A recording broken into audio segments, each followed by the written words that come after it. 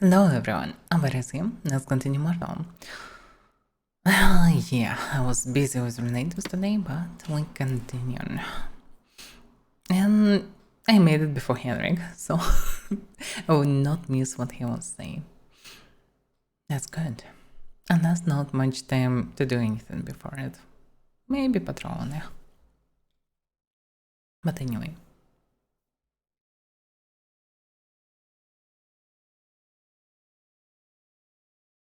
I wonder what will be today, because basically I still should be busy with the same. Probably will be something new from this shown again.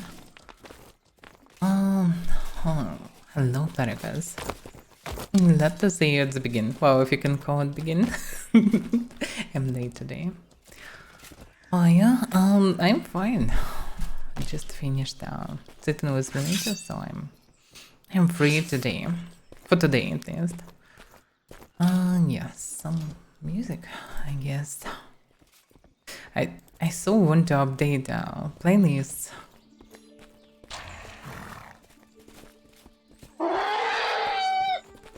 But I'm too busy with things right now. So, mainly I need to finish emotes, and I need to change my chat. It will be more convenient for me. And I will see messages better. Yeah. By the way, Varn or Rita still get one. Yeah, it's because of this bug, but I think I already removed some. And they shouldn't be in guild actually. It's some kind of bug. Because Avaira wasn't in guild, and I think I pressed already. Rita? Removed. Avaira? Okay, now I can remove. Because yesterday I saw Avaira, and 2 days ago I saw Avaira. He was blue. He shouldn't be in guild. It's a bug because of rollback that happens a few days ago. I feel this. They're absolutely fine. Arvita never was really a paladin, but she was a Padawan under protection and teaching of Avaira. Good day. And didn't hear anything. Oh, anyway. Yeah. And Avaira was Paladin till the end. Well, it's his choice to be solo for now. He don't need any stress, and well, last 2 times when I saw him, he was pretty stressed. Wow, I didn't know you boys have actual fighters. Wow. Actual what? Amazing. I thought you guys are only spiriters. Oh, sorry, I saw Paladin. I thought you was an elf. My bad, my bad. Okay. I'm Right. sorry. What's going on? Weird. It looks like something happens.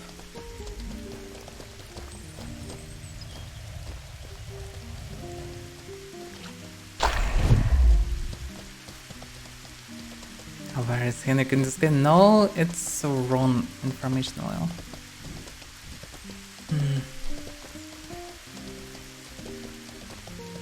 Henrik can raid me from time to time, so apparently I'm not Henrik. Also, I participate in some of his events, so no. I would mostly think that some random wolf around can be Henrik. Any random bushpig can be Henrik, because, well, if you like to throw in disguise, yeah.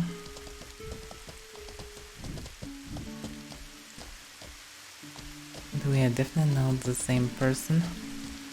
Oh, I don't see any action actually. What am I seeing?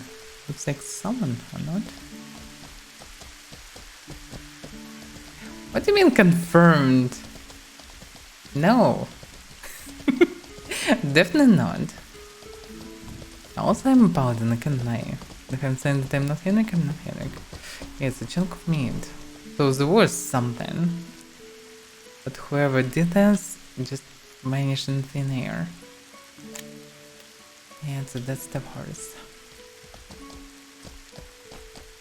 Maybe someone on graveyard. I know.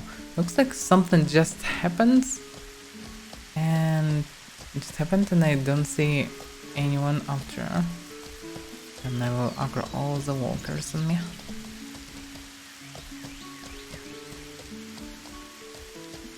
Sometimes people hide in here. No, I don't see anyone. And no loot bags. So I don't know. Maybe this round.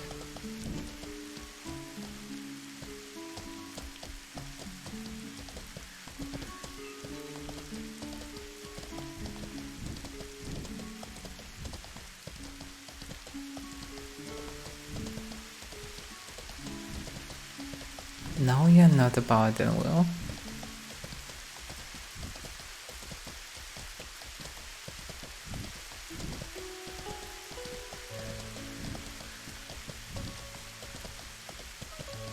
No, you are not. We didn't swear the oaths. So you can be a paladin? No, you didn't.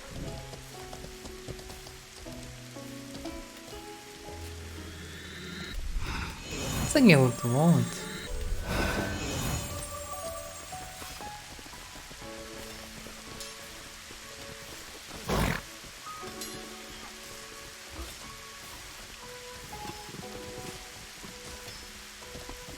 So many people today, look at this. Many ungilded persons, many guys from new guilds. That's interesting. Damn, looks like the sale really helps with a lot of newcomers. Look at all these people. Apparently part of them aren't, but still so many. Good day. Oh, hello. Busy till the last moment almost. Henrik will start soon, I suppose. How's the day today? Quite okay actually. I went to the dually again. I brought some stuff to the stronghold. Dueling a bit. Routine stuff, okay. Surprisingly, a lot of people today here. Yeah, it's pretty busy here. Yeah, and most of them without any guild. It's really surprised me. Yeah. Like a lot of people that I never saw. They looks like newbie, many of them. It's just the problem sale works. Because we don't have any guess. hands. I guess, yeah. I mean, thanks to the sale there was still in Haven, right? Who's hiding behind the horse? It's weird. Well, anyway. Someone threw in boulders, not the first one.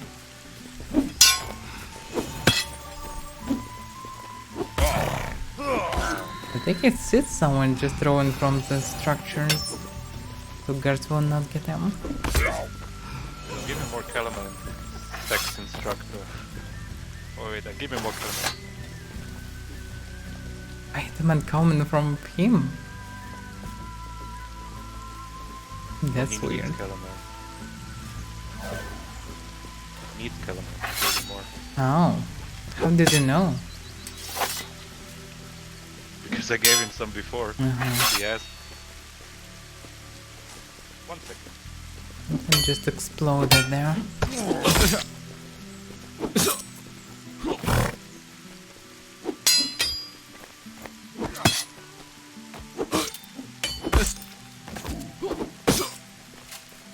Well, doesn't go well for Lego. Lego again. Well, if Lego will know about this, he will be, I don't know, confused and maybe happy. Maybe not, I don't know. And so many unknown names, just random people run around. So funny. It's actually really awesome. And the nose one, from where it's coming from? Not from this direction.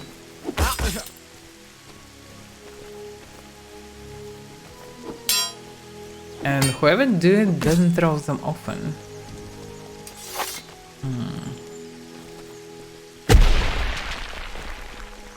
Sound coming from this direction. Is it in sewers? Oh yeah, okay, I can see it. Look at this. And another. Oh, they jump in second time here. That shows that they do damage because this one was very close to murder. Someone throwing them from this cliff. Look at them. Northeast. Oh yeah, true. Look at this. He's launching another one, and second jump they come into the square. Funny actually. Yeah. If they would do more damage, people would do it all the time because it's apparently a good idea potentially. Can they hit them? And another one. Try. Yes, I can. Damage is very low though.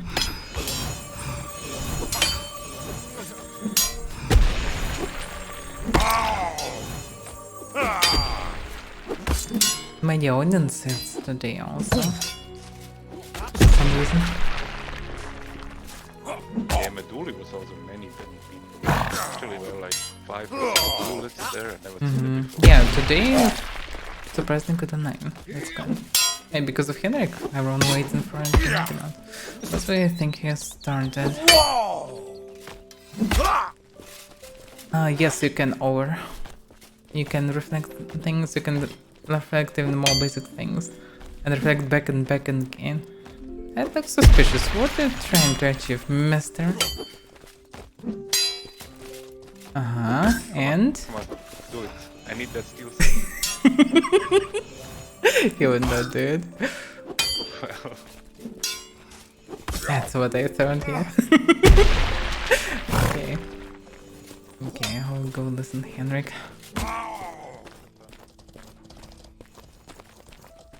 And move somewhere away. Let me set up Henrik.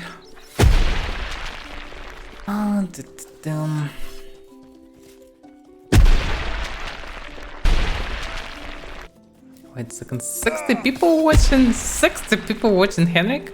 And Henrik already 9? What? Oh, it's 200 now. It's probably Mortal 9 map. Yeah. 60 people, what? Let's see if we can adjust it a little bit. It's very quiet today.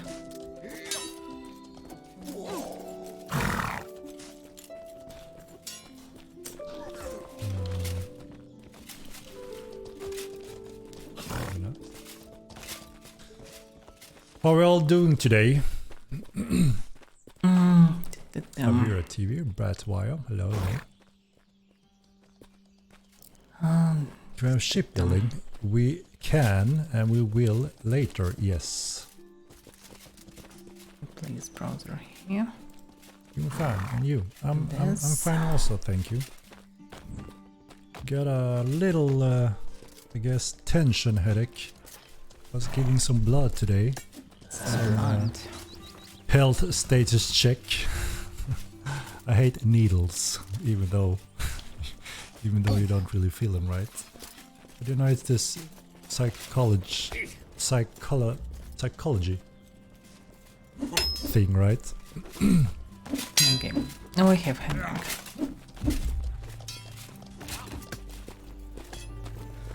This clothing reveal better be so nice, glowing, Probably wizard don't robe. need music. You and me, brother. Yeah, no. Okay. It's pretty nasty with those needles going into the veins. Please slow, Henry. You're not allowed to die. It's illegal in Nave. Indeed. I'm still alive. I'm still alive.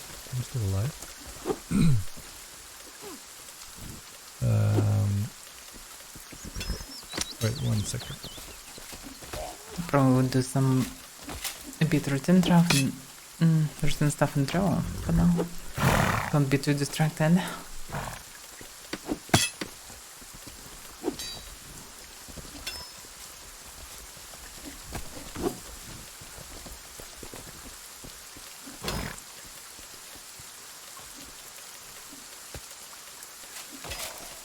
He just vanished. Hello. What? Okay. No, not good. Got a little light in the room. Yeah, you didn't miss Henrik. Fine. But he's a bit quiet today. How did the PTR test go? I probably should It raise the went volume for very this well. tab. So we got a lot of feedback, a lot of questionnaire response and so Yes, on. this So should be obviously good. we're very grateful for your participating in those events, because, you know, as we all know, it's very helpful to get as wide view as possible, and finding issues, balance issues, bugs and so on within the gigantic TC system that we are about to deliver finally. You can rate today, thank you very much, thank you. So yeah, we are of course very happy with all the support we have been given so far by you guys, so thank you for that. Again, we are going through data and we're trying to put some kind of prioritized order of lists. There's a lot of good feedback as well from you guys that we're looking through to see if that's something suitable or design wise and so on.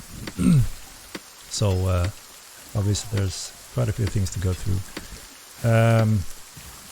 But yeah, I mean, as I mentioned in the beginning, when it comes to PTRs, we fully understand that everyone is not, able to spend a lot of time on the test server basically, where things are not really persistent. Oh, or, what? Continue Why? your adventure there.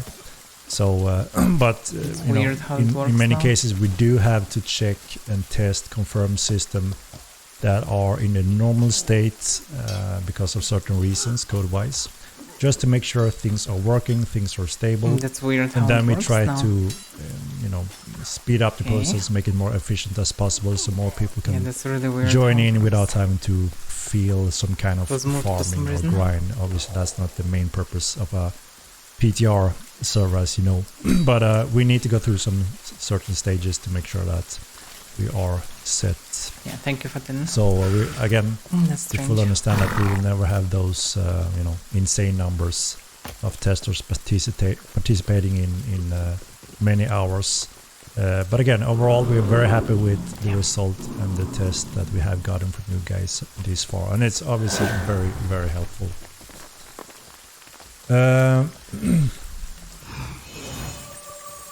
Let's see. So, hello, Cubic. More weapons coming besides types and claws. There are many weapons to come over time, and that's something you're gonna help us pinpoint and vote for which one you are most interested in. We'll present and talk more about that in a future stream where we'll also present some of the options for you guys, and it's gonna be in many different groups. How did the new server tech go? So we deployed our new systems as mentioned, and we got some issues that we kind of were expecting initially, and the guys got working on that, and I think they solved that also. So yeah, we are good. We are happy with that so far. I want to do a final stress on the server. As you know, a lot of work have been done over the years, and we never gone close to any limits. I know some people may claim that, we haven't worked on the network capacity or solution at all. Obviously, widely it's better to ask community, but from thin air without then think insights yourself on without what's just going on. accepting it. We understand that's the case sometimes. It's better to know we have been opinion. working very much on the network since Just Steam means that you need release. to follow it immediately. And since we have deployed those systems, some of the bigger systems, we haven't been close to any capacity limits whatsoever. What players have experienced, that I also think that people draw the conclusion that the network haven't changed, is because the node crash that we have had quite frequently, that I also talked about last stream. We identified that node crash, and we have so far fixed it on PTR, thanks to you guys. And obviously that will also go live when TC goes live. But as I mentioned, I do want to do a final big stress test so we can get more accurate performance numbers on pure population. Because on PTR, just having a few hundreds doesn't really push it. I mean, we can see an indication on load and everything, but something scales a little bit different when we're surpassing 2,000 players or so. And I doubt we will ever get 2,000, at least now in this time, on a test server, because majority doesn't simply switch over to a test server. So we are looking to maybe tweak our next step a little bit, just to make sure we can get a little more push on the network part that we have deployed. So we're gonna reveal a little bit how that schedule looks quite soon, so you can so you know what to expect in the next and final mega stress phase, I would say, which is Mega one of the phase. I would say missing thing right now. We have pretty good view on TC overall, a lot thanks to you guys. We also got a lot of great feedback on elementalism, some of the spells that we absolutely need to tweak and change a little bit before it's ready as well. I'm not sure if it's possible to gain access to PTR using GeForce It now. should be a combination of theme park and sandbox I doubt to it. actually but be I'm not interesting entirely always. sure. Because sandbox is Yeah. good. It's good to have freedom. We already have it. Now we need more things, more reasons to interact with things to travel, Please to interact teach with it now, please. players. Not yet. So we are not theme really park there elements yet, can be but, good. we're getting there. We're getting it there. never will be theme park You know, anyway. as you all know, we are moving hell? toward the big TC patch, which also includes these two groups of elementalism. A huge update on the network side and important bugs that we need to have sorted as well along with that patch. But we're getting closer, and we will obviously communicate how those steps are looking at, and then we are moving towards the next biggest step in Immortals history, I would say, after that, which is the epic release, as you know, which includes some very major important updates to the game. It's not risky. They will not be focused on including 8 and theme park functions. players, They will not do which we all thousands know of how quests or important it something. is that we You just need that some we catch them in the simplified game in a good way generator. and bring them into the game in a good way, so we can have a steady flow of a growing population. Show the price.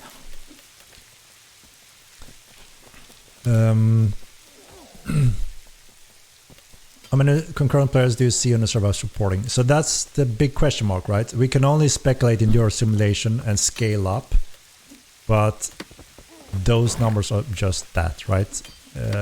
When we have the real players pushing a little bit on the boundaries and we can see certain loads move, that's when we can have a more accurate estimate on our total good capacity on the servers. And I want to get close to that number, so we have a better view on that in this Demon's next cost. big run that we're planning for. So we also know what we can expect with the Epic Game release, and have the plan B, be able to scale efficiently based on those numbers. If those numbers varies a lot, then obviously our plan B also needs to be scalable based on those numbers. They probably know something about this. Game's too good, that's your problem. Come on, OMG. There's plenty of issues we need to sort out, but obviously we are very happy that a lot of people think the game is really good and interesting, unique, exciting, and fun for various things that the game has to offer.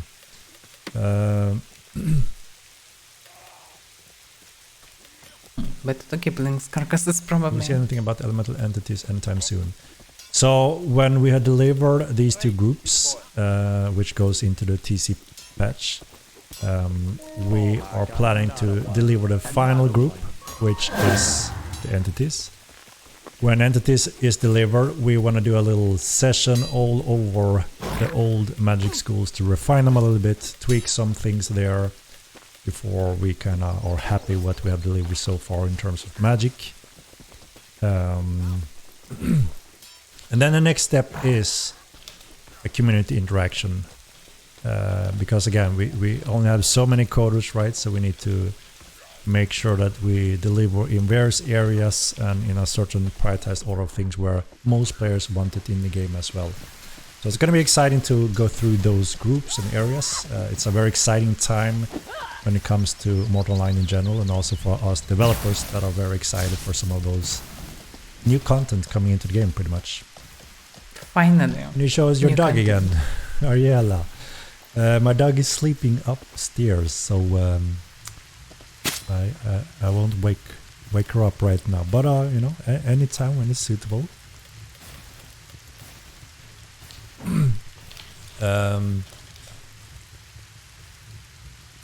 I missed a few bits and subscriptions here. Bane Spike, thank you for the Prime. Appreciate it. Whoop whoop, 2 years. Holy cow, that is impressive. Time flies. You've been here early on, man. No, John finally didn't Man skip with the Prime 100. as well. 50 month. Let's go. The test window was too short. I tried to play on the weekend, but the test was already over. John Allman, yeah. We understand that obviously those 3-4 days may not be perfectly suitable for everyone, right? But as I mentioned, we are very, very happy, and you know, with all the tests and report we got so far. So I think we got a very good picture now overall. It's not that we are missing something very specific, component-wise or feature-wise. We are polishing and tweaking numbers and going through those things that were not so good also, obviously, to make sure those are improved. Can you define community interaction? Of course, dip. So what I mean with that is we're gonna present you certain types of groups and options, and we want your inputs to almost like a vote, right? So you point that, okay, when it comes to weapons, armors, gear, player gear, whatever, you may pick what you want to see first. When it comes to overall major features such as you know, ships, boat building, and other features, Boats. you may pick which Came to one boats of very those fast that we should today. do first. So we're gonna present a few things in a few groups in the game. I mean, this is a large-scale sandbox mmorpg, right? So we're not just gonna present one little area. We wanna present in those areas that we think the game needs to expand on. And then we want your input to kind of pinpoint what you are most interested in, so we know that when we deliver these things, most players are also going to be excited for those things. I hope that makes sense. Entities are almost certainly the summers. Yeah, so the entities in Elementalism is the Elemental Familiar. If I worded that correctly. The Familiar, which means it's a magical entity based on elements, which will act like a very specific different pet that is bound to your body, but you can also you know, command it towards another target, such as a friend or an enemy. So it's not the classic pets that we have currently, its own living, you know, with its own entity moving around. You can give it command, you can gear it, mount it, you know, all that kind of stuff. It doesn't move around on its own out in the world. It's always attached to something, and it either has something negative or positive to that. As I mentioned, it's a buff, basically. Being. Permanent buffs much. that you're keeping on I hope yourself. that kind of gives a And better they probably picture. will be able to do some active ability that you will trigger by a spell. One of them maybe will Happens if you emanate get a some 30, light. 30, 40 So it will split. be So light source. we're gonna make it Would be cool, impossible yes. to not, I hope for it. you know, go into those situations. So in one group, for instance, player, how the hell do I call these groups? Combat, for instance. Do we want to see the adrenaline system, or do we want to have a new weapon group or an armor group? That could be a rough example. Let me show you. And you have to pick Nice talking between to you. those. And if we see that, you know, absolutely majority, 90% are looking for the adrenaline system first, then we'll put that highest on our upcoming roadmap and deliver that. So kind of like that, right? And there will be in a few different groups. You know, we're looking at RP elements, Nice. PvE, PvP, and just mainly main features being added to the game. What is the adrenaline system really? Tabards. Footies needs something new. So the footies obviously will benefit way, from the all this adrenaline component system. cards I call it the adrenaline system. I Component also better to said sell. special ability moves, right? And I kind Paladin, of put White that Bear, in, and Link's better to sell on market. it goes hand in hand. So it's one kind of system that I'm gonna give you enables half of that. it. So yes, Doesn't all matter. characters will get new types of special abilities based on the different weapon groups, for instance. So if you are a blade user, swords, you will be able to learn to do very specific cuts that may cause bleed That's what wounds I need. to your targets. There are shield breakers with heavy weapons such as hammers, where you can Damn, cleave heavy a weapons. shield or bash them back, so they drop the shield, and you know, a very powerful counter to shield users. Damn, Even if hammers it's will on the be back so or in OP the if hand it of will the be users. game So problem. we have the axe cleave ability, which means you will cleave through in an arc. Anyone that is standing in that arc may be Anything with hit that crap for by this yourself. cleave. So it's not just one target. So stuff like that give you additional tactics and options. They have more stuff. Obviously, all footies will benefit from Actually, that, yeah. no Okay, matter okay. what weapon group, including bow users. We wanna. I mean, there's been a pretty huge interest in being a classic rogue ranger style, focusing heavier on range weapon and not having to, use melee weapons as much. Maces will show to Today, the that's quite lacking and difficult. Up If you close, can do parry obviously, melee breakers, will always be quite superior, just right? smash Naturally. enemy. But there's some matter he's interesting mounted on abilities foot. for the bow users that Just could spam with attacks. give them an edge of being more fully bow users and try to adapt to those tactical options. So yeah, that's kind of what I call with the adrenaline system / special ability moves. I'm surprised this adrenaline system connected to this abilities. Is there any I sign thought of it would Poleaxe be getting some separate. love? Poleaxe is obviously also getting their special abilities, which means they will have very specific performing attacks with their poleaxe, which is unique to the poleaxes, right? So, yes, absolutely. And there will be more weapons over time. Again, Last time mentioned that depending with on when Poleaxe you will be able to players, use you both know, spare demand abilities more of these Poleaxe types. We abilities will try and to put axe them on the abilities. roadmap. So it will be a huge variety of what you can do.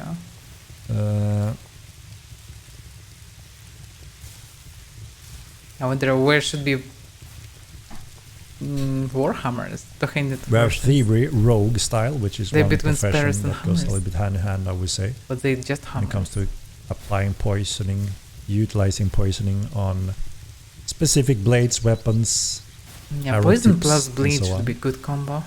trap. Especially if you can run usage. away or go We have invisibility. the classic snooping thievery.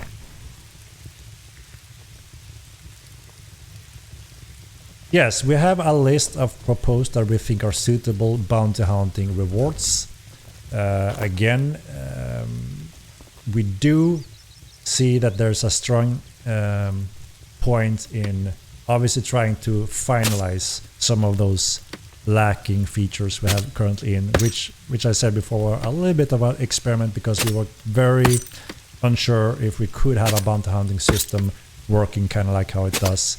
Now when we see it kind of works, we just have to refine the options and rules so it's more accessible in a exciting way, and of course interesting rewards tied to that. So yeah, we have ironed out most of that, and we wanna see where that fits in the upcoming roadmap. Mhm. You will be able to enter the giveaway when Or I I can sell it. am on that third point Oh. on the current topic, and I will inform everyone how to do it yeah, and just when sell to it. do it. Alright, I'm gonna sell it and give you half of it. You don't need to give out. Just sell King it. Silver Death, thank you I for drop the on prime. sale Appreciate it. all the white bear. It's not that expensive, but links is The best trigger way. drop chances being increased, 4,000 such of as links tapas cost and reavers. 20 gold at least. So, as far as I yeah, can see. If obviously, it really can be sold, Trinkets are one of the current rare to a little bit more common so it can Yeah, be. you al- you items already that you can suspected collect, it. trade, and collect is just refine one your stack last characters a time, little but bit still. further. Okay, And we have a lot of plans for expanding additionally in this area. We have different types of Okay. clay Found inspired this in her trinkets space, level incoming 6 later. No, We have okay. jewel crafting that could also affect some of this. Have fun. Yeah. Thank you. And I'm And just yes, busy with Henrik now. starting with TC, Yeah, we no, plan to have fun. deploy Thanks a again. few hundreds spawners few hundred spawners. and some of these values that also obviously drop some of these things spread out on the entire mill. And there are certain locations that we have, we see that they're quite empty. We also obviously got feedback from players that these areas are quite empty and boring, lacking. And obviously we're taking note of all of that to make sure that the entire millland have something of interest spread out for everyone. Should be Also, something in the jungle too. depending on where you're living, you shouldn't obviously feel like you're lacking a lot or feel that everyone have to move in one direction. That's not the intention. So obviously we want a really good overall balance on millland. So there's something interesting for everyone, but obviously everything won't be everywhere at all time, as you can understand. But there will be something of interest, value, and different things spread out. And yeah, it's starting a little bit already with TC, and you'll also see a huge update on that along with Epic. So the whole will be very much differently be updated along with Epic. So it's going to be a fresh hunt for everyone as well with Epic. Yeah, there are some areas around Meduli that is obviously included in this plan that we're gonna cover. So yeah, I guess that covers that. So as I mentioned, we're gonna reveal soon a little bit more details of the next step. I wanna rearrange a few things. I just need to confirm a few of the steps with Sebastian, so we are sure of that step, and we know that we can cover it in the way we want. I know, same bye. But we're gonna announce these details on how we're gonna proceed with those steps sometime soon, maybe next week or so.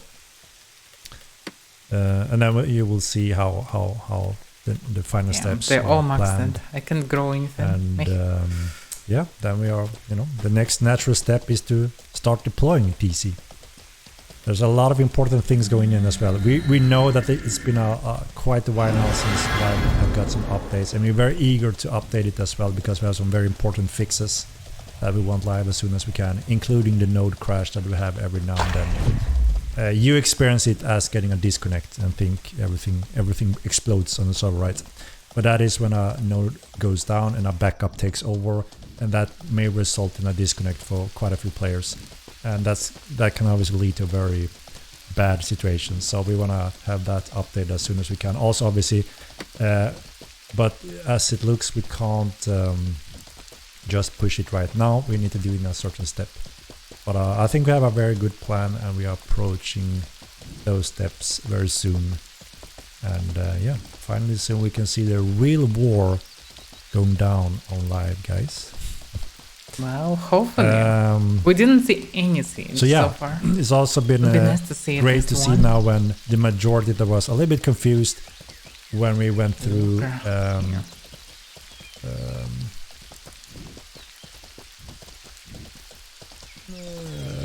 the supply siege window system. Now when we got that tested more in depth this last PTR, and people are more aware of how it works and can also monitor and see it, then obviously also people have a much better way of reacting to sieges, and also prevent ninja sieges to quite a degree, as you understand now with this system in place.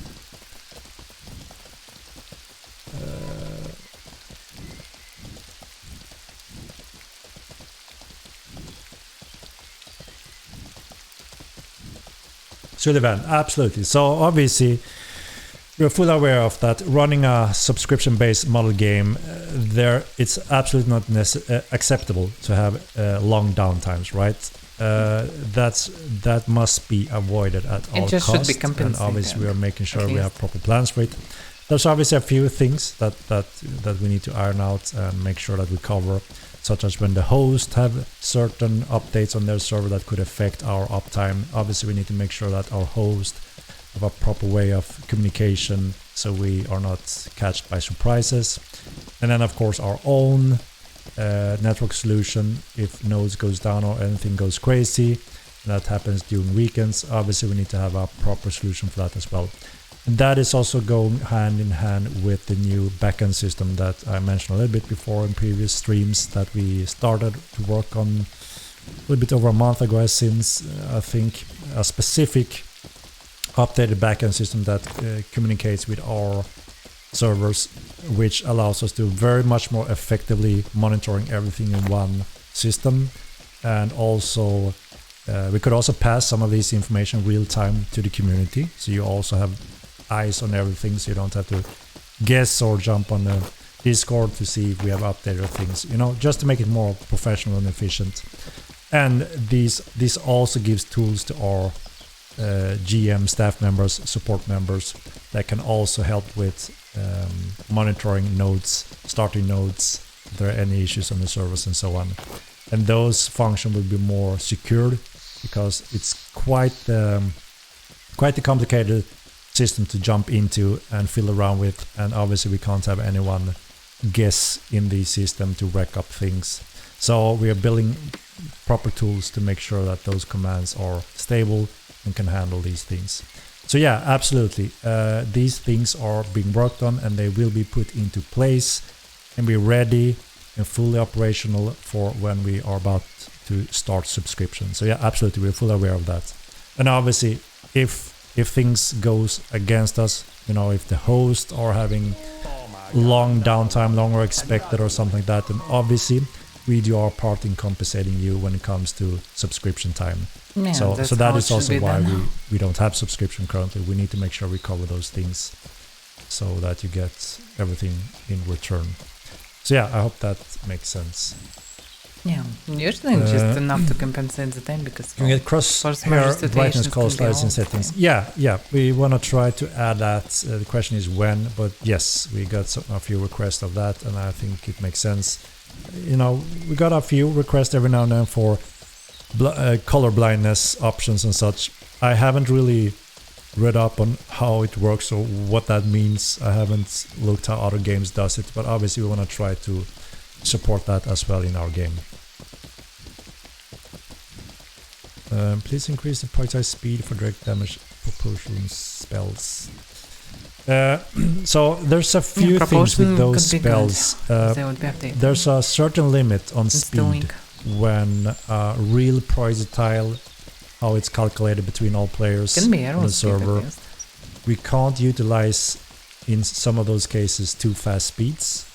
The other setup is to use another function on those specific spells that should be faster, that works another type of projectile calculation, which is more like the arrows that we use today when you use bow and arrow.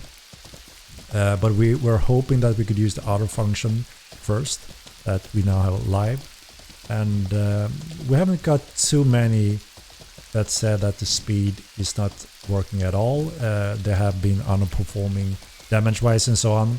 So in the latest patch, when it comes to that, we actually bumped them quite a lot. But maybe we are still not really on the sweet spot yet. So obviously we try to follow up a little bit on this, along with magic polishing overall.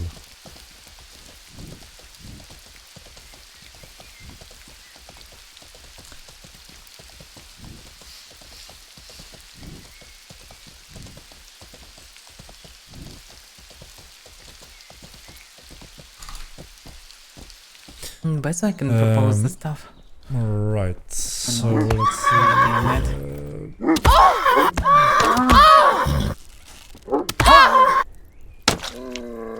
It would be cool to propose the idea of armor beer. I can't say exactly when. We're gonna plan a few new type of creatures that you will be able to mount soon. We just need to make sure it works with our current schedule. As you know, the entire team need to be very focused on TC. We need to do that as good as possible. We have some, you know, overall spawners, dynamic spawners, etc. also to add along with that. So, you know, there are more interesting options to gain prominence, find trinkets, and so forth.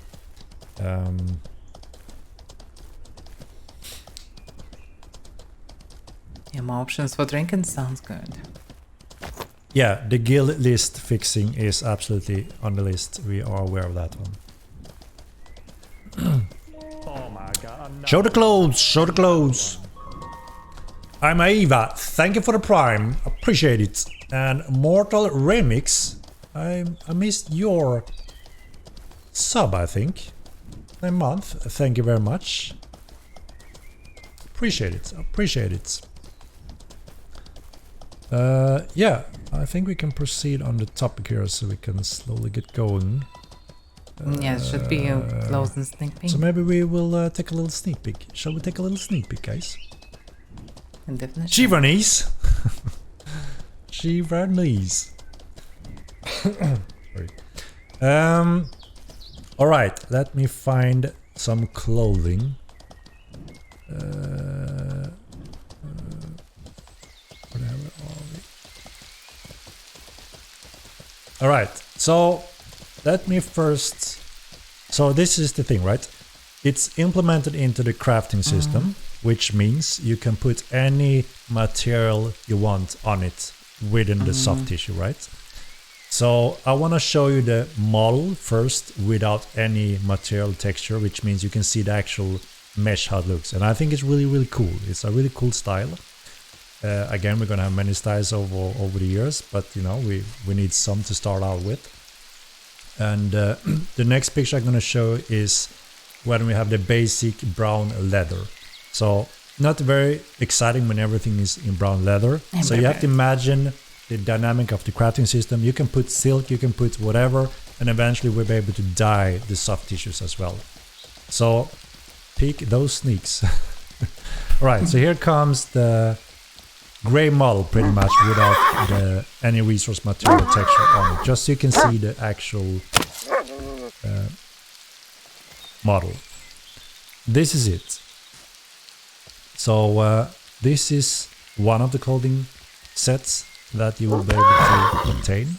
And obviously we're going to have citizens that also use some of these clothing, because everyone can't just walk around in armors only, right? Wow. That looks like armor. I mean, it is... Let me show you the... It's more like a travel clothes Here. or something, not really. Here you armor. can see it in normal brown leather. Yeah, it's clothes, not armor really. So yeah, you could call it heavy clothing depending on what material you put into these pieces, right? But this is the light clothing. So Head obviously is very minimum weird, impact on but- your weight, mana management, and so on. So yeah, It's like a worker what's your clothing. first view, ladies and gentlemen? Mage focus, killing game. This is a freaking rogue focus. Come on, man.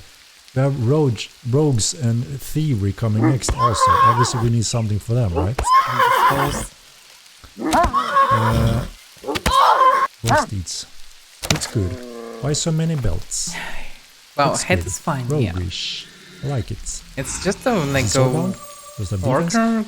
No, it's not Soulbound, Okay. it's And wolves just like still any come other in one by craftable, one. and you will be able to put any material in it, so it can be, you know, have some defense depending on the material you put into it.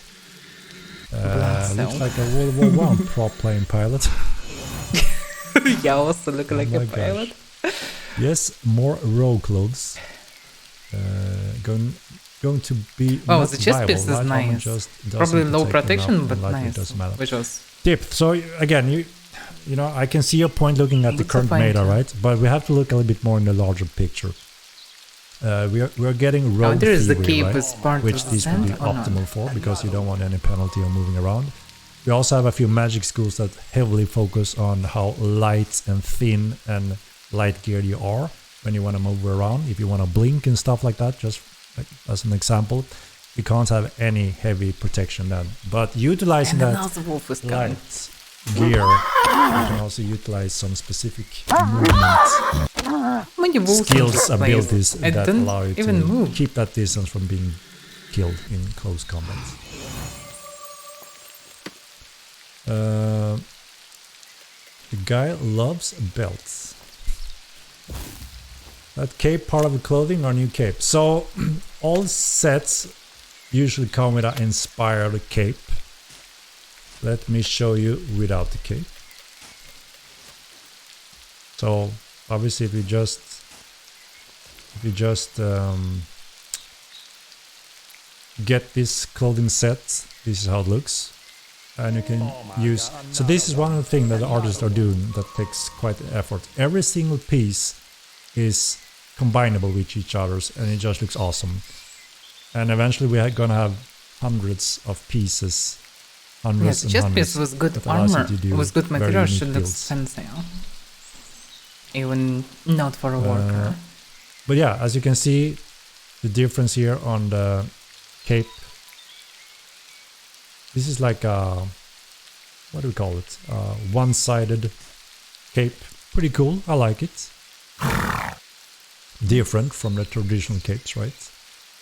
Sheepskin. We need rapiers with this Like cape. that side cape. With the Interesting idea. set Yeah, I and agree. this I cape, think we need it's a cool rapier. to have something different from our current capes.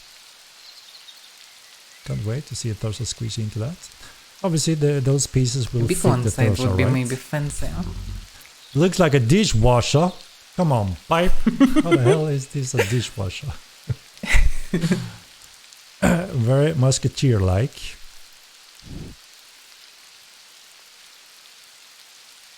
Yeah, tricorn hat in the future. That cape is freaking cool. Wizard Yeah, robes tricorn will be head much and better. rapier. We are and it getting would be very more authentic. wizard stuff, or we could call them wizard inspired. This is not one of those. We need some non-wizard stuff also, right? We need citizen stuff. So we have beggar and we have this. We need a wizard one, for sure. Looks like a rapier wearing Need a wizard musketeer robe or something. in Oh, muskets. Damn, two chunkers. This washer. Pirate armor means pirate ships soon. That will be Don't depend need if two, the but I need big one. new next feature the majority wants is ships. Then we're gonna focus on ships. But that will And be immediately after 3 the wolves after came the from me. games, right? So that's what I call the It's annoying. community interaction. And I agreed both Pinpoint smallest. those What the details. How is it even possible? We look nice and That's glossy. annoying. Yeah, you have to imagine, you know, whatever you want to put into these pieces. It looks a little boring, obviously, now when everything is in brown. It doesn't give that nice contrast and differences, right? That's why I wanted to show the gray version without anything, so you can just see. It's a really nice model. Small circle. Or maybe it was just a concept. We will announce the next step when it comes to PTR very soon. I think sometime next week. How we plan to do that. We're gonna do a slight change. Because, as I mentioned before, I want to do a big push on a new network. So we know the numbers, we know the load, and It can should be calculate with that real players, not just simulation and bots and so on. To get as accurate picture as possible, preparing for Epic also. Give us some hats.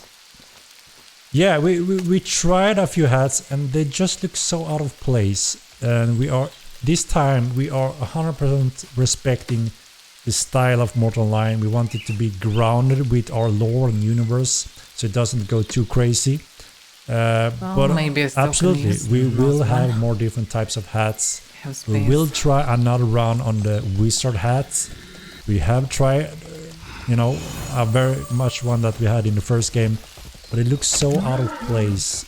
And now when the game is so much more realistic and looks good, and you know, we want to try to respect everything when it comes to the design, lore, and all that. We want to make sure it fits at least. So we need Rappers we are need coming our retake on those. Oh fuck, Hopefully we I can should be happy kill with that this and show one. you guys. It's more. Hey, the slave, thank you for donation. Delete tower shields and nerf weak spots. And a new plate armor. So you will decide if we need to add a pack of new sets of armor and what type of armor on upcoming roadmap. So now we have a few of all, right? We cover everything from light to heavy. And then you will help us to pinpoint if, alright, we need these types of medium armor to heavy or whatever you or think should be going into the game soon. You will be able to vote that then, and then we'll choose. So For instance, I don't think we're gonna be able to work on both a new weapon group and a armor group at the same time. We will focus on one at a time, so we do it quickly, efficiently, put it into the game, and then we move on, right? So you could choose from a weapon group or a armor group, for instance, something like that. So depending on what we want first in the game, I mean, we're gonna work on this for many years to come, right? So obviously we're gonna have all of it a lot over the years, but we are hungry on certain things right now, right? And I think you can help us point those out, right?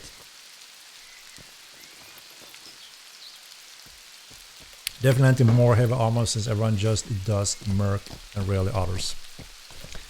Yeah, so maybe that's what you guys are voting on then. New sets of heavy armors. You know, that's up to you guys. We're gonna present the different groups, as I mentioned.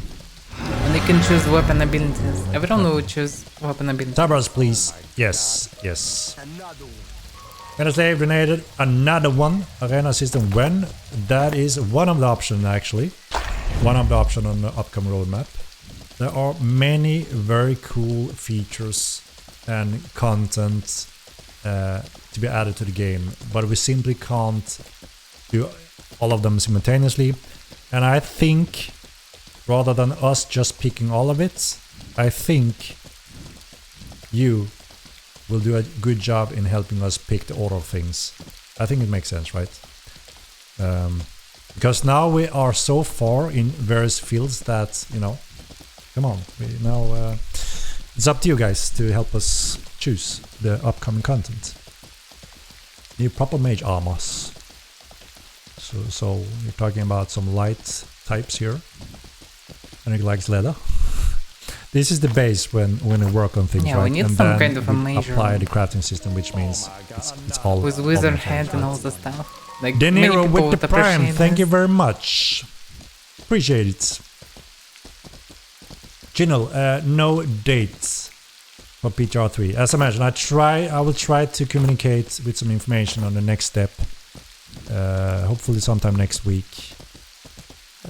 But yeah, it's not very far off that one either. Damn it. Pet breeding is one of the options, Paravixen. I would say that is also tying a little bit with TC content. There are NPC services also that helps with pet breeding. So obviously, I'm not sure yet how many we're gonna present, how long this list is, and then see which one we vote for, which one gets pushed up in the highest prior order of this. We'll pick plenty, at least from various fields, and then we will prioritize something from in every field, right? Jean jackets when? Fur coats when? Fur coats. Probably with Northwed sure. only. It's actually strange that there are no fur Clothing coats. be like capes, make them a rare drop and not drop when you die. Clothing? I mean clothing. I mean, there will be a huge profession for making clothing, and eventually we can also have what's it called? Enchantments, which means there are certain powers on the fabrics that can be more powerful on something light rather than steel, for instance. Some steel may not accept certain magical attributes, while a specific fabric type will, This can be which means all of a actually. sudden light clothing and gear could be, you know, equal powerful as a heavy plate, just very in different ways, right? That would If be you see what I mean interesting. here. And all of that is craftable, buildable, tradable items, just like everything else, which means they should be droppable then, right? It's strange that the light gear armors are blessed while the heavy ones are not, right? You see what I mean? But yeah, those things will obviously make more use of those sets. So yeah, there's a lot of things coming. So this is one of the challenge with this game, right? There's a lot of things that affect a lot of things over time, that makes more content maybe more viable over time, that may be less viable now. So this is one of the big picture in the background that we always have to keep in mind when it comes to balance also. It's very difficult and we can't just change things that, okay, well, for 6 months from now we're going to get that enchantment, therefore we can't have, we need to have a different type of balance on these types of clothing. We need to respect that setup as well and how it evolves, and it's a challenge. More for archery. Did you miss me when I talked about archery? Effing sicko. I did mention that archery is getting a lot of love and attention, just like the footies, with the new adrenaline / special ability move system. And I'm not sure if you're gonna be able to vote on that on the upcoming roadmap, or if we just decide that will be one of focus. That definitely should be one. That haven't should be decided on focused. that yet, but People will really it's wait something in that some promotes spices all stuff character with fighting more or less. So obviously it's a archery. win-win for every It will style be that has some interesting kind game of changer. combat on their character. Definitely should be prioritized for combat. And plans to increase skill points for skills and professions. Yes, with the veteran system, also plan for somewhere. That one goes also in the same category, I would say. I'm not even sure if that would be a votable thing, No, damn. because I think most agree that everyone will benefit from a longer character development expansion, right? It's fun, it's great, and it's interesting. So there's a few cases where we think they should be in early on, so not waste them on votable options. Oh gee, you can go out and play some other games. We don't want you in here. You're too cool, right? And Benbo's not right now. Wait, there's another one. How can bears? Think about Tower Shields and Dag Weak spots match coming. So there's a few things that Seriously? will be How happening. forest I gathered? mentioned a bit before. When it comes to damn those shields. it. For instance, you won't be able to Two bears, run around on Benbo's, mounts with outmost. those. Kind of the same rule with longbows, right? And we, as Still could mentioned kill 'em, but before, screw we them. have data on all craftable items now that we didn't have in the first game. And that kind of data helps us to track them, update them, and remove them depending on what happens in the game, so we have better control. But one thing is missing in this, and that is one system that Sebastian needs to spend some time on before we can utilize these functions and access those items.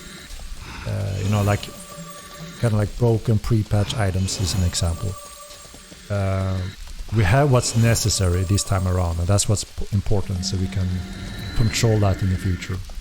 We just, again, need to prioritize how we spend Sebastian time, because he's the one that needs to build that one part in that system. I also want to comment on one thing on the weak spots things, daggers. I've noticed that heavy daggers that are supposed to or have high base damage are not meant to have high weak spot damage chances also. And that confused me, and I've asked for more information to see what's going on here, because that system is based on the same system as in the first game, but it seems it behaves different in Mortal Kombat 2. So obviously that needs to be investigated. The thing is, you're not supposed to pick the strongest combat raw damage type dagger and at the same time utilize the highest weak spot chance on that setup. You have to go one side of the other, or kind of something in between. That was the design behind it, and that's how it was supposed to be. And now hearing that's not really And the people case, playing then this obviously for we more need to than a investigate year. why that is, right? Ah, damn. So that's an important thing I want to comment to that. With that said, we heard initially that a lot of people thought the daggers were a little bit OP, but slowly that had changed for quite a few of those people that reached out. They said, well, never mind that feedback that I gave. There's some good ways now. We're fine with it. Again, I haven't investigated if that's a general broad view from everyone, but it has stood out from various groups that have initially was quite harsh on that, but then slowly changed. They just all the start time. using them. So this is also one of the things, right? We don't want to rush to quick jumping the trigger, right? and move back and forth. We did that a lot in the first game and it was horrible Daggers for the definitely players. have A lot of people hated overpowered it. DPS. A lot of people that didn't make any voice on the community like you do, they just simply moved on to another game because they were tired of playing this game going back and forth. So we want to respect the players. We want to be very careful. We want to get the proper data. We want to make sure that everyone get plenty of time to go through it and understand it and know all the counter, all the options. And then we have a much better picture of, okay, what may be off, you know. Let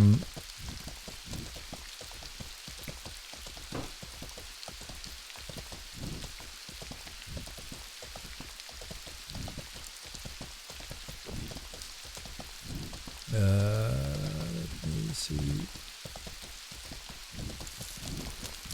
And now there's a bunch of photos. It's a big one.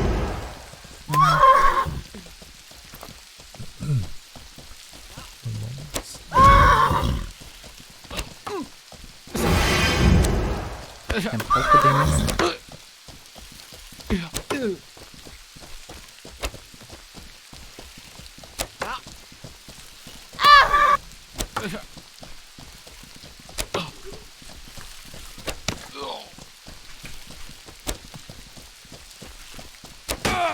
Three of them dangerous.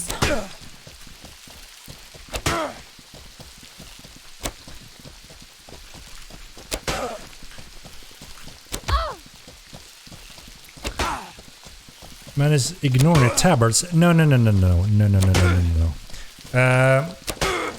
We have made another flag thing for guilds, and we have also prepared to make different colors.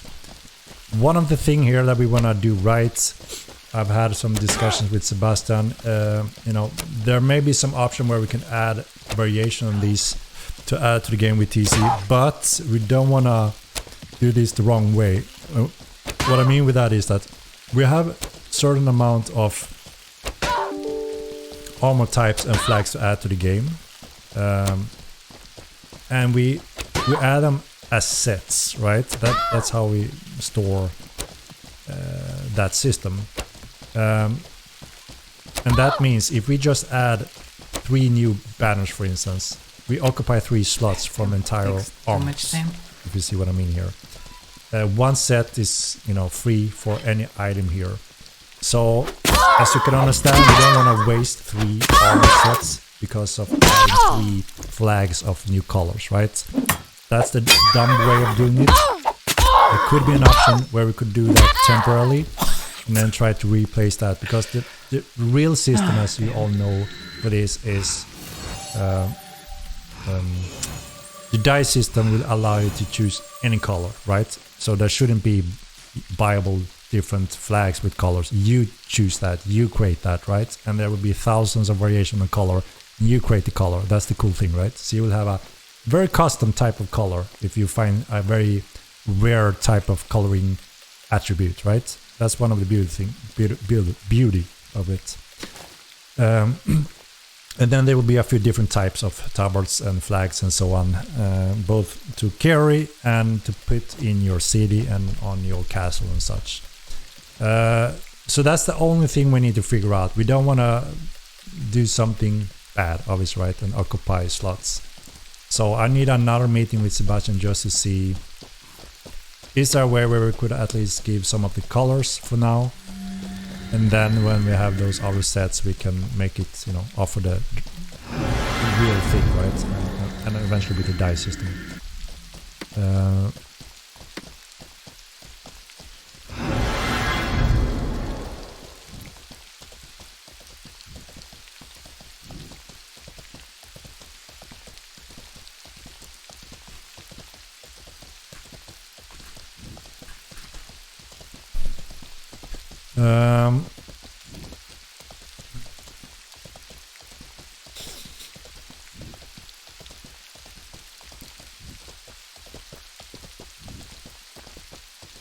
A more reactive environment, for example, step and nettle disappearing when harvested.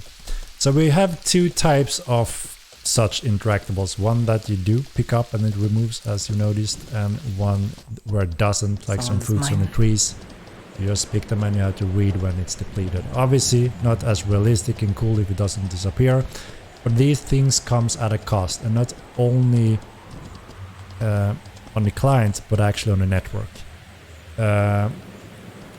So there's a certain cost on the network when it comes to those kind of interactables that you pick up and everyone see and it removes.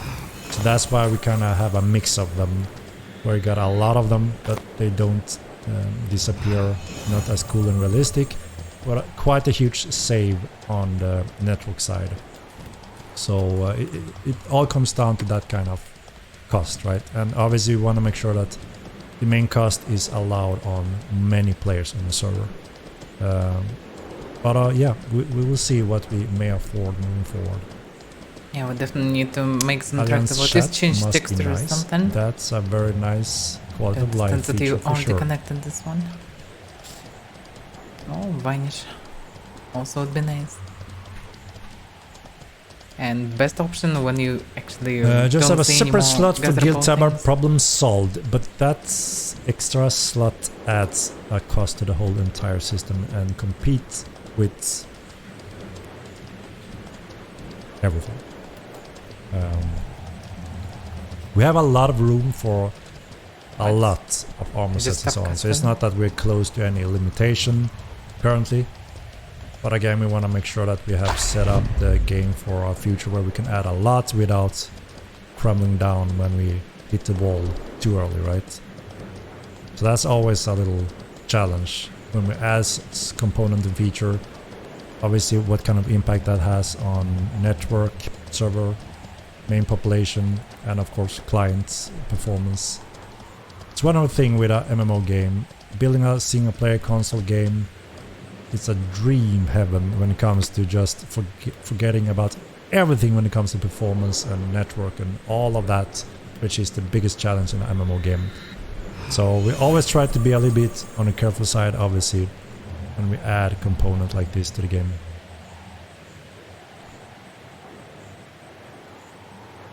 Targeting granum.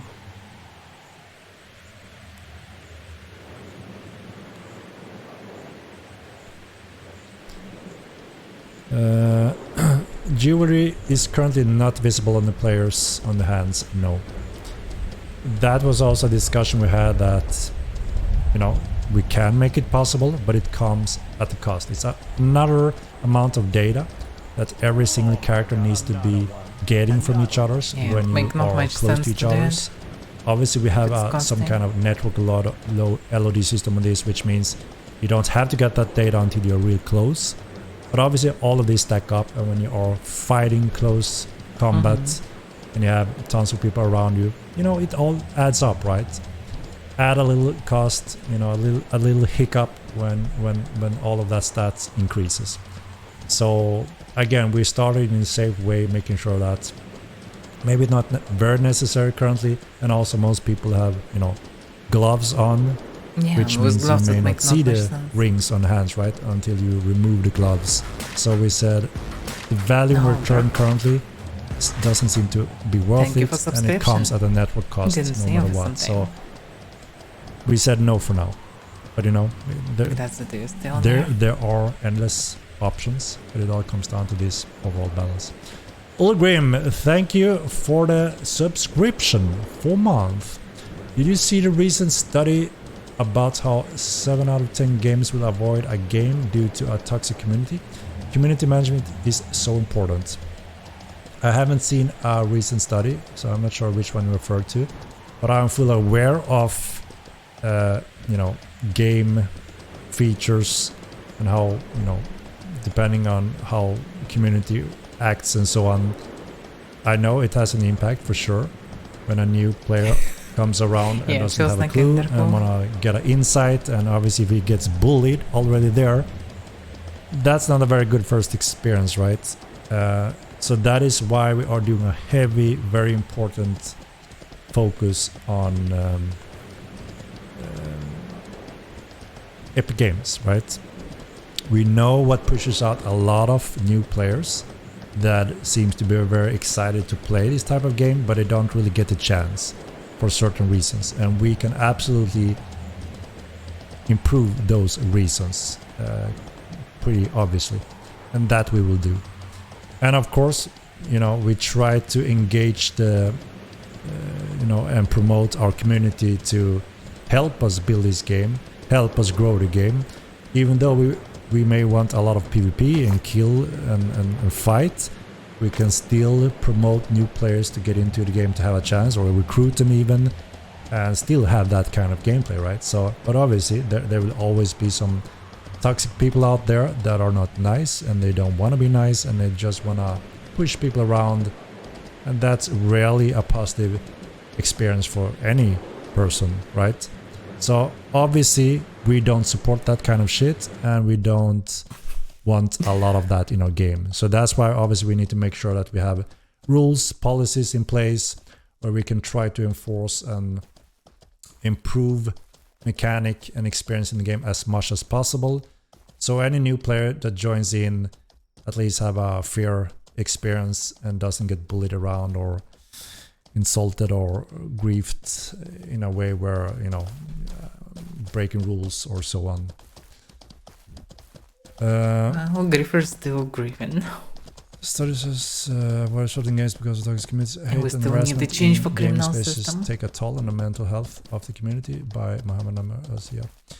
Yeah. I mean, that's not news, right? Like I said, right now, having a very unpleasant experience from someone screaming, yelling, and bowling around, and you know, being anything but helpful or polite isn't really pleasant, right? That's just human nature. That's not a pleasant experience, and it can be quite opposite if someone just, you know, or somewhat neutral. So obviously we try to do what we can, like I said, to promote proper gameplay and have proper rules that don't allow for insane stuff to go on, you know, pulling people out of the game. But I mean, at the same time, you know, there's a line, right? It's a harsh game. You know, you can be a thief, you can steal, you can be a murderer. All those components have a part in the game, but there needs to be a balance and promote positive gameplay, so the game and all the players benefit from a growing population, so we can all play our style we prefer.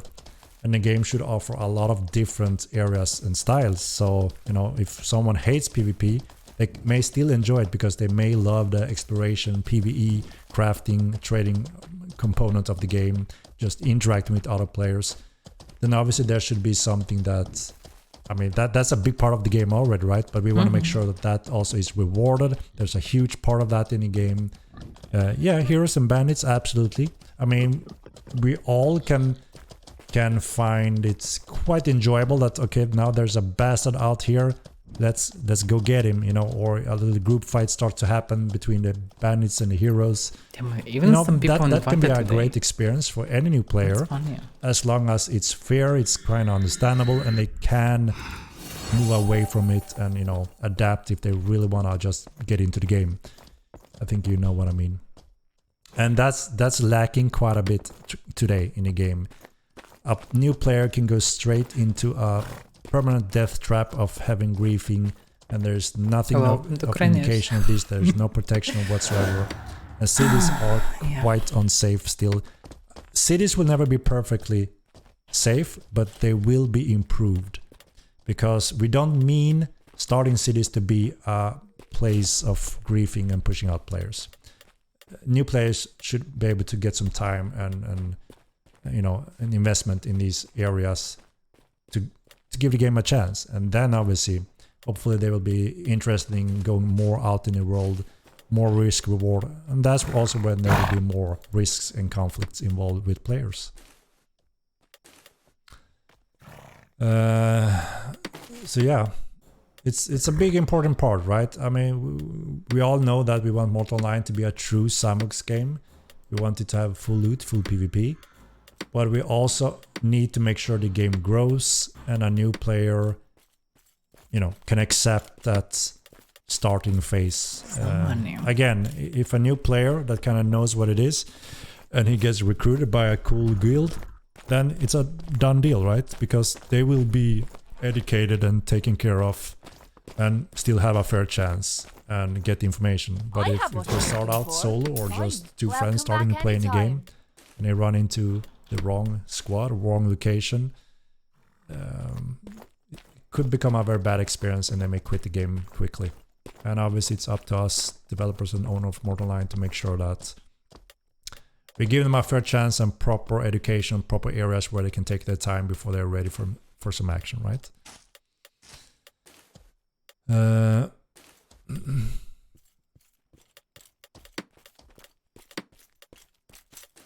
Her name is Lilith, not Lilith. Are you talking to me, Effin? Am I mispronouncing anyone in here? When did I even say that? Did I say that? My phone is running empty.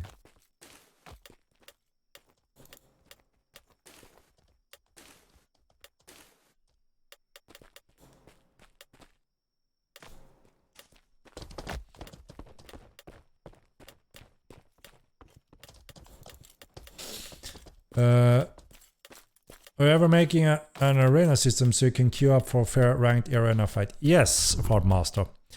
I don't know the exact interest in the community when it comes to how high up we want to put the arena system. I'm quite excited when I think about it because, you know, we have ironed out the general game design for it and it's really cool. And obviously a great incentive for those that just want to do nice, ranked, fair game fights from solo to squads.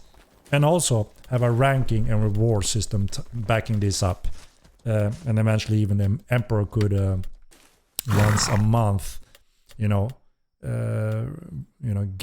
the champion of the month, right? And give a title or a specific item.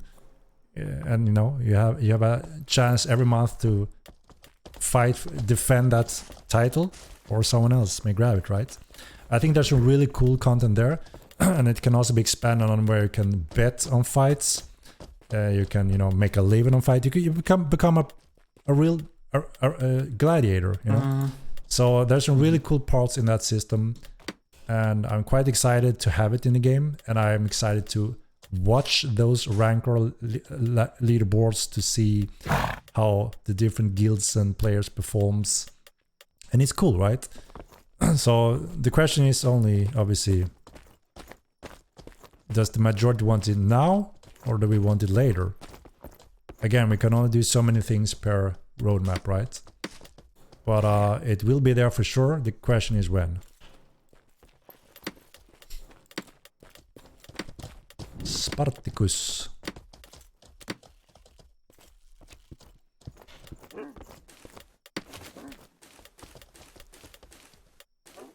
Because yeah, there's a lot of people that obviously wanna show the world that they are the best group fighter or PvPer in the world, and the arena may help them to get that title, reward and claims. It's just a good source of PvP, talk, right? with it's people who actually want PvP. Until the game confirms it. And with some competition and rewards, it should be especially good. I mean, I love a nice sign-up team fight. As I mentioned before, I've done that a lot in the Combat Beta. We run outside Fabernum, 2 teams, we picked the teams and then we fought, and it was very, very fun. I could do that endlessly. Obviously having proper tools that support that again in Arena, and also showing your track record, giving bonuses, rewards. Really cool. I'm very much looking forward to that.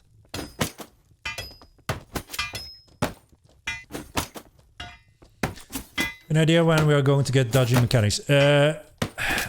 No. I mentioned before the challenge around it, and it's a big question mark how it's really gonna perform, or if it's gonna add an annoyance or confusion, or that we just all have to adapt to that strange mechanic and it works that way, and if it works, the result is decent and good overall, then yeah, maybe that fits.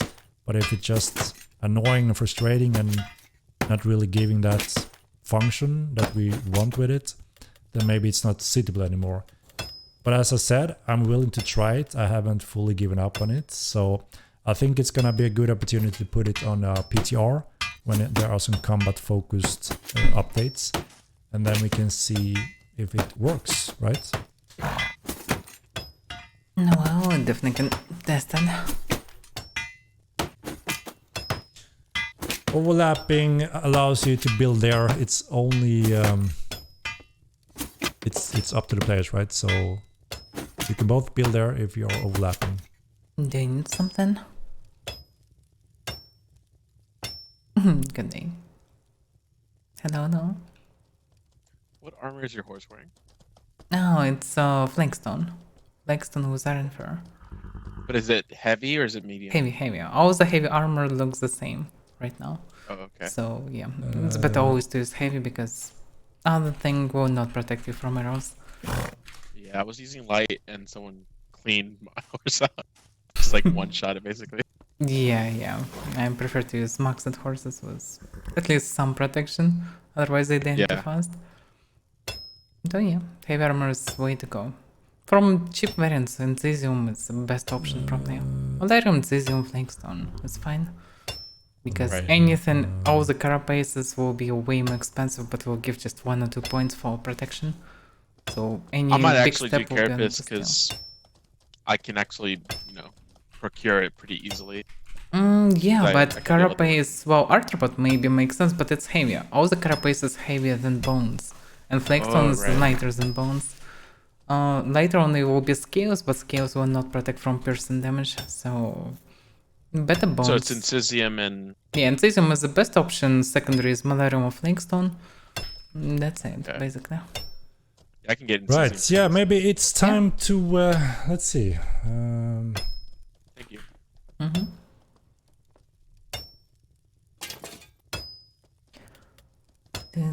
Dum.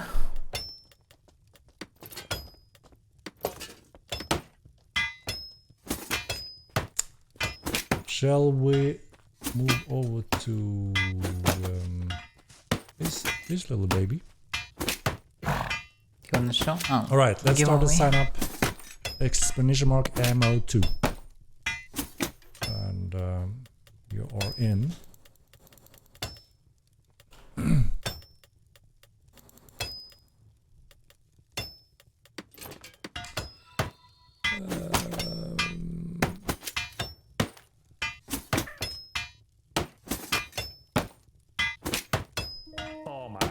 Oh my god, another one, eh? Another one.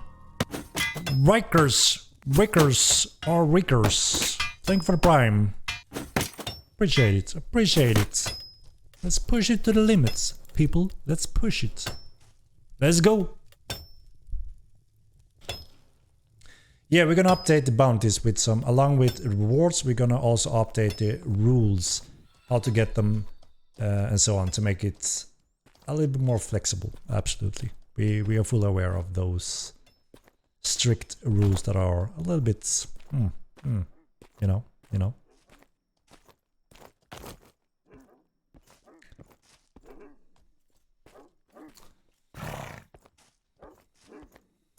They definitely newcomers.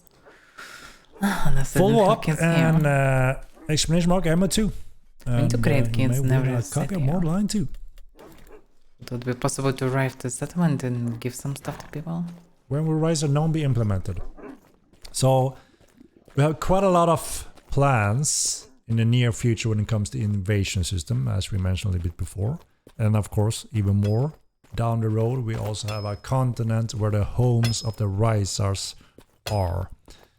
And we have more content tied to the Rise Unknown function, both in part of invasion and in their homelands.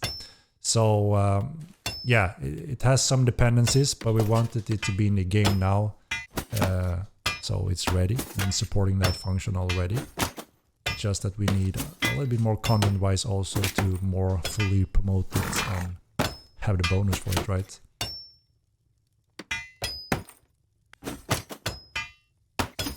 No new content for murders. I mean, Yontek, come on, man. Everyone is murderers. There's already plenty of content murdering innocents and anyone in the world, anywhere, in any dungeon, every time, everywhere, right? That's a common thing. So I I'm don't not think there's lack murdering of anyone. murdering. It's already happening non-stop everywhere. But yeah. But as I People kill each mentioned, there other. will be specific functions and features that promotes specific styles, assassination styles, also along with rogue skills. Rogue skills. Це вибрання. Tiny Dag is the highest DPS weapon in the game. Use them in PvE and see for yourself. Yeah, as Yeah, I mentioned, daggers are I perfect wanna for have PvE. full insight in the dagger thing. And very just good to for make mass sure PvE. is it correct? Does it follow the design? Because what I hear and so far got presented, there seems to be a little bit off of what it's intended to be. Doing more damage with than to hand sword, heavy to hand sword. It's way damn faster. So much DPS. And weak spots just destroying people through armor.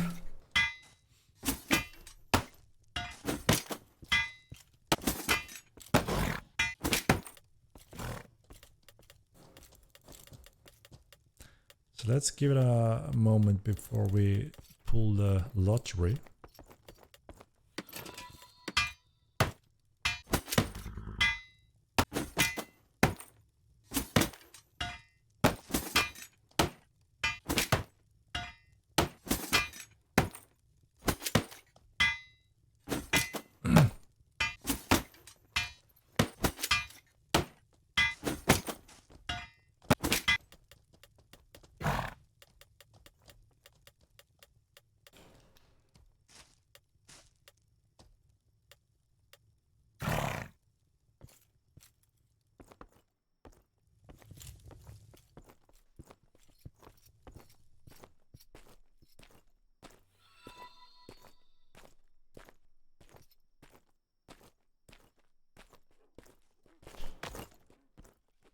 Where is Saint Henrik? Today is the day. Maybe it is. 100% faith in the MO team. We will absolutely get there. Can you serve 102k players now? Yes, it have been able to handle that for a year ago. We are way past our old numbers. As I mentioned before, we've done a lot of work. One of the biggest work constant in the background have been on a network servers. We're not even remotely close to any capacity limits. And as I mentioned, our next step is where I plan to push our server limits to be able to get new raw real data based on players rather than our simulations we have currently. Yeah, we're not close to anything. Like I said, our load on the servers are around 1 to maximum 2 milliseconds. And that's insanely fast. It's like nothing. There's nothing happening. There's no load whatsoever. So yeah, it's been hugely optimized, and I can't even say where the capacity is today, but hopefully based on our next test, we're gonna do a specific test. Hopefully we have a more accurate numbers where we estimate it to be currently, and that will help us to plan the epic step also. Our rewards from giveaway, it's a copy of Mortal 2 Nezu.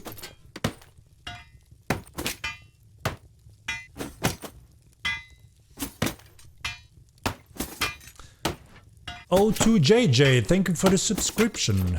8 months. So excited about the future of the game. It took me this long to comprehend your vision. You and your team keep up the great work. Thank you very much, JJ. Appreciate it. We all appreciate it here at Star Wars.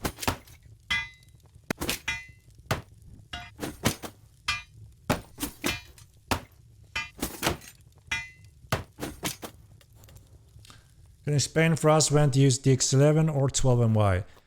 In general, if you have a new computer, you should always use DirectX 12. If you have very specific issues, problem with your computer, old computer or whatever, you may benefit slightly from DirectX 11 in some cases. But in general, I would suggest 12. You just have it as a fail-safe backwards compatibility if necessary, pretty much. Every time the server get even close to 2000 players, the server not crash all over the map. No, so I explain a little bit what happens and what this means. And it's absolutely not a capacity reaching any high load or hitting the cap roof. I also understand why someone would draw that conclusion. the more players we have He's online, British. the more frequent an error Oh, happens that that we sounds have fine. still live. We know what happens and how it happens. If there are 100 players online, this still happens, but extremely few cases. If we have 1,000 players online, it happens obviously 1,000 times faster. If we have 2,000, it happens 2,000 times faster. That is why these node The hell crashes is going happens on? more frequently when more players. That is not due to a Cars capacity become issue grey. or load But- issue. It's due to a bug in the codes that we have identified and we have Rough fixed the in revenge PTR. dead. Okay. We couldn't Just just kill them. lift that in now, so we had to remain a little bit still until we update live. And with that said, we have a backup system that's supposed to keep looping and refresh that killed node, but we have another bug in the backup system. When we have had too many of those, it goes wrong and doesn't start the backup system correctly. And that could lead to a major server issue that we had 2 times now. We have gone over that, gone through that to prevent Some it people from happening never again until we wait for the actual server update that are supposed to fix this specific node crash. So that has nothing to do with main capacity or stress or load, and we already, I can tell you, we've been well beyond 2,000 players without any load or crashes or issues. But this frequent issue that happens more frequent the more players there are. Does it make sense what I'm trying to explain? Capacity is higher than the server have gotten simply to do them crashing in the code. Servers, however, do lag once we get 2k players in some places. So we can see if the server lags, right? And as I said before, as long as we don't have any node crashes, there are no server lags because there's no strain or load, there's no capacity issues. With that said, there's always a client side when it comes to how much of network data and packages everyone can receive quickly.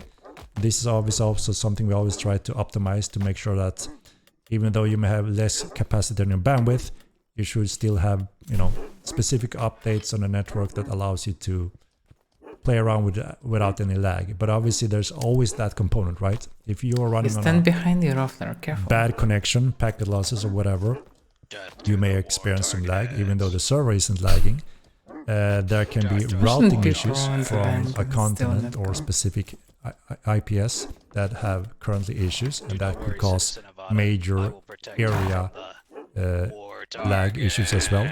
So what's important is that we always monitor for me, I our guess. end. So if there's anything lagging or our end or stacking up or hitting the cap, that's Oh, when it's we still another identify reason to here's a smack all the bottle cap. time. This is something to People work with. just We have trade in not something. received any of these bottle caps since our Oh, latest your choice. network updates that we did quite a few months ago on live.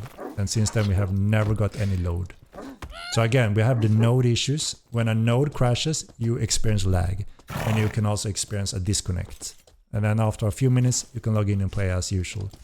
So again, you know, I tried to explain this technical step as well, what's happened on the server side. The good news is that Sebastian is quite confident it has been fixed now for PTR. So as soon as we push that live, we shouldn't have this node crash anymore. Other plans for CPU optimization? Yes, we're doing huge work within Unreal Engine 5 when it comes to optimizing the game for Mortal 9 2. So yeah, obviously our goal is to make sure that we push the performance as far as we possibly can with the time we have. So you should absolutely see a nice gain when we deploy those steps.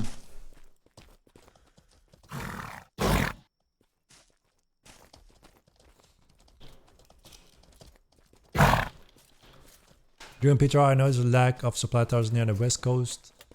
Are they going to remain the same or possibly be spread out a little better? I think there are 20 or 20 something, 20 additional towers that are going to be placed. And that's what the plan is.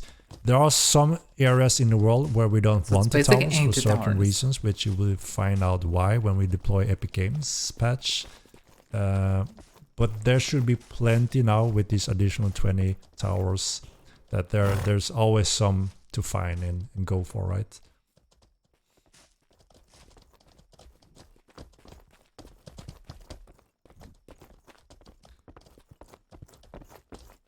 say you do a lot around optimization and OS development, but we see no new content and no increased performance. Can we believe what is being said?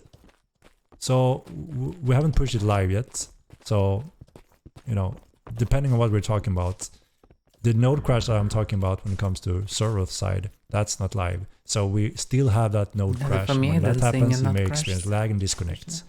And we're monitoring that now very closely until we can deploy that fix. We can't just deploy some things in a whole system. They tie together, so that makes it a little bit complicated. That's why we have a little bit longer update on the server now with the new content. We need to, you know, deliver specific content packs that is connecting to each other. So we can't just deploy one part of that, then everything explodes. That's not really and when it comes to raw client performance, as I mentioned, that's coming with Unreal Engine 5. So that's not live, and obviously you will have to experience that when we push that live, right? So I can only tell you what we're doing, what we have been doing, and also during the past year we have got a lot of client performance updates, which the players have confirmed. We have improved a lot of areas.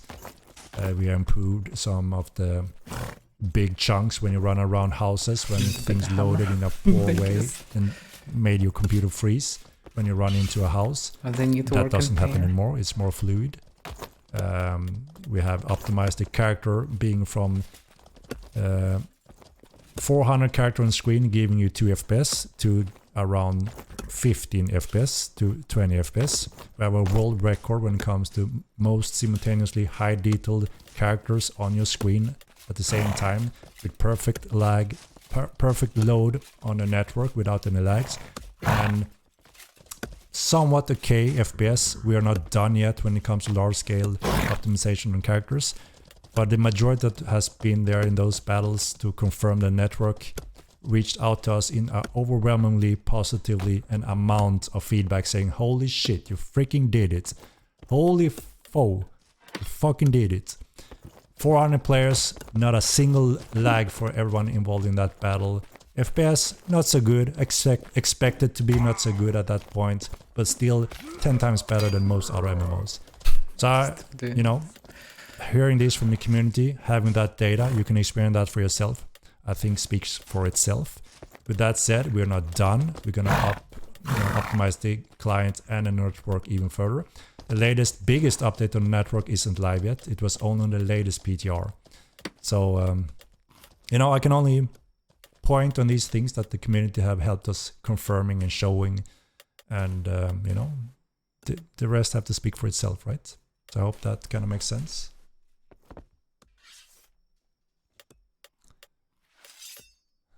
Drop the F-bombs.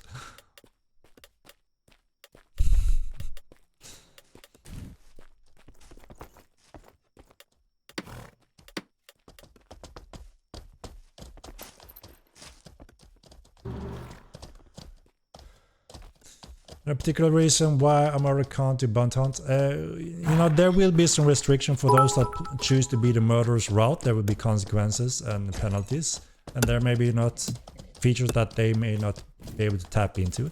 Then there are obviously things for the other side, right? So it depends all on that.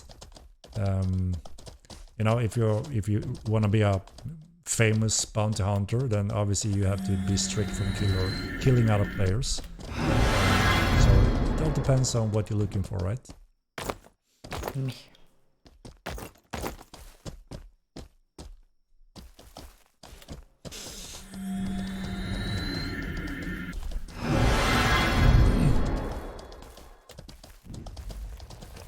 Yeah, I'm not really sure of the purpose anymore, or if it's indeed Ogmer or someone, GLHZ.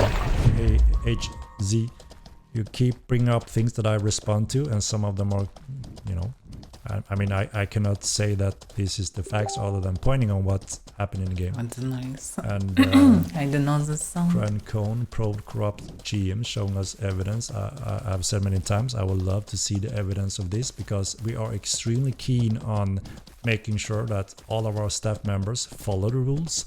Everything is logged, and we have regular meetings to make sure that everything is correct, and also there are no reason for any GM to act corrupt because they have no relation, no involvement, and they don't have a clue who you are in the game.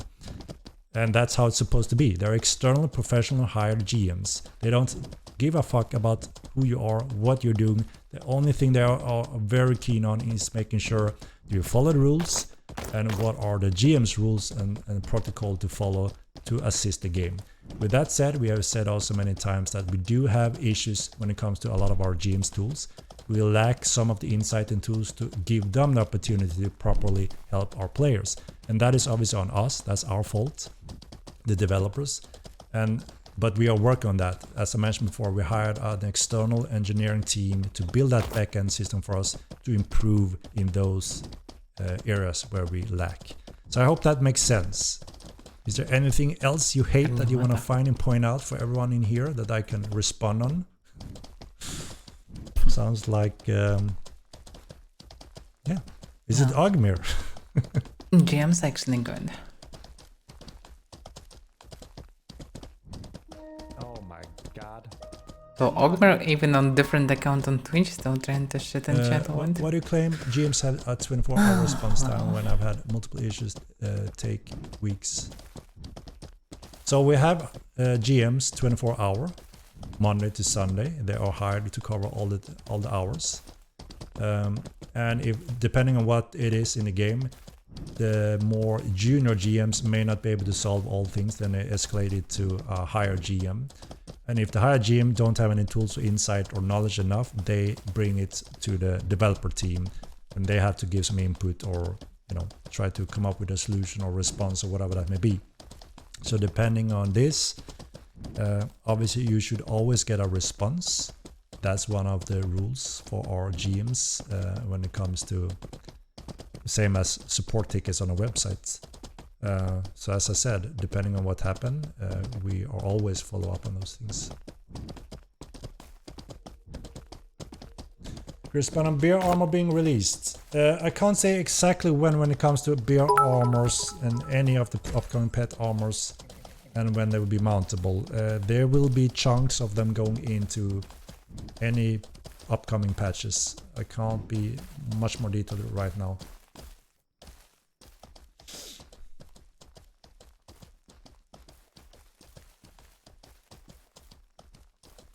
Right, shall we roll the dice, guys? Is it time? I'm getting close to the 2-hour mark today. No, let's go draw the dice. That's pretty big days with so many people.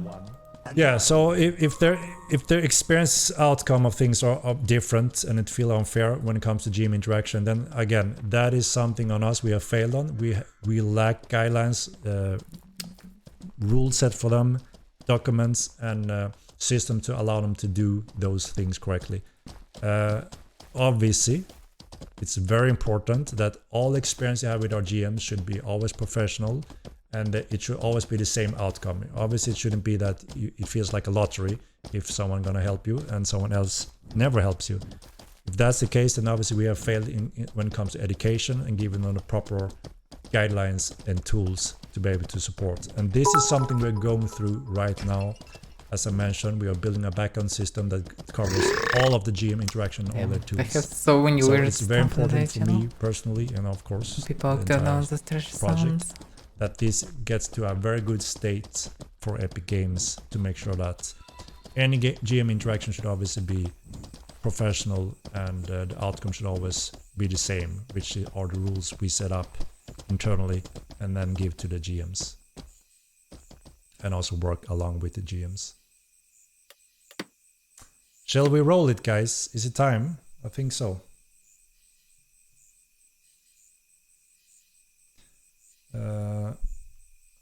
Oh my god. Oh my god! Another one? How is the arena season going to be? Separate server? Also only 1 vs 1 or more like 2 vs 2? So there's a lot of things. I don't know if it's gonna have everything included in one big chunk or if we wanna split it up in 2 or so chunks. But in general, the first step would be that there's a a ladder ranked system that tracks all the progression within the sign up rule.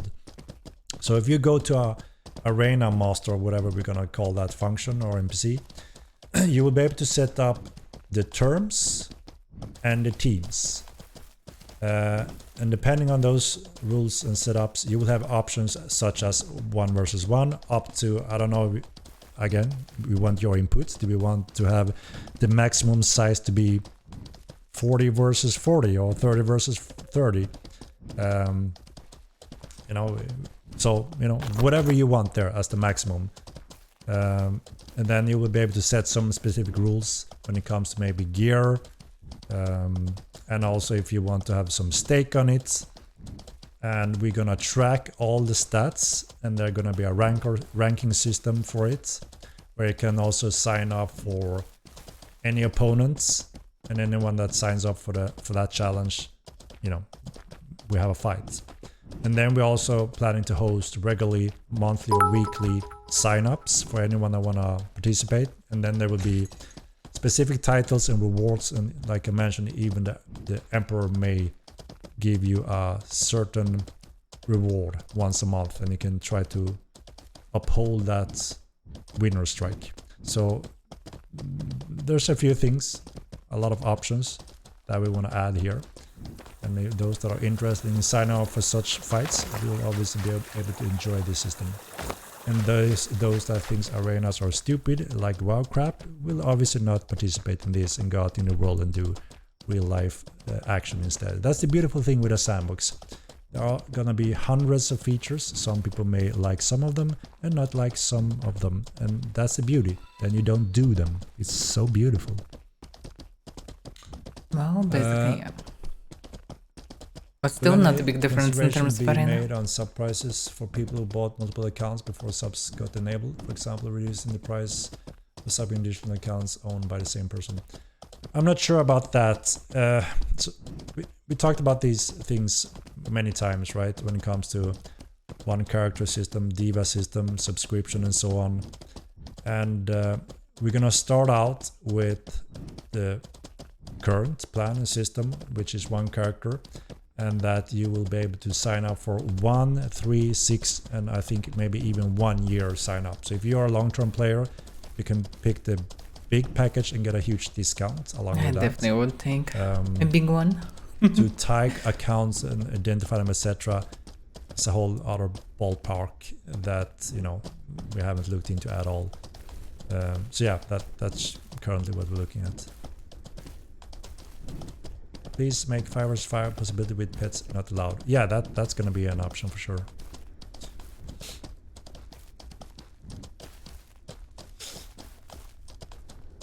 And the news and crime system rework, so players that aren't in circles can't play the game. The crime system will not just prevent a Zerg from not being able to hit a smaller group of players. It's just simply not possible, right? But there will be a revamp, a big update on the criminal system, security system, along with starting areas, starting cities for new players, especially out to no man's land where there are no flagging rules whatsoever. That's something new.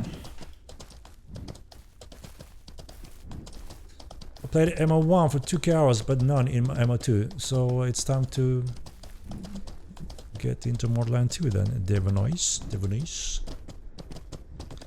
Borderland 2 is heavily improved in all possible ways. Right, let's roll it. We're hitting the 2 hour mark. Yeah, it's a cool cape. I like it too. Side cape. Right, where is the roller? Right, good luck everyone.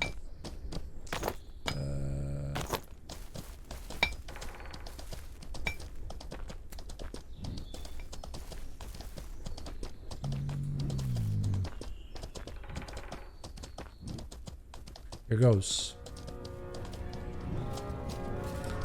Let's go. Why, what's up? What's going on?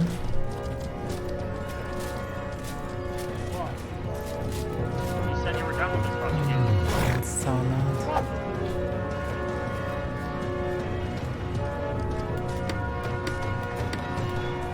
Congratulations, Night Pass.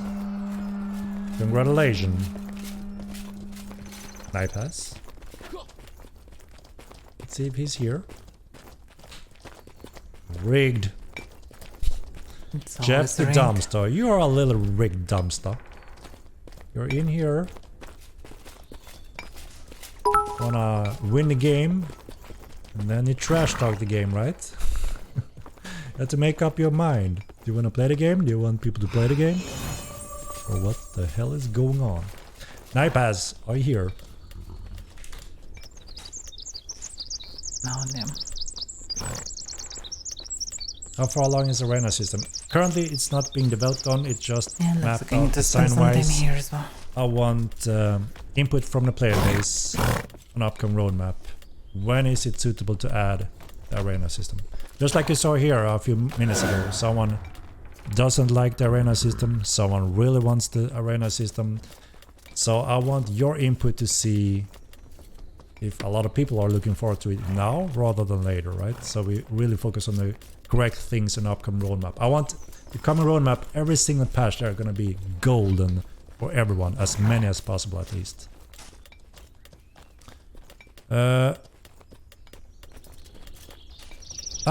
Great, Night Pass is here. I can grab that key. One moment.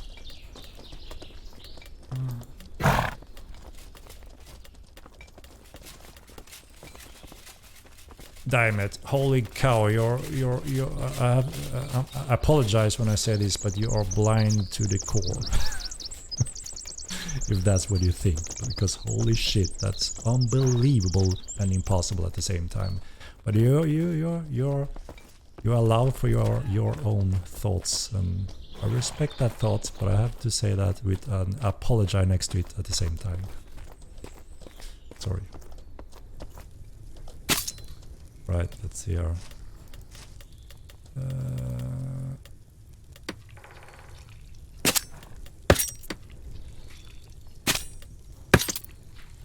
There are Night Pass. Congratulations. And how long have you been playing Mortal, or have you, or from what era? Mortal 1 or 2 or what? I'm always curious. I can't say exactly currently how far away TC is. It's not that far away, that's the only thing I can say. We have a very specific list of things and fixes we need to focus on, and when that's done we will present the patch. We'll announce it a little bit earlier when we know we have those important requirements fixed. Ah, cool, Night Pass, cool. Not a giveaway. No, the Lord Bar. I'm afraid we have to keep them one at a time.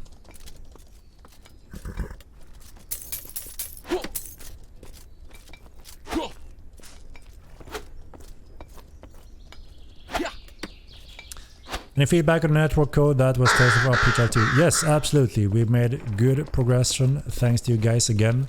The next step I want to test is large-scale stress on it, because now when we have it stable running, we want to make calculation on larger scales, and we need to do that in a very specific way, and we will update you guys on how that plan is looking. Maybe next week or so we plan to update that.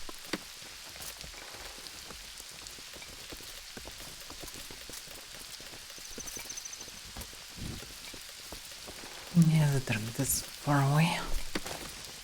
I was asking for the arena system 2 years ago, and 2 people on 1 month 9 years ago. Hours on us. It's cool, right? We're getting halfway there then. I mean, we already surpassed Modern 1 in features. We are and complexity in many ways, and things that we never could do in the first game. So it's exciting time now when we finally get the big chunks in place, starting with TC, and then we got Epic, which means we greatly surpassed it in every single field.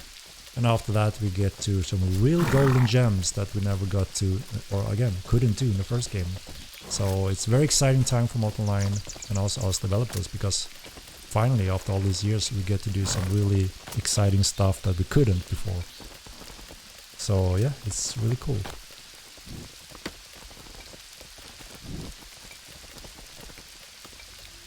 You can have it like other PTRs in other MMOs, that is downloads as a second game.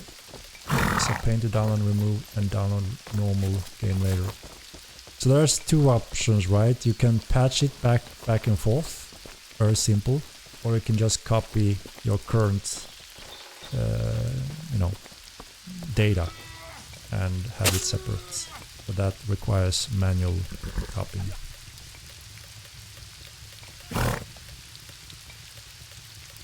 And that concludes the giveaway, ladies and gentlemen.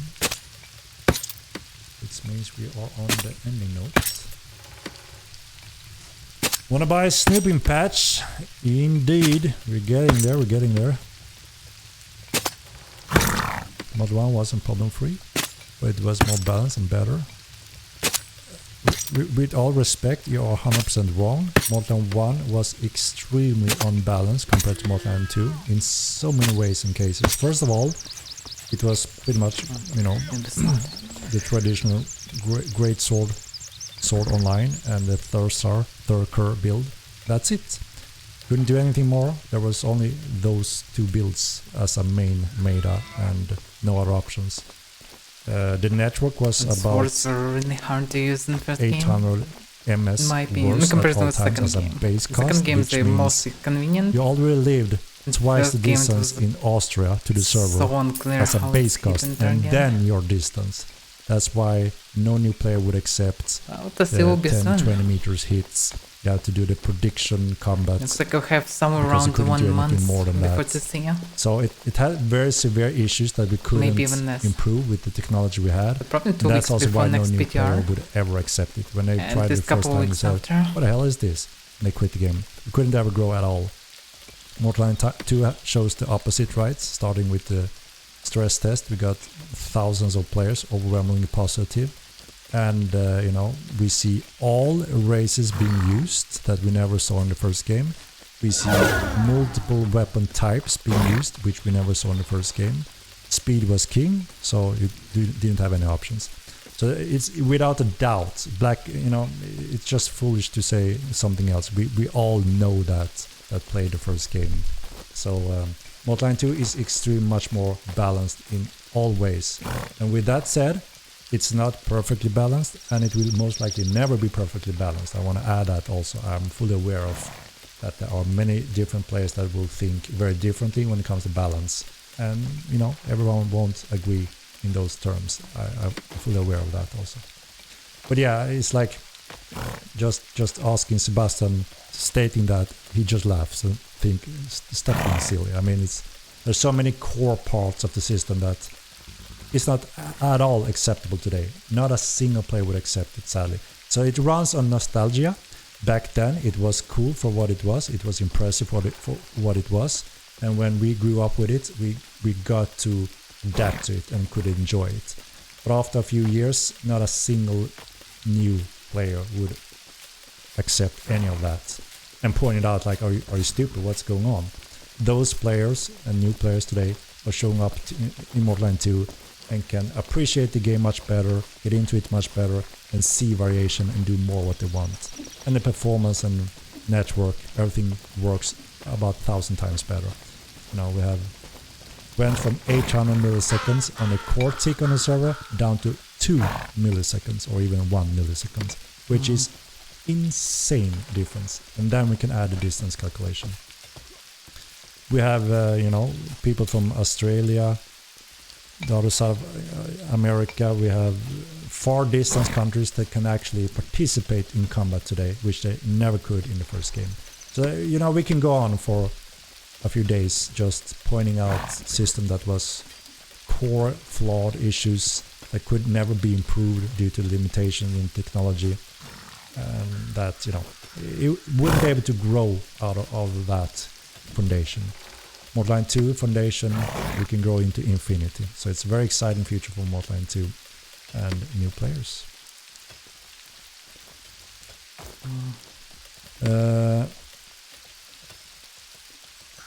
You can craft next time. Talking about PvP balance, MO2 super unbalanced. It's still more balanced than Mortal 1 because, like I said, you have Maybe two not. options in the first game. Two options. In Mortal 2, you have infinite of options. It depends on where you are, how you play, what group, what the hell you do. In every single battle PvP video I see being posted, looks like a freaking movie. Really cool. You see variation of combat, clades, races, teamwork, magic, It's now. all builds. And if that wasn't the case, if we had worse balance, you would see one build period, nothing else, just like It's it pretty was. safe. No one probably can get All into veterans knows this, and they agree that it's just silly. No, Henrik, stop commenting on it because we all know Mortal 2 is obviously improved because we have fixed those issues. But again, it doesn't matter what I say if someone has said their own mind and think differently, and that's true to them, right? Those are useless in our scale. They are very much used still though, which means and by very good PvP players. So, but yeah, like I said, we will never have perfect balance because what the hell is perfect balance? We can't make a list together and make a perfect balance list because no one agrees. That's the challenge, right?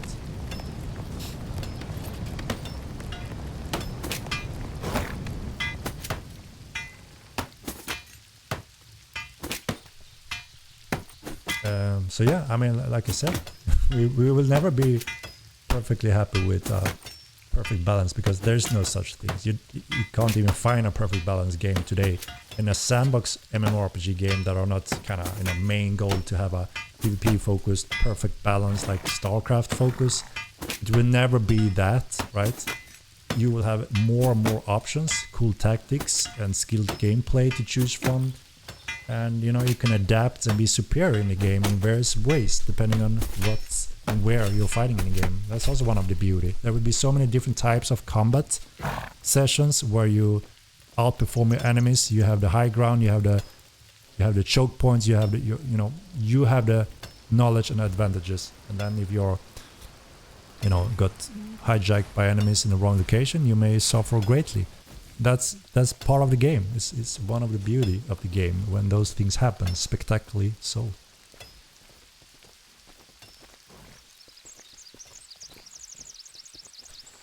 But it's also difficult to understand that the game can't be perfectly balanced. I mean, just talk to your enemies, for instance, that you battle, and it's very hard to agree on many things. There may be a few things, but wow, the battle is real when it comes to how things should be tweaked. So what we learn is to make sure that we don't push out player by doing crazy back and forth steps. That we learned also the hard way, especially in Mortal 1. So we're very careful. There's a lot of cool things and content to be added, and there will be many different options and styles and tactics for everyone to enjoy. User not found us for sure. Yeah, I think we have 2 cases of that beetle, which is insane. And I think we tied one down to being the on that computer only. So when that user changed the computer, it works, which means it's on the user and it's on the computer. And that means there's nothing Sebastian can do in that case, unfortunately, and it's very hard for us to know why that happens on someone's computer. Beetle, we really want to obviously solve it, but if Sebastian has nothing to work with and if you choose another computer and it works, that kind of tells us something is going on that computer, right? And that makes it difficult for us to assist further. Maybe some As I antivirus said, works we're this very way. keen on making sure that everyone can access the game as they should. Here now it affects both of my computers. Now, only thing I haven't done is reformat replace hard disk, which some people claim works. Yeah, shit.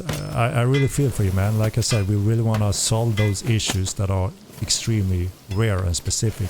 We would love to have that knowledge. So if someone else also experienced that, obviously we can assist, right? But like I said, the problem is, even though I poked Sebastian once a week he falls back on the same. I mean, I'm sorry.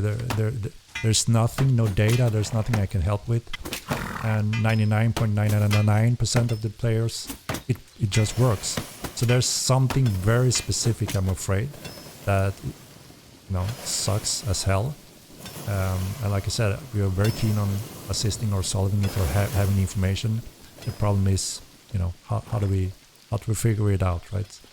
And of course, if you do manage to pinpoint it down on something in the computer, we will love to have the information as well from you, so we can try to make it known if anyone else also have it.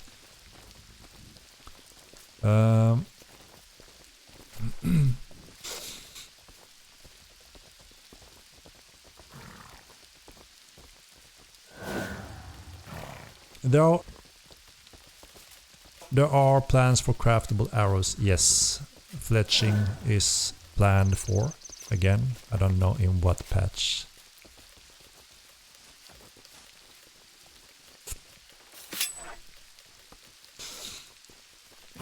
Maybe something to do with data stored in the app data folder.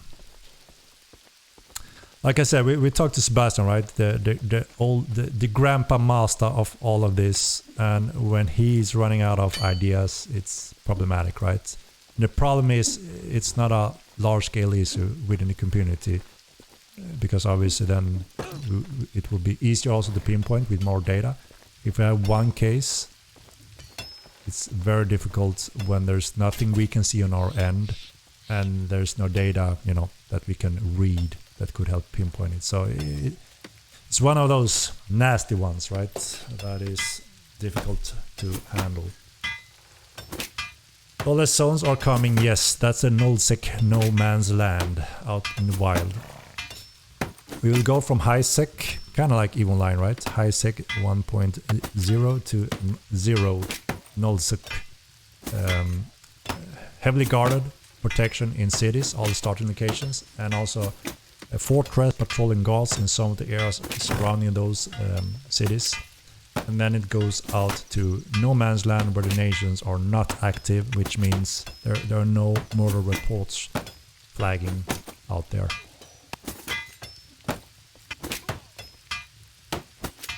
No, those zones are coming with Epic. It's the entire update to the criminal system, security system, starting areas, newbie experience. So will be only on Epic no man's land. Also criminal system and zones. That's not cool.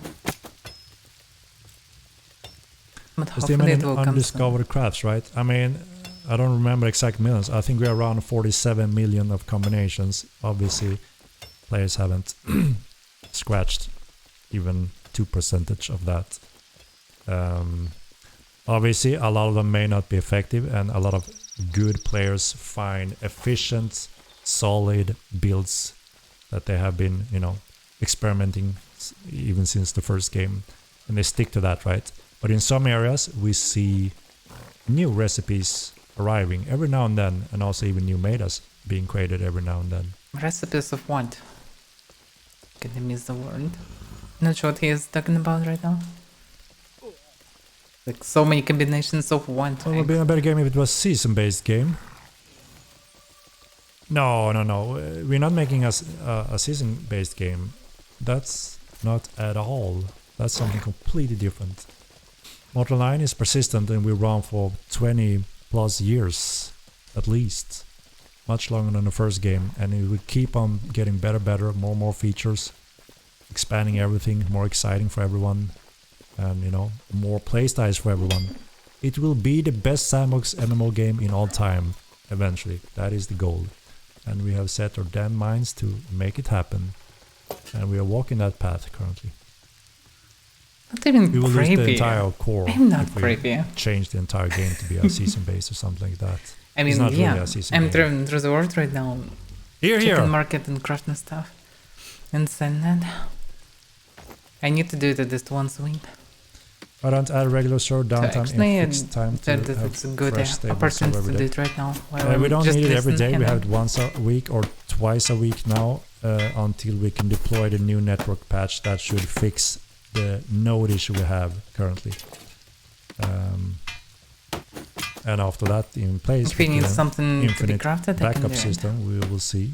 If Subscribe, it's still maybe. enough just to have once a week or even less. Obviously good to refresh it every now and then, so once a week should be pretty good.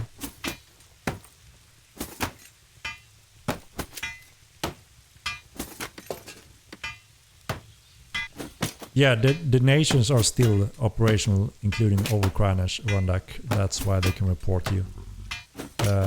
As I mentioned, there will be updates to the system with epic content. Will you still do developer QA in 20 years? That's a good question. Will be live. That's a good question.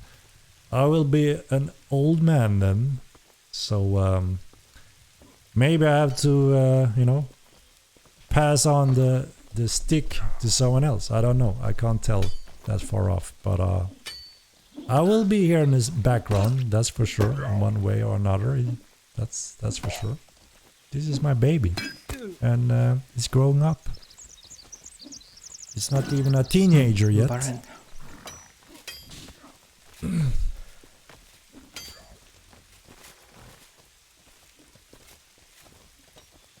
The game is not dying, it's actually growing, one cry. So you first need to analyze the facts a little bit better before you make a claim that is completely the opposite of the facts. Because how do we all respond to something that are already wrong, right?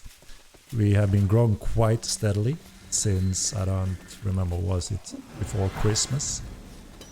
Even in downtime, even without marketing. Even in vacation times, we are higher than regular in vacation time. We have had some downtime that messes up the average stats on the Steam chart, if that's what you're looking at. It also doesn't show everyone. So we already, again,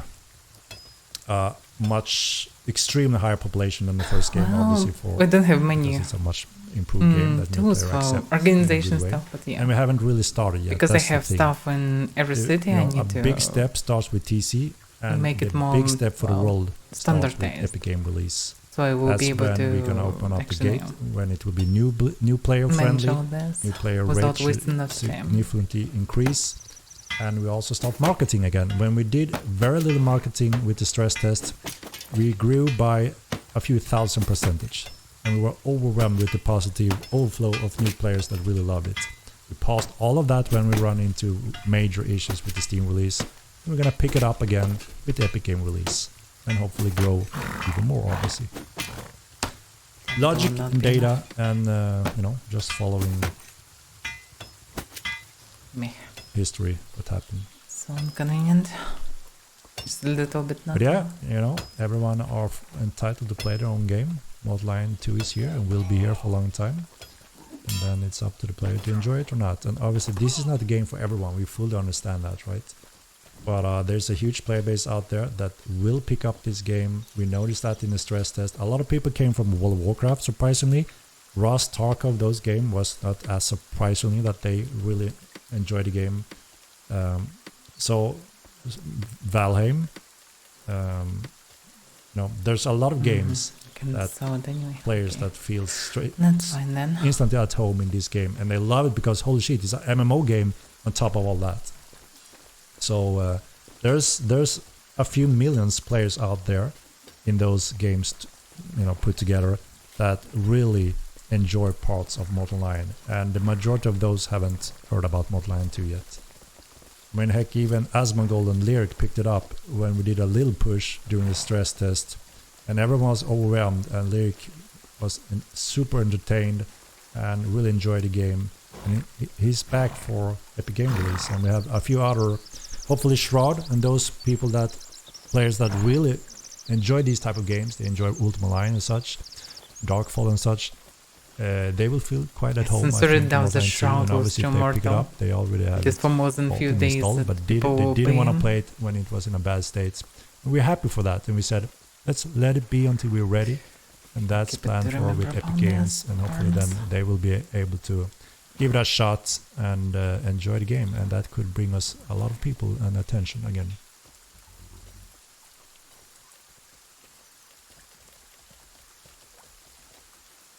Also, TV, I don't get offended by anyone's opinion because I know everyone have different opinions, right? And everyone is obviously allowed to state those opinions. But a lot of the things can be fact-checked. I'm not talking about Facebook fact-checking, but you know, you can see some of the stats and indication yourself and compare with older time and see some indication that gives you some information. Damn, I'm stuck on 3. That's all. But we didn't expect to grow this much without hitting TC and Epic. And that's a positive thing, right? Especially during vacation times, which usually have a little bit less players around.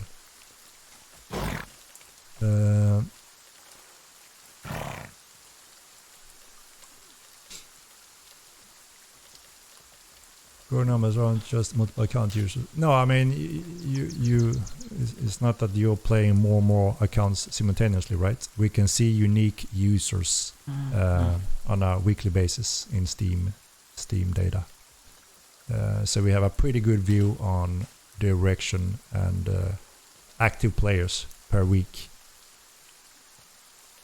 Star Wars Galaxies was a really nice game indeed. And those players feels instantly at home in Mortal 9. Dark Age of Camelot, also a pretty good game. Absolutely. What will you do if there's more than 10k players that want to log in? Then we will scale up to allow them to play. Rockfall was fun, Mortal is better though. I agree. I'm a little bit biased though. A little. Asmon's editor is going to have a field day if Asmon comes back for Epic LOL. A lot of thanks for this game. When is the necromancy rework? Elementalism very cool, but necro so sad. When elementalism is fully delivered, we're gonna do a little work on necro, spiritism, and ecumenical. Oh, we need a lot of work over spiritism and Put some a work on necro. few 5-star review out for the game. There needs to be like 6 trailers, 1 for straight action, then 1 for Also, adventure, it'd be nice to rebounce ecumenical again. etc. Pulled from all crowds. I found this game by luck, and thank goodness I did. Teen Tonic. You're correct, we are not doing any marketing whatsoever, which obviously also means less people will find it that doesn't have a clue about the game existence. But we also do that purposely right now because there are certain things we want to deliver before we invite everyone to try it out. You know, we can see some reviews in Steam, rightfully so, where we have made mistakes, messed up, and where a lot of the feedback is they just feel grief, they don't know what to do, they're lost, and give it a bad review. And rightfully so, right? That's their experience. And we need to take responsibility and fix that, work with that, and hopefully, you know, we put it in a good state where more players can get into it and enjoy it. EverQuest? Yeah, I played UO during that whole era for about 11 years.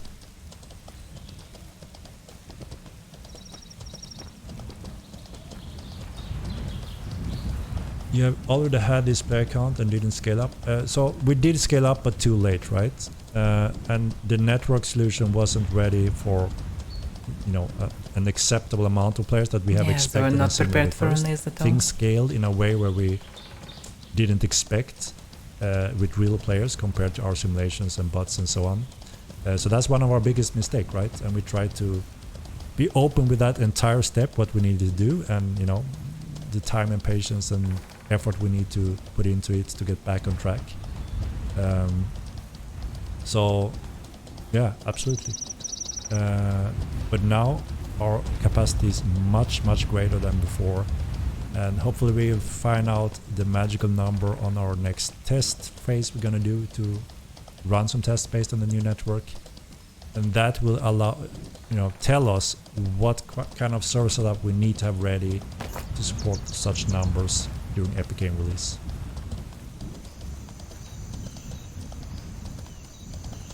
So yes, Target Camelot. Don't think I'll play it again. So I'm glad MO2 is here at least to fill the void. I'm happy to hear that, Avernon. I'm happy to hear that. I played Dark of Camelot a bit, not too much. There were some things I liked with it, and of Arthur's course so I played with a different few from friends, the Cage of which Camelot. obviously make these types of game a lot more fun, right? Was they from different that was a pretty good game, I think. years, personally. but still. But like I said, I didn't play that as much as I did in Euro and then Star Wars Galaxies. Which way should I go? PlanetSide, believe it or not, and some Anarchy Online, believe it or not, also. And then I tried all MMOs briefly. Any content like Champion Spawns from Ultima Online? We have, obviously, like I said, very inspired from that game. And we have some cool features that are taking some stuff from that game and other games that we will add eventually. We have an invasion system and also like step into enemy invasions and steal something of highly value from their homelands and bring it to your TC base, which could promote a certain attack against you and your base, which also, you know, kind of like a champion event, but in a quite different way, as you can imagine. Yeah, there's a lot on the upcoming roadmaps that give us stuff that touches those areas.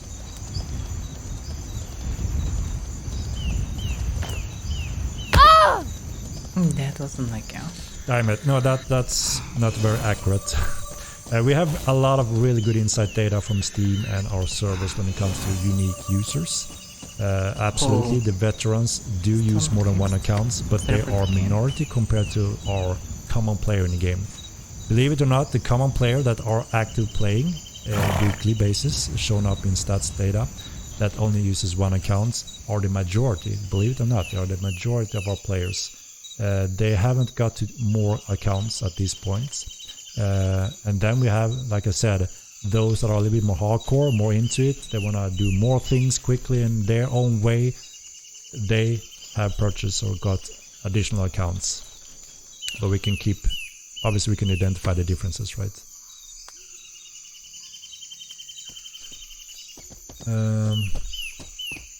What is scale up? We scale up the hardware and server setup, if that's what you...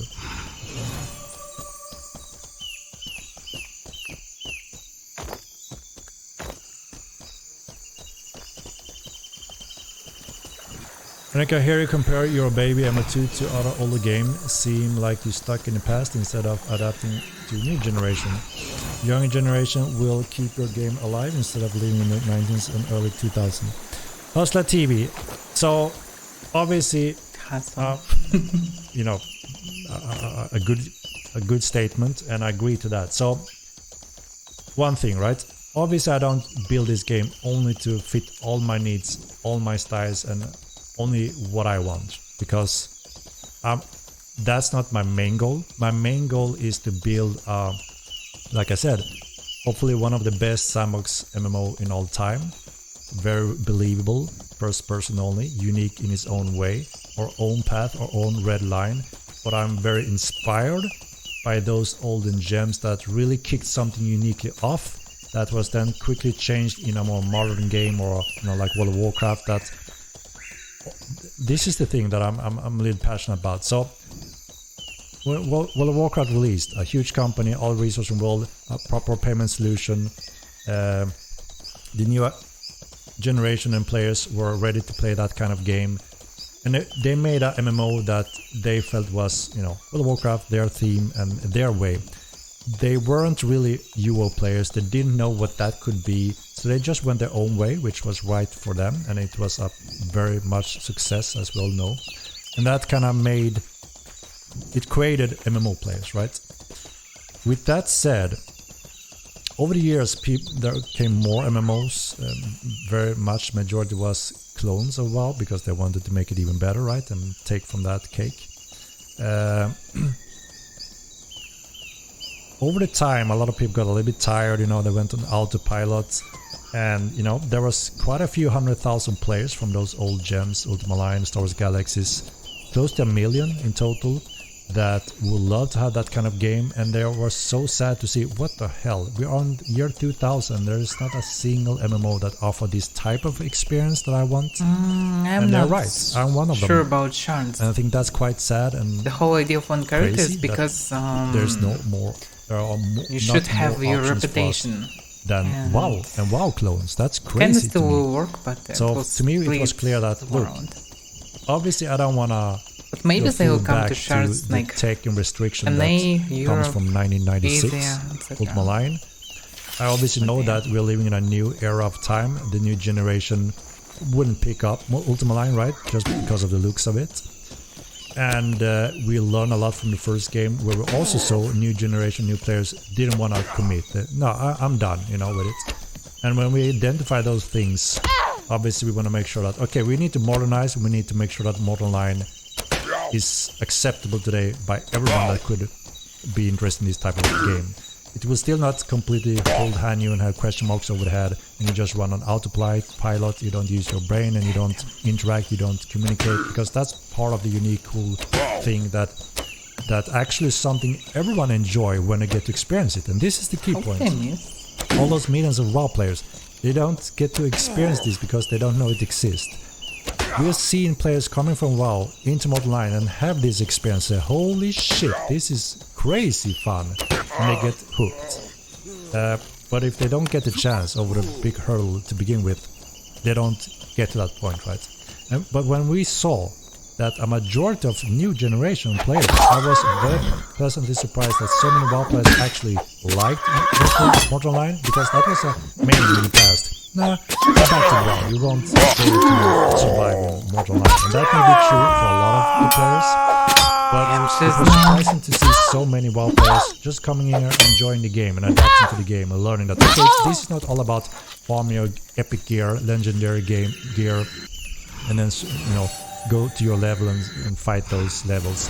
It's more about interaction, player skills, knowledge, explore and experiment, and re-gear when you lost and died. And you know, that's part of the game session, which it isn't in World of Warcraft, as you know. And we saw that so many enjoy that new fresh experience. We just had to make it viable and accessible for all of them when they get to try the game.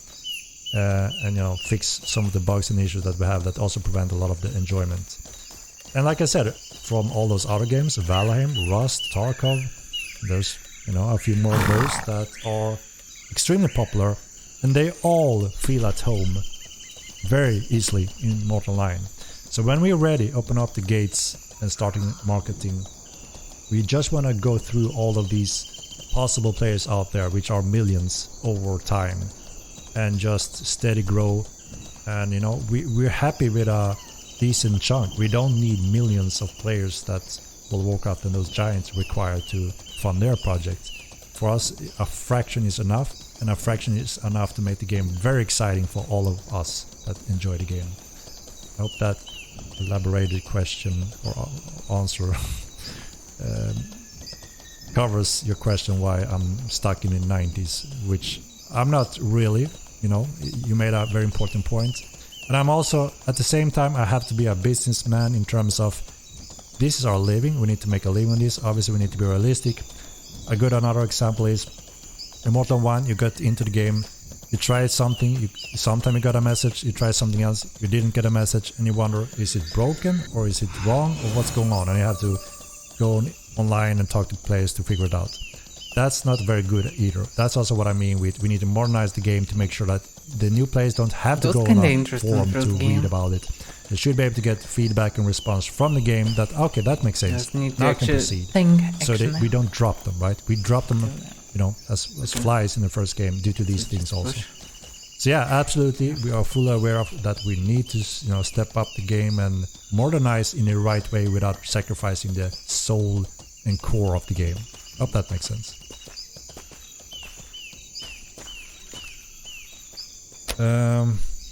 Yeah.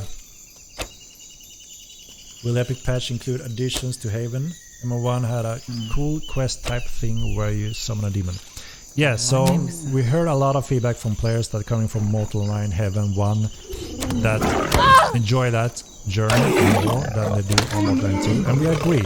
So we absolutely need to improve the Haven experience on Mortal 2 to help, again, new players to get them more attracted and feel like there's some goals you can achieve and set up to do if you want to, and adventure and learn a little bit more there in a safe environment and enjoy the game more.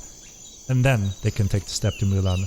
That also will be an improved experience. They will get some proper directions and guidance, and be more secure in those starting locations, so they can get going and interact and become a Mortal player. So yeah, absolutely, Mortal 1 has some things in Haven that made it better, which we're gonna work on also here in Mortal 2. That's one of the goals, to improve also along with Epic, to make sure the new player experience is improved.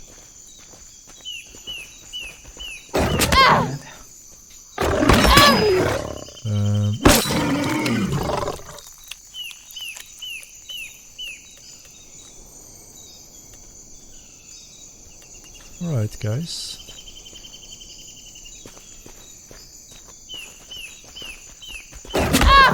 Damn it. So Yeah, no doubt Haven can be improved, and we will do as much as we can to make it.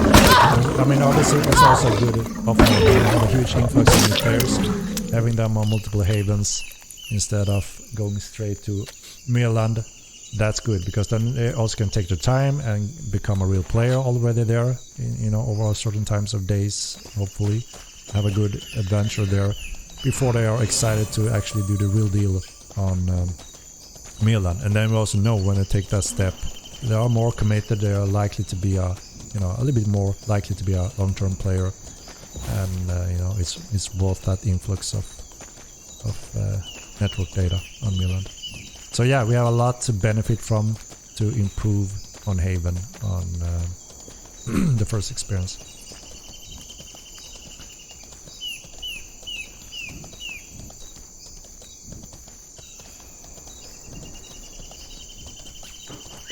Random leg bear.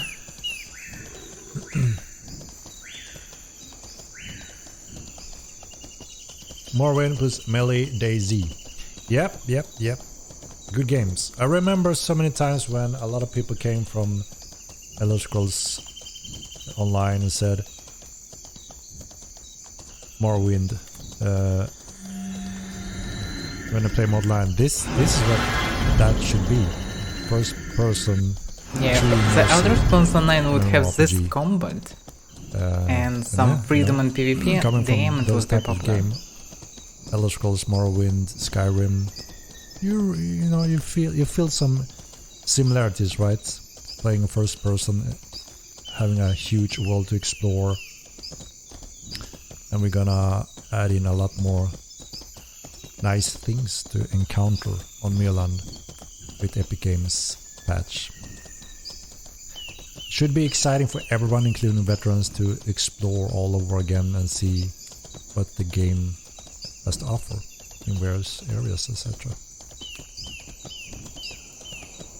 One more PvE content and things dropping off mobs like weapon and armor. Yeah, absolutely. That's something we can expand on a lot as well, refine over time, to make sure there are nice, interesting variation on the loot. Let's go. Have a good one. I'm already close to 3-hour mark, so I think this is also where I wrap things up, so I don't loop myself too much and bore you out. But it's always nice to hang out, as always. Let's see, shall we do Henrik decided not to waste too much time today. the classic raid today? Let's see, who do we have? I didn't get much info today. I have a few ones. And not even the date of next test.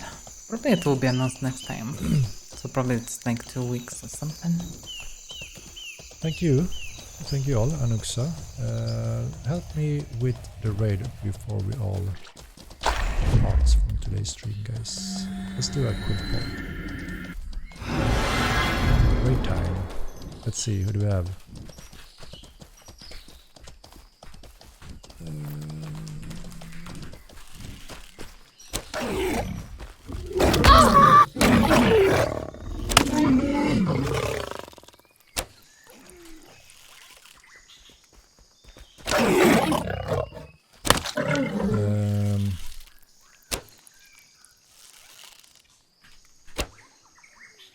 Alright.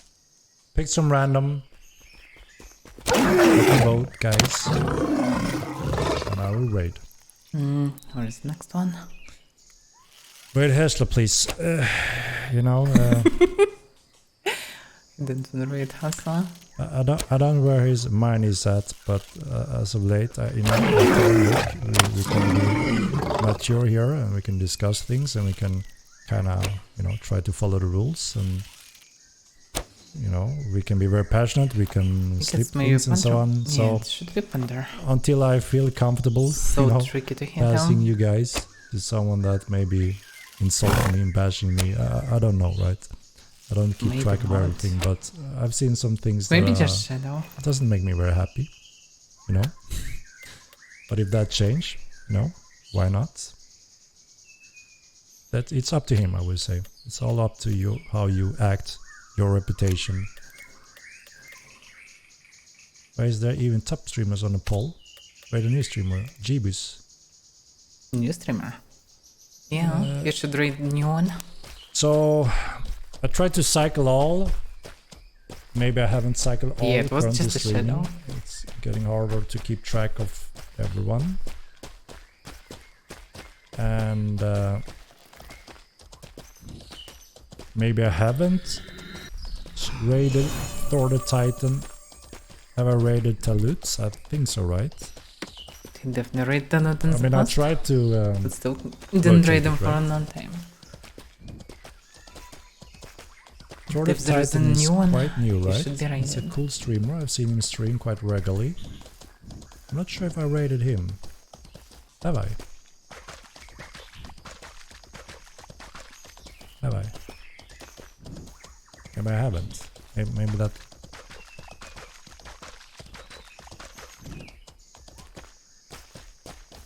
Yeah, I remember Anthony was mad. Thor is new. I didn't see He's the a good moment lad. how he was, but yeah, I heard enough Yeah, about I've seen him this. stream frequently lately. Well, I have not raided Thor, right? So maybe that's the right thing to do. I have raided Avaira a few times in the past, and I tried to be yeah, passing he on should raid the new guy today for sure. viewers' support Definitely not me.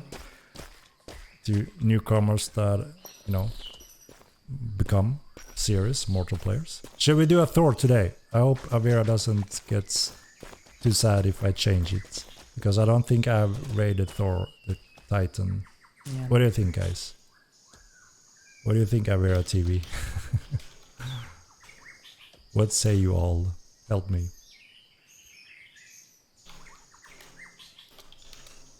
Shall we do that? Yeah, I don't think I rated him. And I know. Red new guy. Thank you, Avaira. Thank you.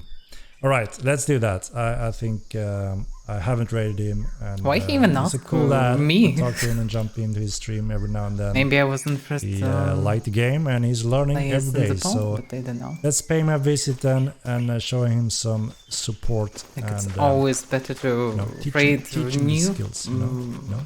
streamer and Let's do do it. rotation all the time. I'm not sure that vote's even good. Like it's better to rotate them. Right. Because every Wanna streamer thank is you happy all when for Henrik joining in today raiding him. and all the usual business. Especially the first and, all your I support, was so surprised when questions, he raided me first donations, time. subscription, all of that. And I will see you soon again. Let's say hello and show Thor the Titan some support. He's an awesome new mortal player. I've seen him stream a few times, so he needs some support to get into the ropes, you know what I mean? So We really want to play 1-2. Oh, Just I think because in it's terms of, like, bit. Looks, mate, it looked insane. Like, he sent me a load of Discord pictures and it just looked good, man. Like the stuff you can raise. Well, anyway, okay. When it was on this for today, I guess. Oh damn, closed browser is such a heavy for mortal. Okay. And I'm still in the jungle. I need to leave the jungle, so looks like I will stream more of Mortal today. I wanted to gather some mushrooms here if I'm anyway going through this territory, but it's so hard to see them a day. Am I near the correct one, by the way? There are two snakes here. I maybe don't see him because I'm not near the correct one.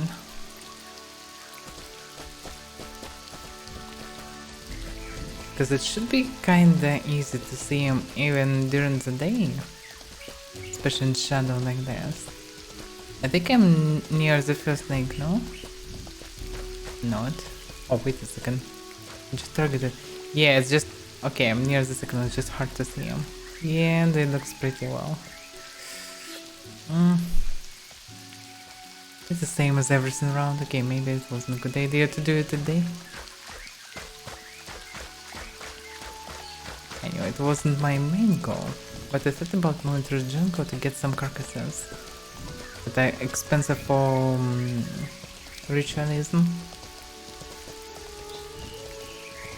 Yeah, and I'm definitely not lucky with glimmer caps. At night it's easy to see them. There are a lot of them around this. But to get them at day, you need to go very carefully, yeah? So it's a lot of time. Sometimes they can be in bushes here and it's just unreal to see them. There are a lot of them, some of them under the water, so during the night time it's a very good spot to gather them.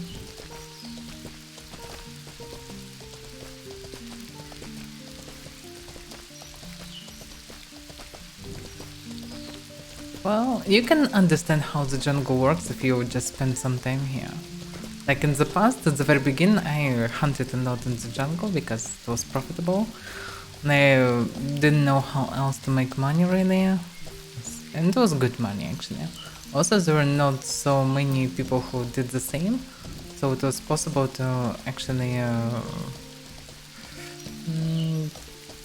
kill some turtles on regular basis and get a lot of carapace. It was good money. Right now it's not that easy to do.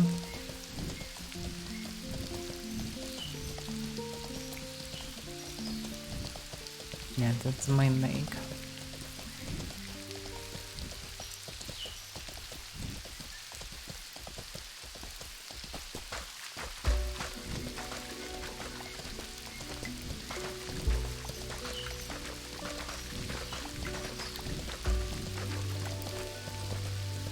It's not only camp to hell, it's just people, yeah, built it there, who farmed them, so they just farmed the spot.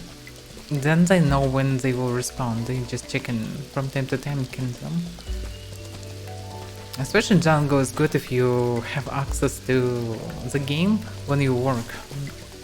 So you basically can just stay half AFK, just mine rocks, kill turtles when they respawn, etc.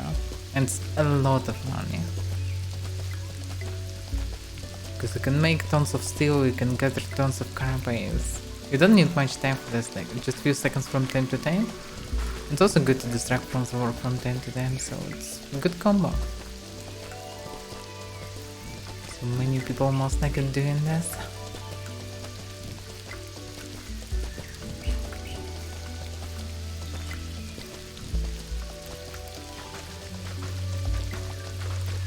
Okay, when I first came to the jungle, it was hard to make it alive out of it.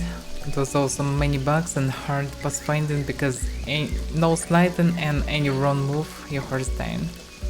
And running through the jungle without a horse is a pain. But it was interesting nonetheless. Also it was way more emptier, way less creatures were in the game. There were no terror birds. There were nothing basically mostly. The creatures were more deadly. It's pretty inconvenient. Looks like someone gathered mushrooms. Oh, anyway, it's better to gather them at night. At night you can see them easily.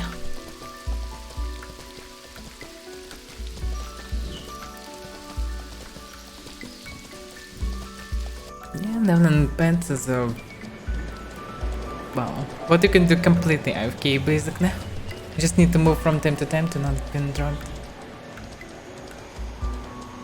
So yeah, the need satyrs. I probably will spend some time in the jungle when TC will come, because I will need to get a lot of prominence And there will be no other new sources. And it's a good variant for me because I have archery, mounted archery. It's good. Oh, look at them.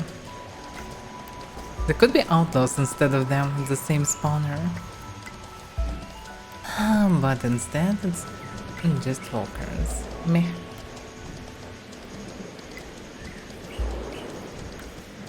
And this wind is either rain or wind all today. So loud.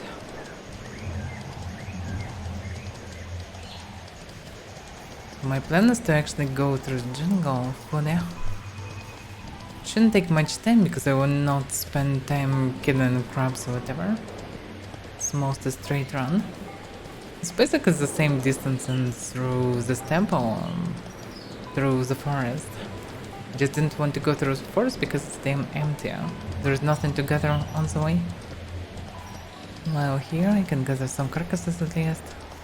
Also I thought about gathering some glimmer caps, but well, not during the day.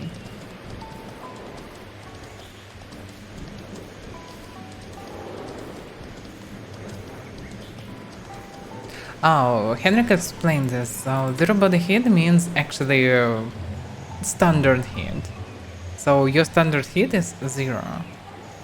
It's not the same degrees as Celsius or whatever, but it's 0 means standard one, normal one. Same for world heat. So 0 is not 0 Celsius. It's not cold weather. It's just normal, like 24 degrees, and your body heat is like 36 and half degrees. Yeah, so basically anything up or low, you can understand it's becoming colder. Like minus 20 is snow time. So basically normal world weather is around 20, I guess.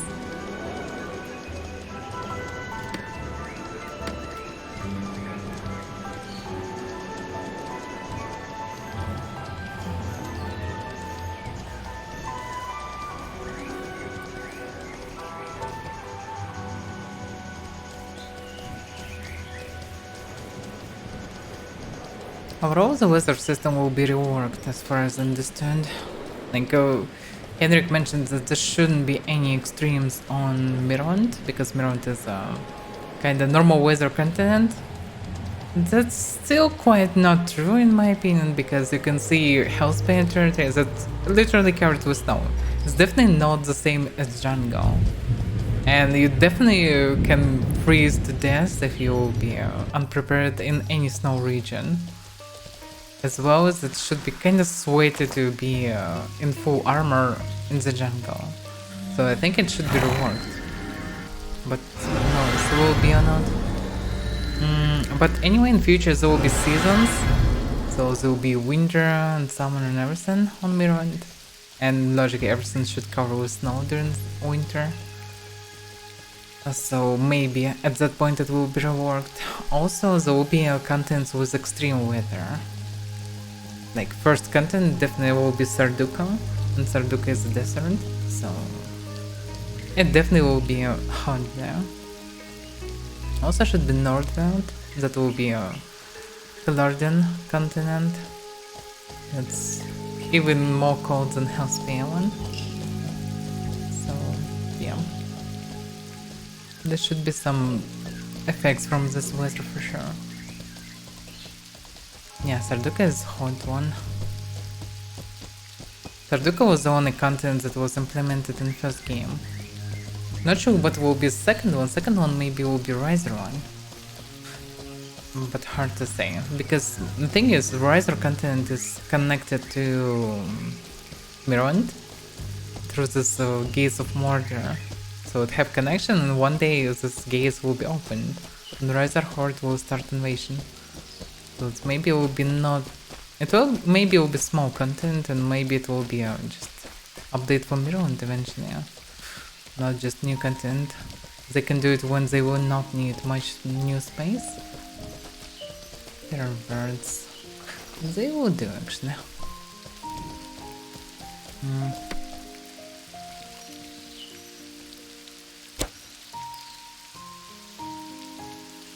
I'm not an expert in killing terror birds, I don't have their lore.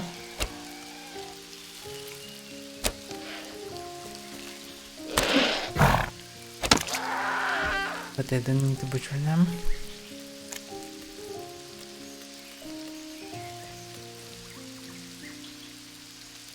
Yeah, they're all pretty big.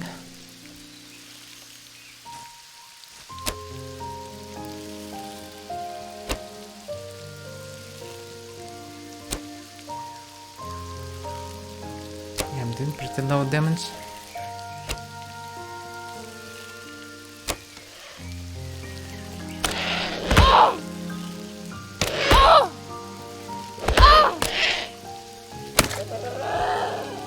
That's why pets need armor. It's too easy to kill him. I don't have the lore and it's still easy for me.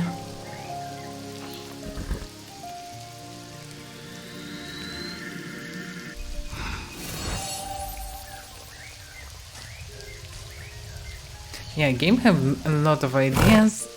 Henrik have a lot of ideas, and knowing Henrik, he will push it till the end. So, you know, this game will be not really successful, not as he hoped for it is.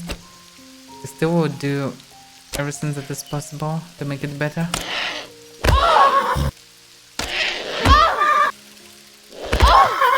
How could I miss?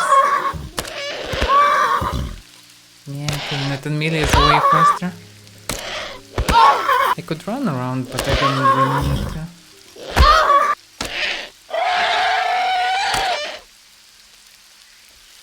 It's a big one, by the way. White neck means that it's hanging out.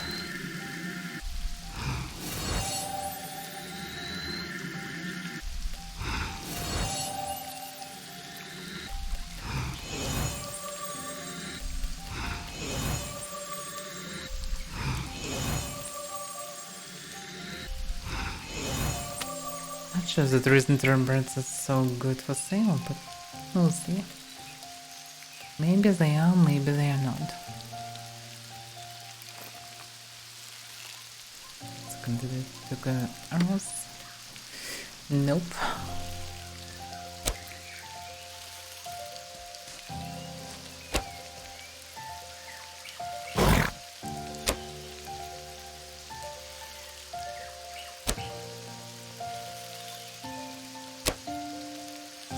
Yeah, it's coming way faster than expected. Oh, it's not that big.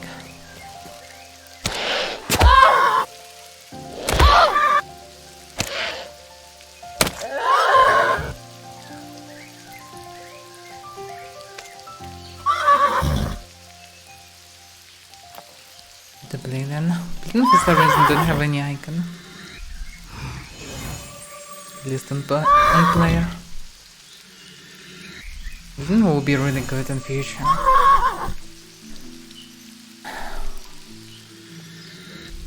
I would gladly use Paladin and Poison. In combination with something like teleport and invisibility, it should be extremely good. And overall, I'm decent berry, so we can use these tactics to just do a bit of damage and just bleed out the enemy.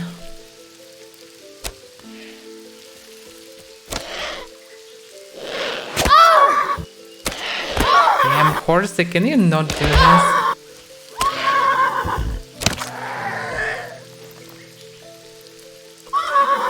It's probably impossible to cure it. Yeah. It's impossible to remove bleeding. So if you mage, it's a big problem. It can prevent casting.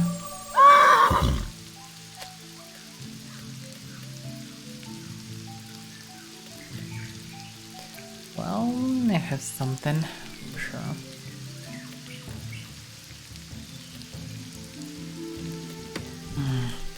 System.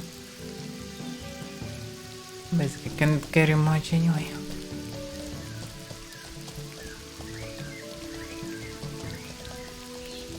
Now I just need to run through the last part of the jungle and move to the city.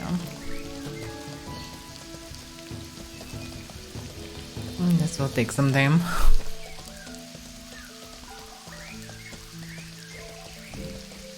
Panthers. Hunter is actually more profitable. Because it's rock hunters nearby.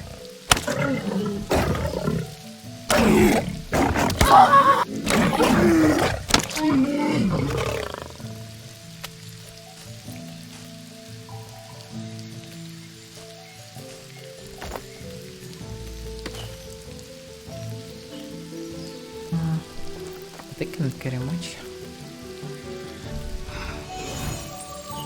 It's still kind of a test, so if I will make it, I need to compare what will be sold fast, what is not, what will be not.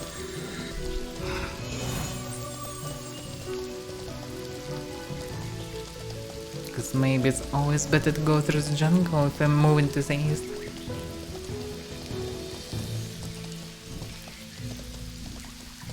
Can be more profitable.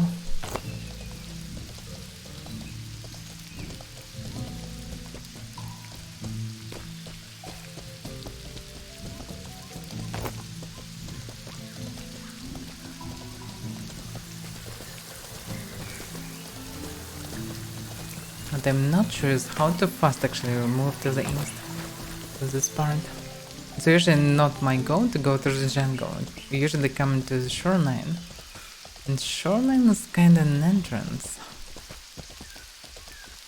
It's possible to return to the forest right now. I'm not far away.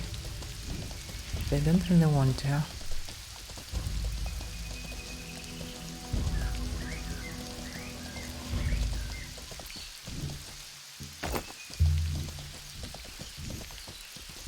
I hope that Henrik will stream a bit more, so I will make it from the jungle through the jungle. And also will listen something on the way. Because going through a jungle, the main reason why I stopped doing this in the past, because it's not that fun. You spend a lot of time running solo, and well, not that exciting. Not many things happen during this time. Like, of course, always can be PvP and everything, but usually it's just running. A lot of running.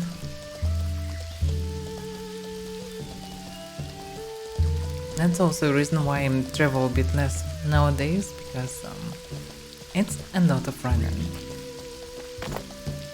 And when you're traveling, not many things happen most of the time. It's fine to travel on short distances, like adjacent city. You get a new bounty contracts, something to trade in, you hunting something on the way, so eventually you're getting some profit, you can get into different situations, you also have a chance for a good contract. So it's something more active. You also can encounter people to interact with, some people that need help, you can do patrols around, etc.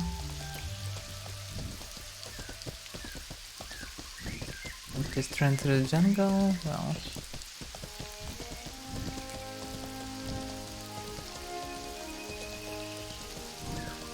not many things happen.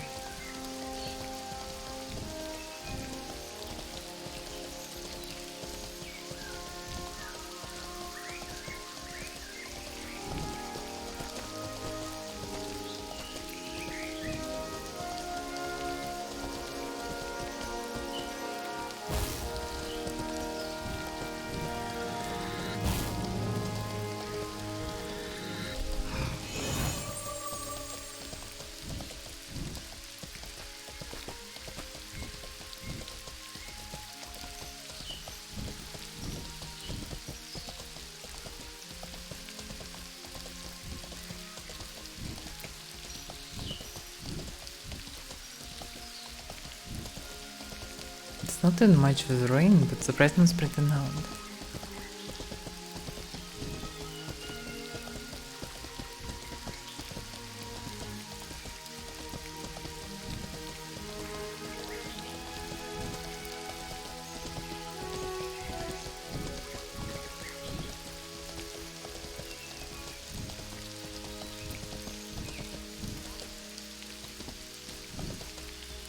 I need stamina. Well, at least it's experiment.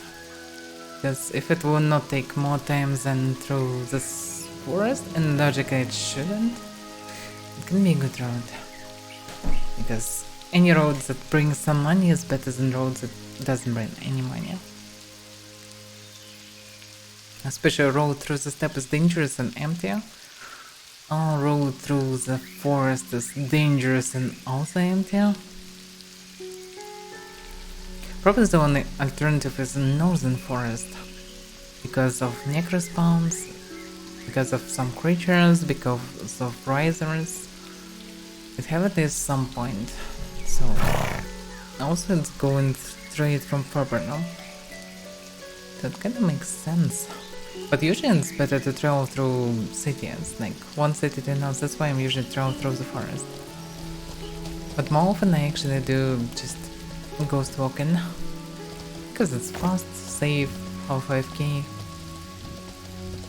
Don't need to pay too much attention to it. But still demands some time, because you can't really go AFK. Yeah, of course you need to maneuver, because of rocks, trees, hills, etc. So you still can't really go AFK, so it's probably still better to travel on the horse. It's almost the same time. Even on Yodan. Like you still need to recover stamina for your horse from time to time. You also... Well, yeah, ghost walking is still faster, because you also can teleport to adjacent priests. And this is actually useful.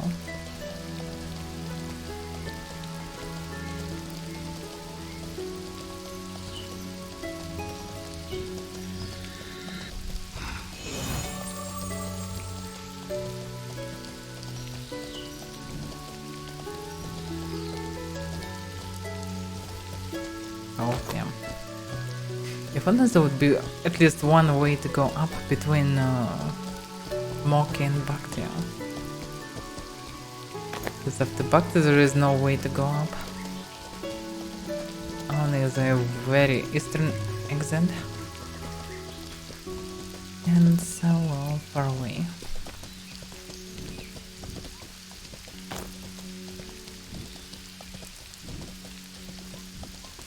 There is pretty big jungle part,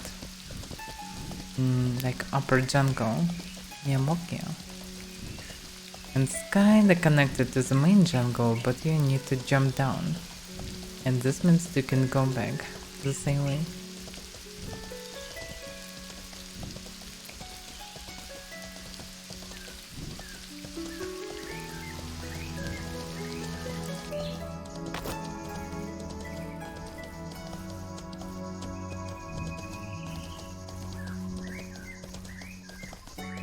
Corner.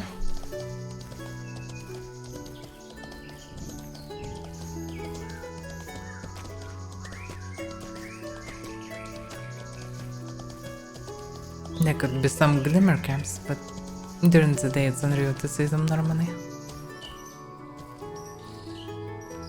And more birds.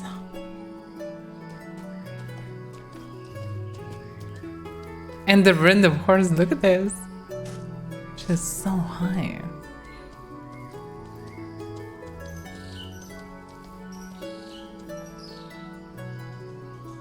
Oh, just out of curiosity, can she even move? Then why am I missing? Yeah, she can't move even from this point. Oh, she can. A bit. Still stuck on the tree. Yeah, it's a huge tree. It's a normal tree in the jungle. Well, okay, not the most average tree, but there are many of these trees. There are pretty expensive mushrooms growing around them, but it's hard to see them during the day and I don't want to waste time on that. No, you can build inside the tree. Maybe in future will be some settlements made in this way, but not right now. During beta the trees were dangerous because if you come in on pet with your mount, the huge roots of the tree can basically swallow inside your mounts. And it was kinda deadly because you need hours to leave the jungle on your feet. A lot of time.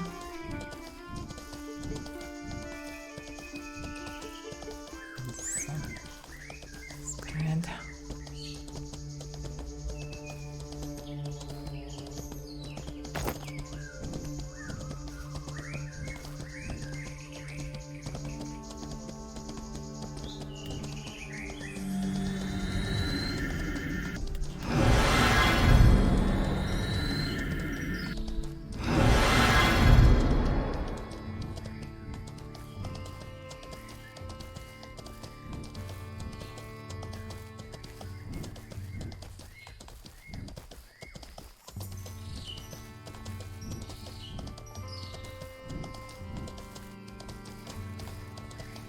Maybe it would be better to follow the shoreline. But actually this way should be a bit shorter. Maybe not even a bit, because shoreline should be bigger than just a straight line. I should be close to the murky area right now. Should be jungle above. It's still the forest, but after this one should be the jungle. I think I'm midway from the beginning of the eastern jungle to its end.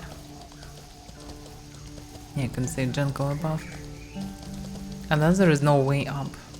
There is way down. You can jump into this water at least. Maybe it's night in some places. But no way up.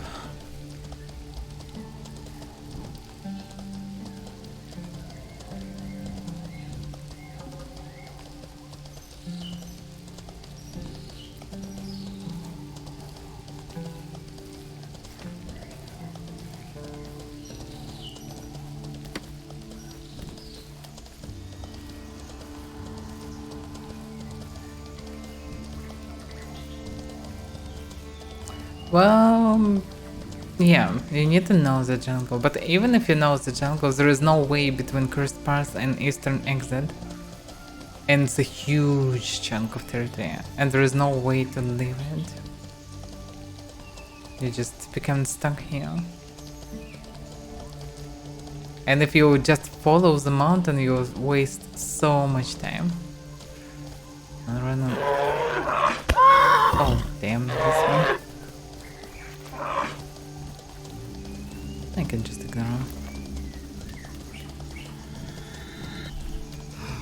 I didn't check their price though. It's a yellow one anyway.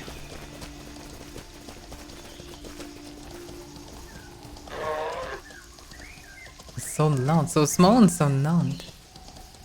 They probably will be pretty good when they will be updated with armor, because they're so small. Low profile, extremely fast, and armor they can be pretty dangerous. Could be good for mage cannon and horse cannon.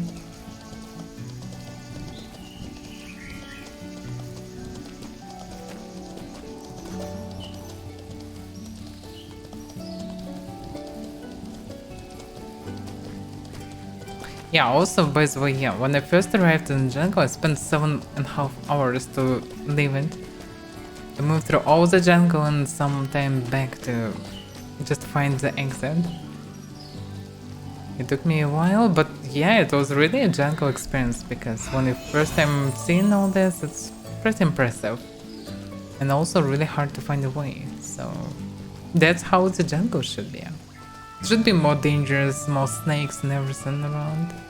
Because the jungle actually a pretty deadly place in real life. It's only good in movies and everything, but basically it's so much deadly, so many deadly things in this place. Many deadly insects, many deadly snakes, spiders, etc. A lot of disease and many ways to die. So many parasite type creatures. Like even people who know the jungle, they can't even sleep in the jungle. When they make in the camps, they using anything that is not on the ground. They sleep on things connected to trees, because if you sleep on the ground, you will get so much stuff. Even if you will not die, you will suffer a lot. So that's the place. Need pirates. Oh, there will be pirates for sure. Because sea most likely will be red zone for them. Like there will be zones with epic release, and sea definitely will be lawless zone. This definitely will be lawless anywhere outside of Tindram and Middlenia.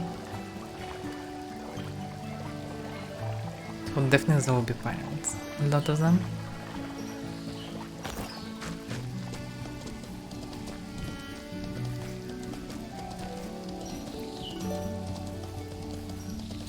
a good place to build. Tons of granum, tons of cogs. Can produce steel exactly on the spot. Also, as far as I remember, Troll's not far away from this place. So it's a good one. Oh, I also can fish here. So basically, if you build a house over there, you'll get access to tons of granum. Infinite source of granum and cogs. Everything you need to make steel. Also, there is a lake, fishing. It's kinda nice and profitable. In terms of gatherable things. A lot of things to hunt.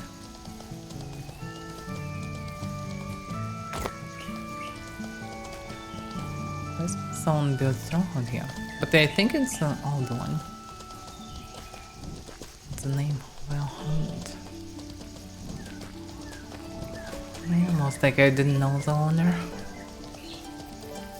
Many people just basically live in the jungle or have arts for the jungle because it's a very profitable place. If I would have a nighttime, most likely I would build in the jungle. Just to mine a lot, AFK. Maybe do some hunting. But mainly mining actually. Jungle still is the best place to produce steel. No, panthers. Yeah, basically on this road I don't need to specifically hunt any panthers because there are many of them. Many of them on the way. Damn, so many.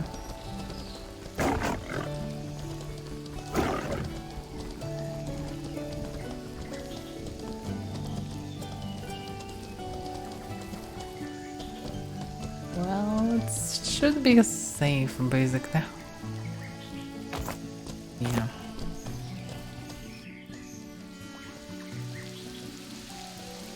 And it's rain again. I didn't even see rain. Okay, I can see a few drops.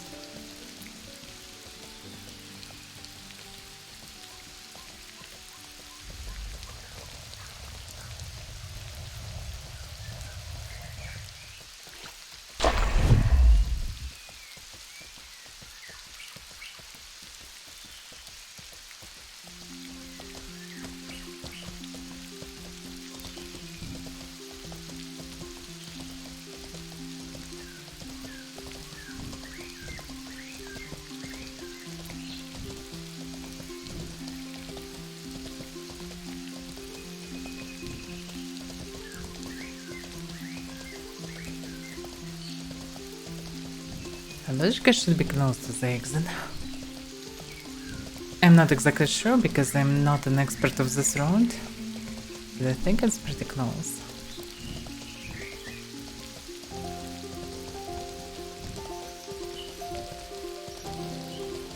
Just need to run more strict eastern direction.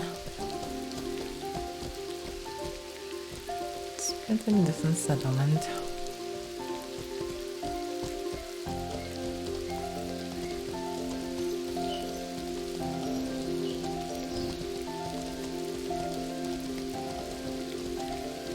Yeah, in future will be more convenient to see the guild tag with the building, so you instantly understand who is living where. Instead of thinking like, who built it? Who is living here? I'm not sure if it's safe to name here. I don't wanna risk right now.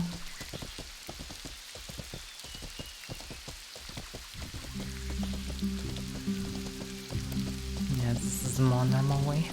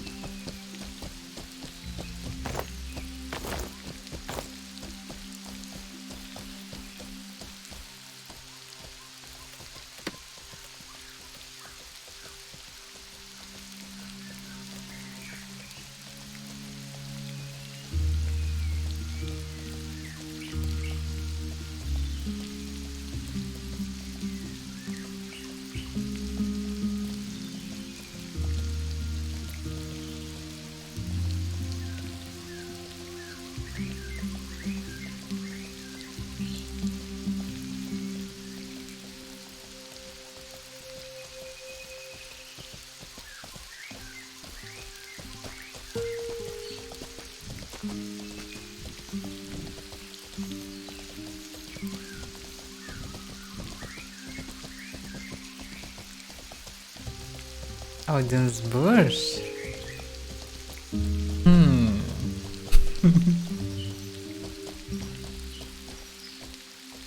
Oh, it's half destroyed or half finished. And then this contest.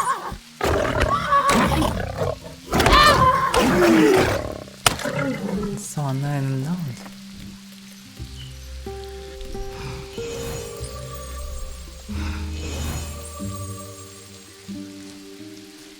Dreadnought. I don't know this guy. That's not Kremlin, so it's just not finished. There's a Cavo growing on top. It's unusual. What? You live in my stronghold? What? How it works? They go let you in or what's going on?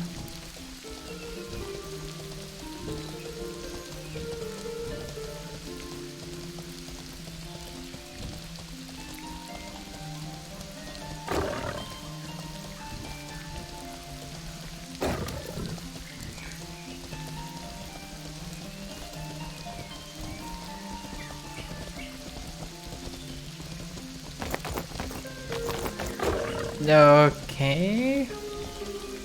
He gave you the password?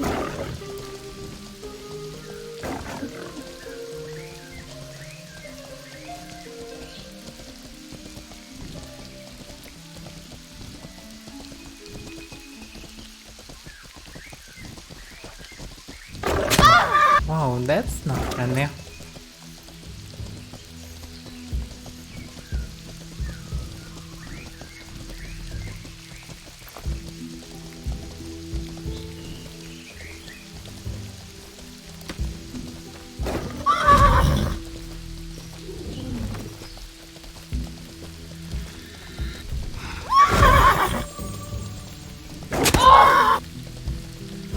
And Panther slashing me.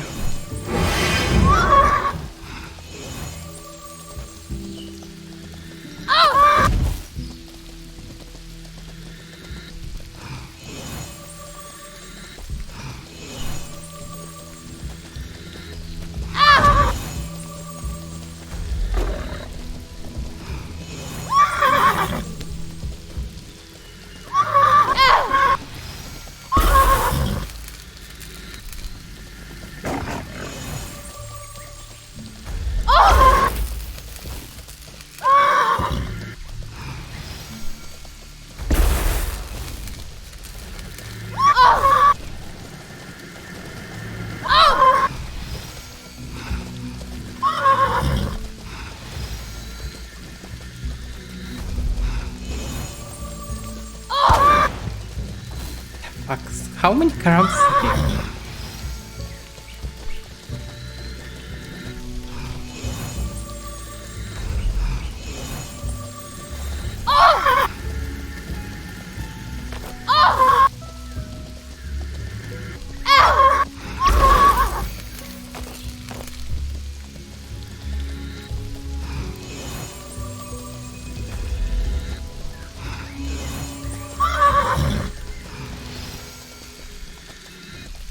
The thing is, healing is way cheaper than casting offensive spells. So they can't do anything to me. 2 mages, damn.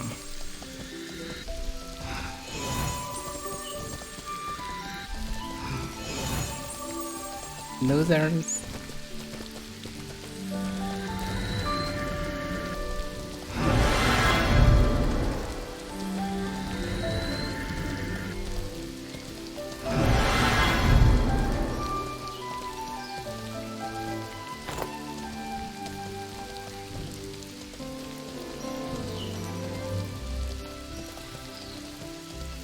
Yep, as I expected. Like, I could shoot his horse, but it's questionable. If you have really good horse, he didn't have really good armor, it was just horn skills. If he have a really good horse, maxed level, it will take a lot of time to kill, and mountain mage can over damage one target. So it could be really risky, and the second one was Great Axe. same as I using. So if I would linger with one, second will attack me. Also, was it 1 mage or 2 mages? I didn't get it. While... No, it was 1 mage. He ran out of mana. Okay. But he has so actively casted current on me. So I thought it was 2 mages. But okay.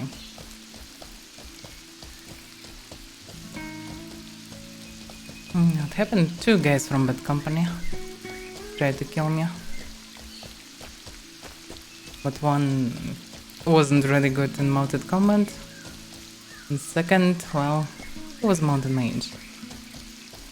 If you're a mountain mage, you can kill someone who is also mountain mage. Even with my mana regeneration, I still can easily out-heal myself.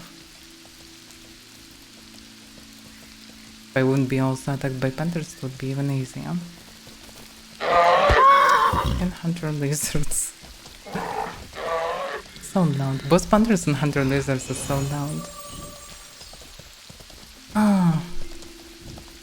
Wait a second. If hamster, if Lego didn't give you password, hamster, then you cannot leave in the room. I mean, you can, but you will not be able to use access chest.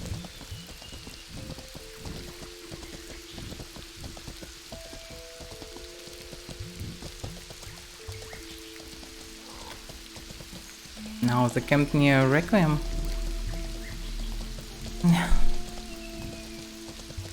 I'm not really expert in guilds that live in the jungle, but Requiem looks pretty nice.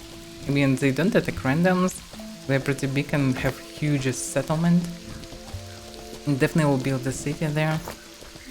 And they kind of kill in local griefers, so it's actually sounds like they're good guys mostly.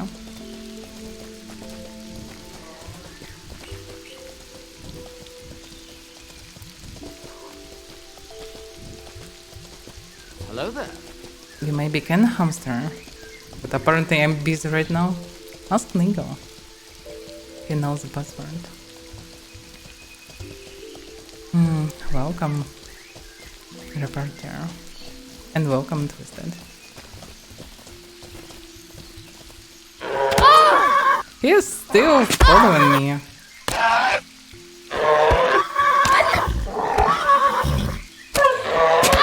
It's very hard. Not sure that anyone needs carcasses. I can pick one for the test, but I don't know. I think not many people use them. Not many people have reptile lore also. No, new to the game. It's mostly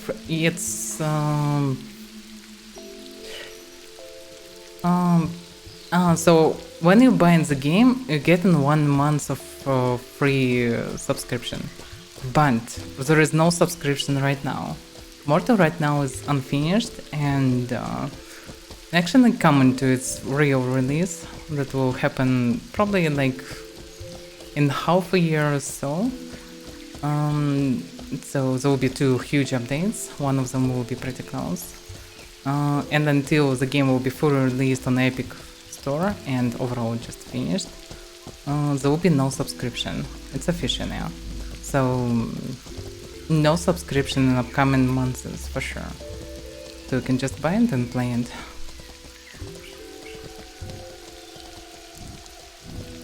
I think second update will be only on next year because they need to transfer the game to Unreal Engine 5, they need to add many new mechanics.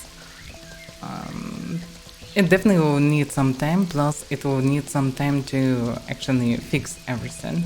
They also will definitely struggle with servers when people come after territory control updates that will be soon. So they will be very busy for a bunch of months just with fixes and servers. So I think there will be no subscription at least in half a year, maybe even in a year, who knows.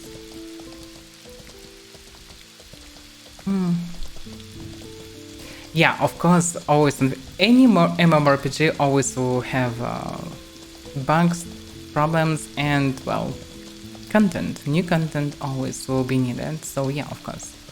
no more mmorpg can be called finished. I mean, they need to finish the core of the game, and they have it in their roadmap, so until they will do it, there will be no subscription. And that's it.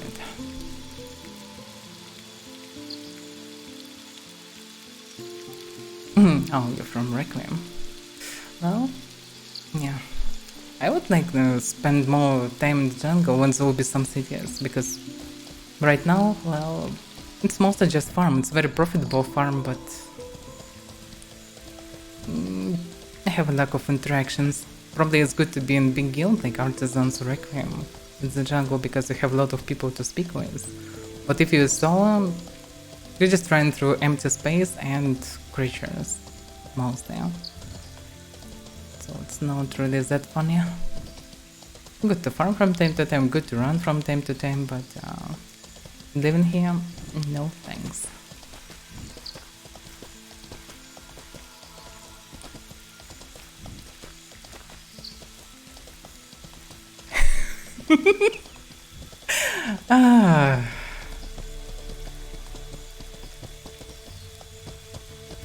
Well,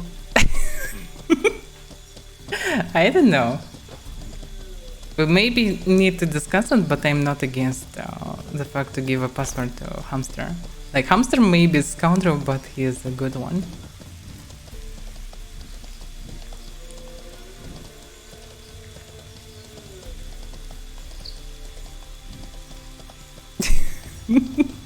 Yeah, horse is maxed at level.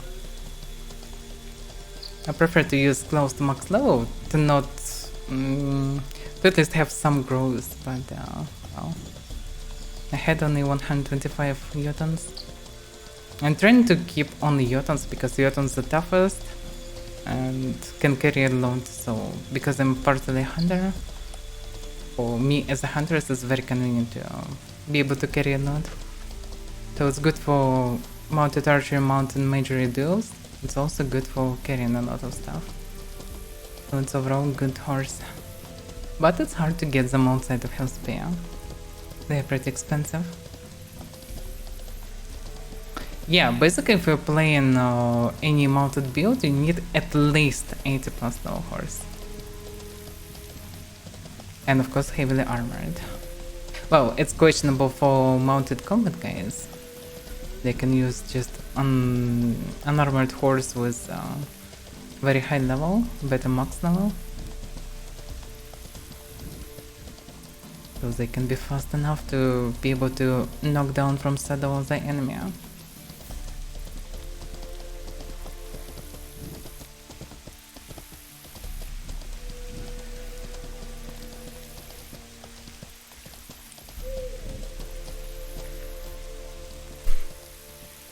Well, Hamster, you can be roomies because Nico live on the second floor, and the only space that he have in the room is basically space for a statue. He wants some old hag statue that will stare at him during night, so he will not feel himself lonely. So, you can see a horse and another horse. It feels like it's actually someone on the horse with 3 desert horse with him. Surprisingly many people here. Like for the jungle, it's a lot of people to encounter here.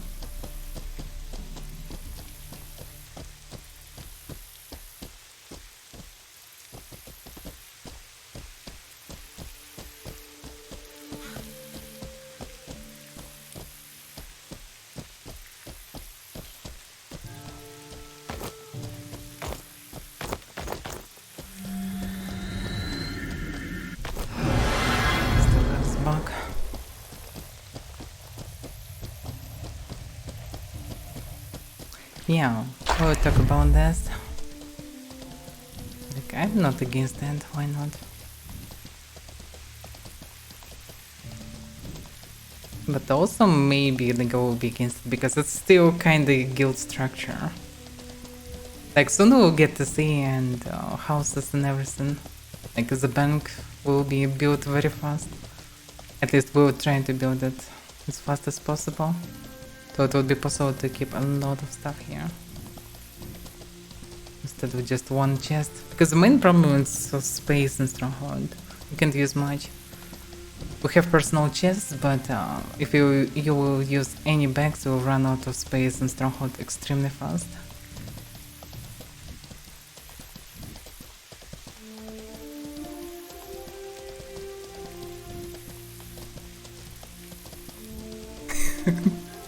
Well, they go, yeah, you maybe need a house. But actually this bank will be soon, so it's fine.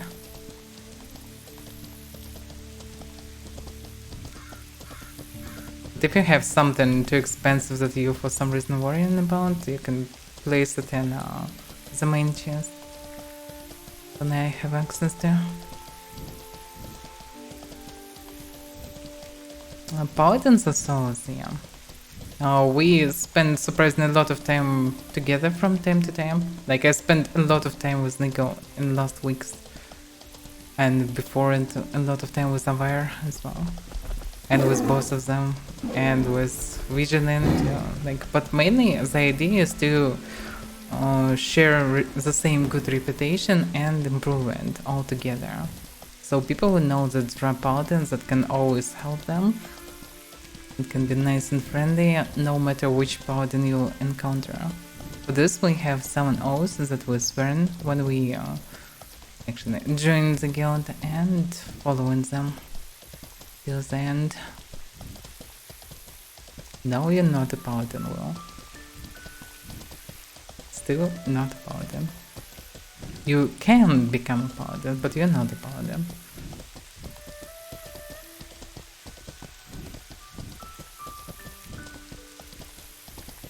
So the idea was to, mostly give a bonus from having a guild without having a guild.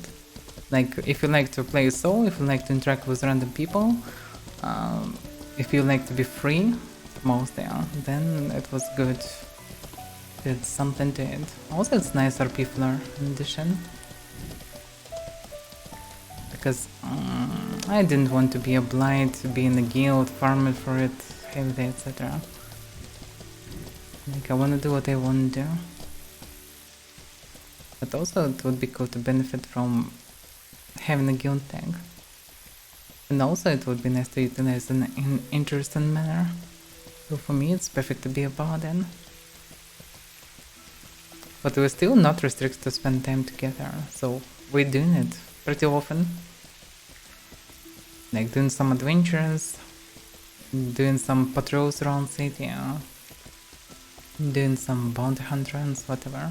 Any stuff that is possible to be done, why not? Good company is always good. Just we're not obliged, because I just wanted to avoid situation when someone will join a guild and will constantly ask to go in a group. And will be bored without a group because, well, everyone should be self-sufficient. Like, I cannot always run with someone. Sometimes I just want to be solo, sometimes I want to go in some place where there are no paladins, or there is someone else from paladins, whatever. Roomies.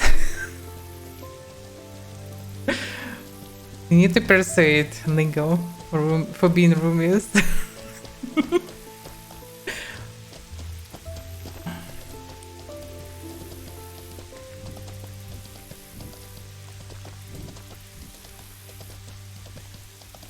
I wish there would be personal chests in Stronghold. This way I would let any friendly person to choose a room and just live there. But alas, we don't have a password for every single separate chest. It would be actually good. I still have no idea why Henrik don't understand that.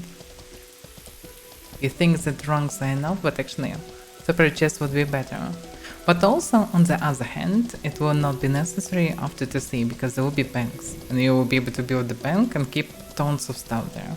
Way more than you can keep in Stronghold, because Stronghold is heavily restricted. It's just a bit more than 1,000 of items. It's not much. It sounds big, but actually if you just place materials, reagents, especially if you prepare multiple kits with reagents, If you keep some arrows, etc., you run out of space instantly, in no time. If you farm in something or keep reagents for... keep materials for alchemy or whatever, or just carcasses for butchering and their parts, it will take so much space.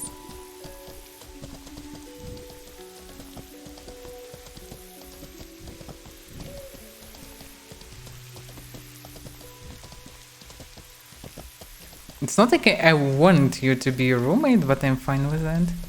If they go not against it, why not? Because mainly only two of us living there. We didn't spend his time in Moki.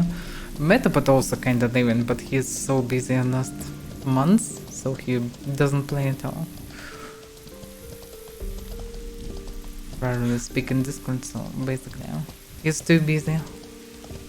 Or maybe in vacations, I'm not sure. Maybe both.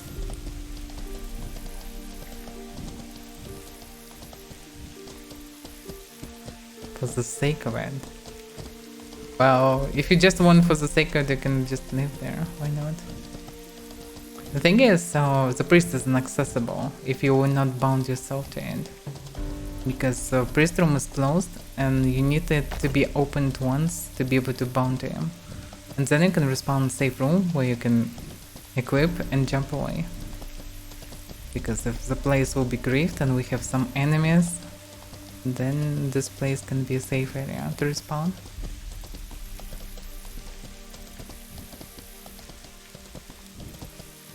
So you can freely use priest all the time if you are not bound to it.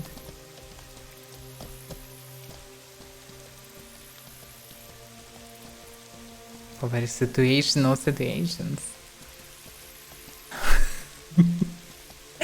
Well, we eventually will start regular events every week, and some of them probably will include Stronghold because it's just a safe spot to do some stuff, especially for some small scale tournaments. Do not go to Colosseum.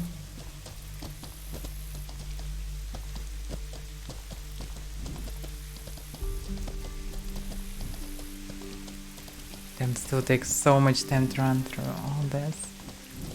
And still was risky. So maybe it was more profitable to just kill some things and go back to box and then move through the Stolen Forest. But logic it should be plus minus the same time because it's still straight line to the east. Because way from Bhakti to Moki is also a long one. But yeah, it takes way more time than just from Bhakti to Moki or Morincore.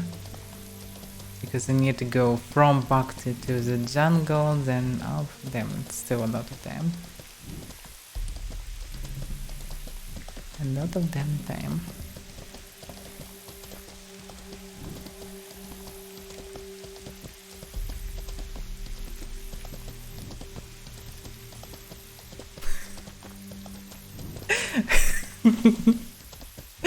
Oh.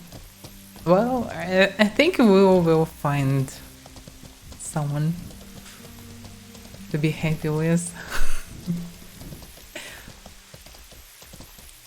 Yeah, find a free. No one will cover your walls with species. By the way, Hamster, if you want to be roomy, you should avoid doing this. Covering walls of Stronghold with species is not what Paladins will tolerate.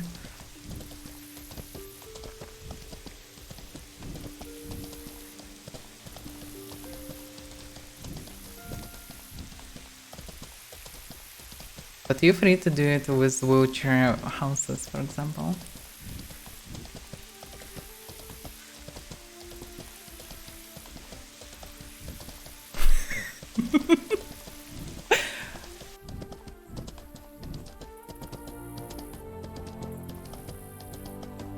Poop monster, what? I don't know something, Will. How that happens at Boinka's poop monster?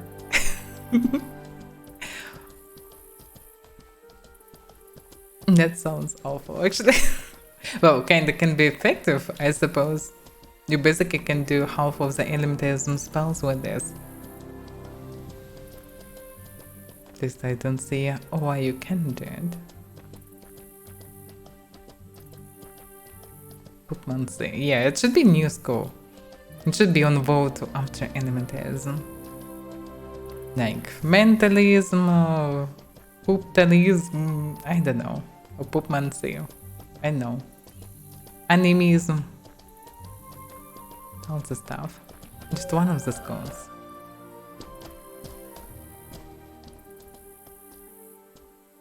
I think I heard something from the inside. I don't really need attention right now. Yeah, there's the plaque inside.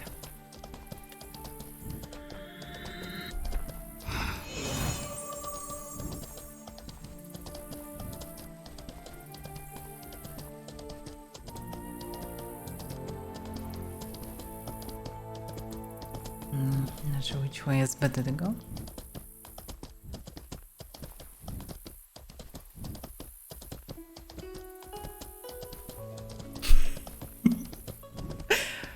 Shitalism.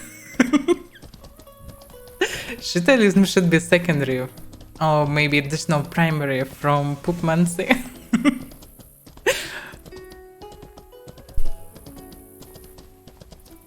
You'll be able to place landmines near enemy doors. They will do some charisma debuffs and damage.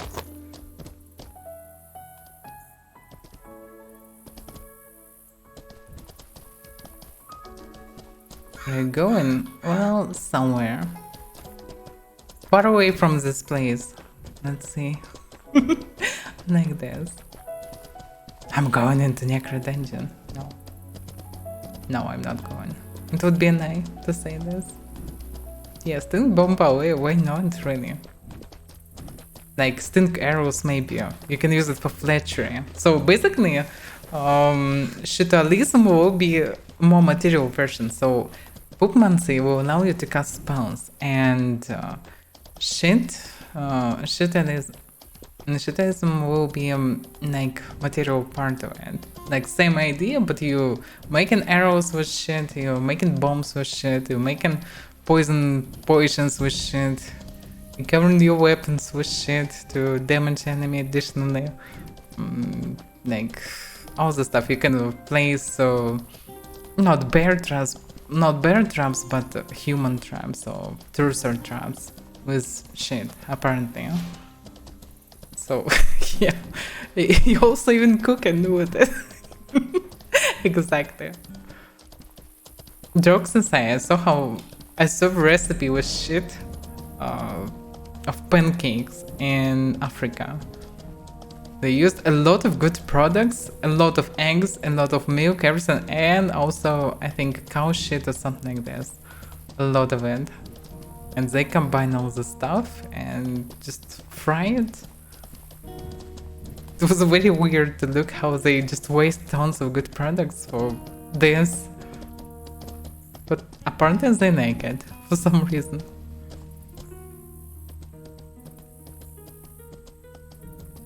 Yunkai.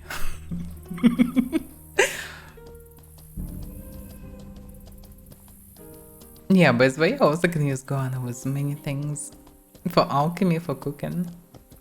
It exists in game. Hard to connect, especially in big numbers.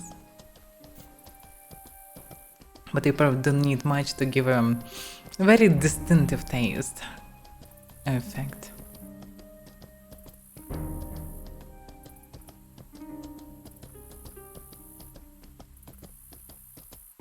Damn it, night, that's hard to understand the road, but I think it's this one that I need to follow.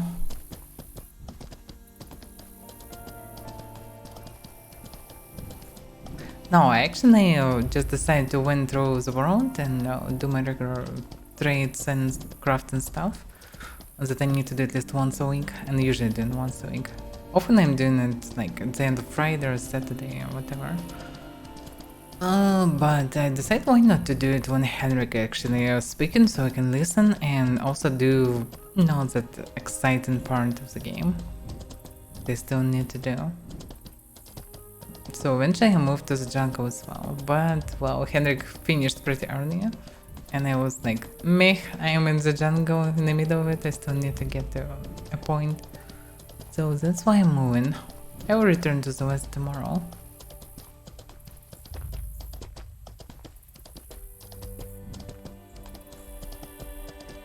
No, it wasn't legal.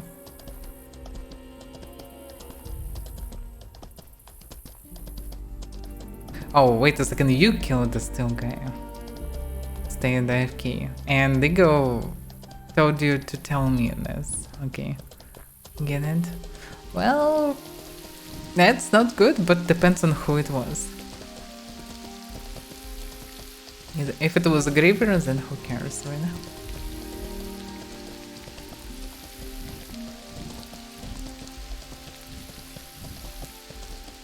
Wait a second, you wasn't still, hamster? Was it you?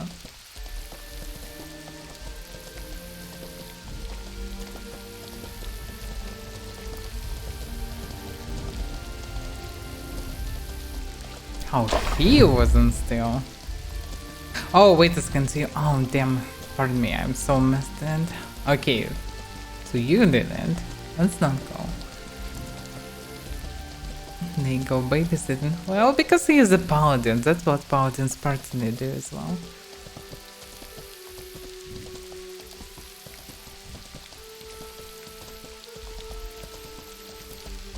Well, I still don't get it why you have a grudge with Leo. Well, he's a nice guy and you... But, like, the fact that he's shitting in the middle of the streets of Paladin doesn't make him really a bad person. You shouldn't kill him.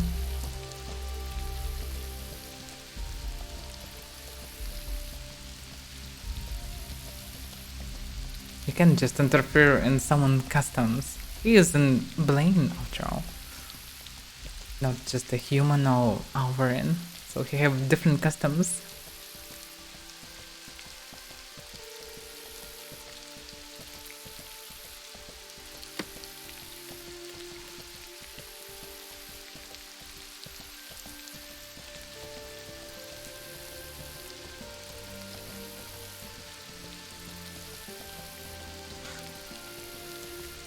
Yeah, of course the bear is coming. I don't have space for you, bear. Okay, this time not that far away already. It was a long run. But I skipped Moki. So probably I'll move to Moki tomorrow. Maybe also will be all need to visit Taxai.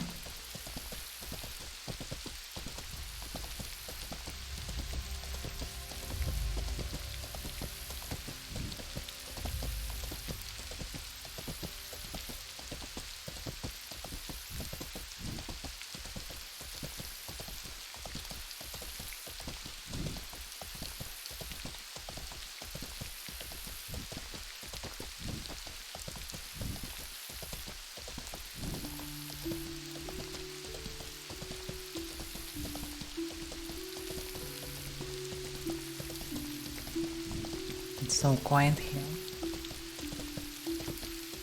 Surprisingly quiet. Just nice and empty location until you encounter a random Zarko that runs straight in your face. New direction.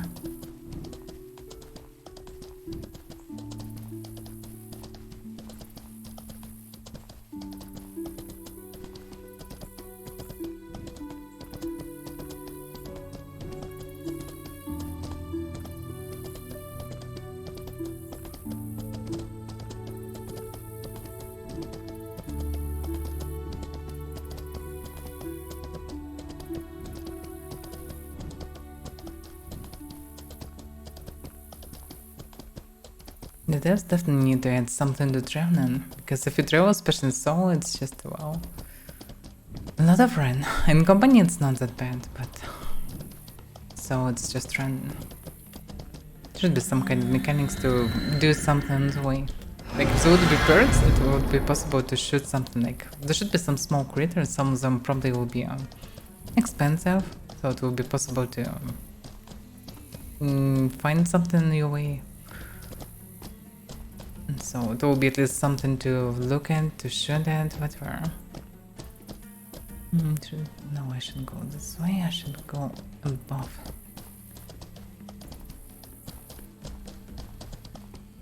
They probably need recovery stamina first.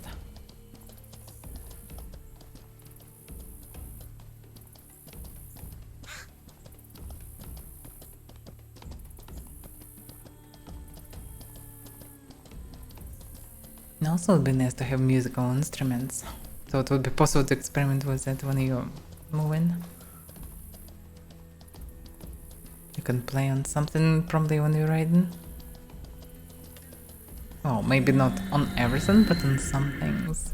I have a bug.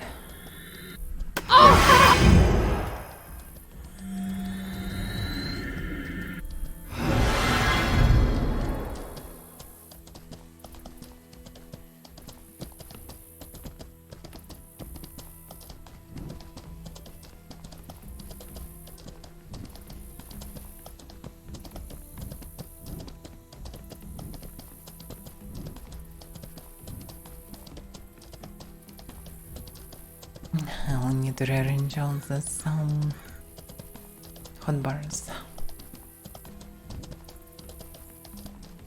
Because my interface grew after GM spawned around 20 bunnies for me. I lost my pet information and it was necessary to have it. What the hell it was? I got even damage from nowhere.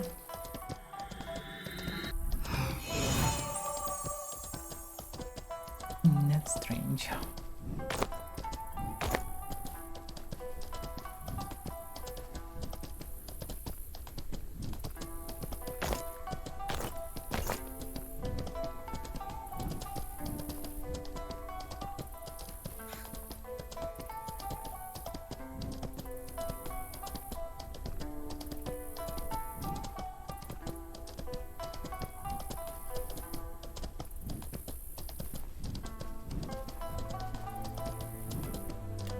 Is it possible to make icons transparent?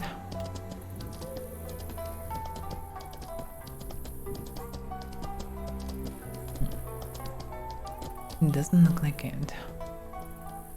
Should follow low ground, I guess. The recover stamina also.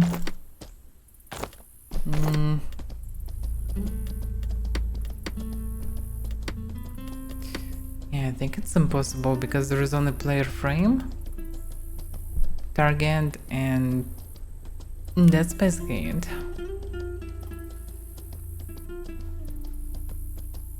Opacity, yeah, but opacity will not...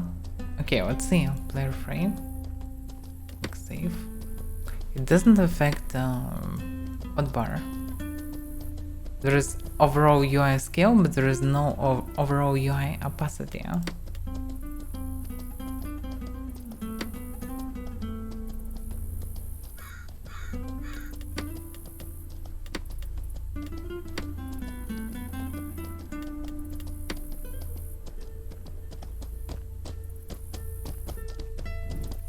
Yeah, they still need to add a lot of things. Interface is far away from a really good one.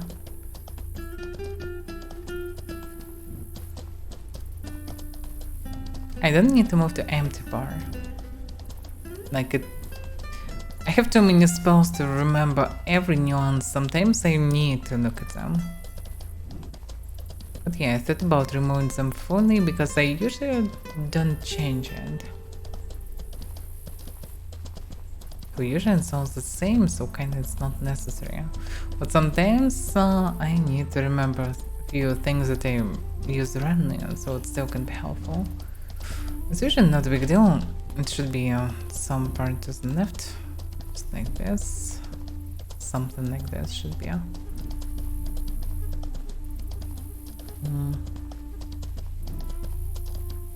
This should be.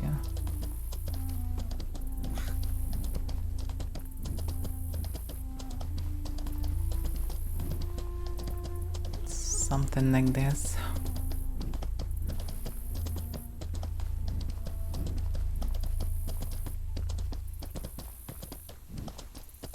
It's not accurate, but so yeah. collect a bit. Why not?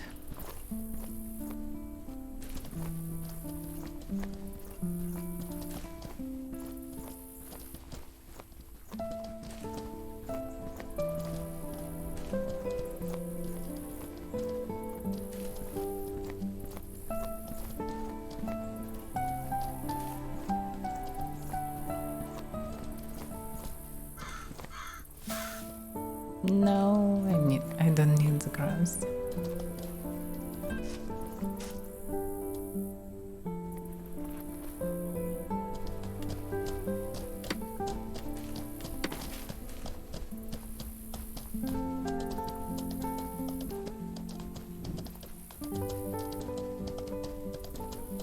There's something cool also, right during the night. There's the sand plays some nice music.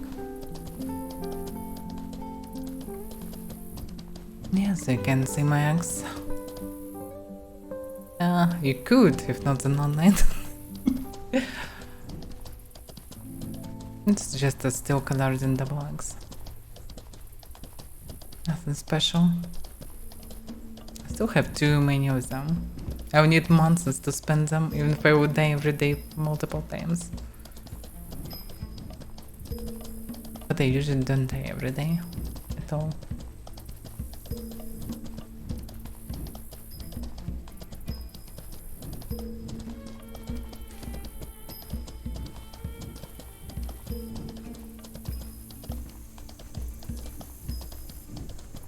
Yeah, I know, I'm using this function a lot of time, very often, to make screenshots. I have them both very close buttons, so I'm just remove interface, making screenshots, return back. So yeah, I'm using it all the time. And screenshots for thumbnails, plus I just like to make screenshots of something cool. I have a lot of cool screenshots.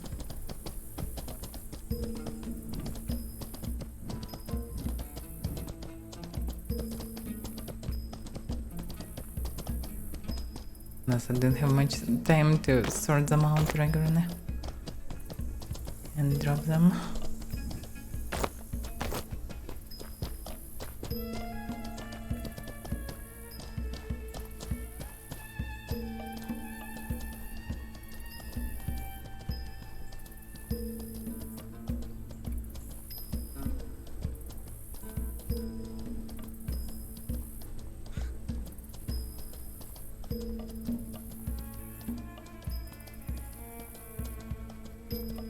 Such a big difference between these mountains. It's just basically heights and textures and this territory, because this territory was redesigned as well as many other territories from the release, but they still need a lot of time to finish Mirrorland. Many territories, especially Steppe, still looks very outdated.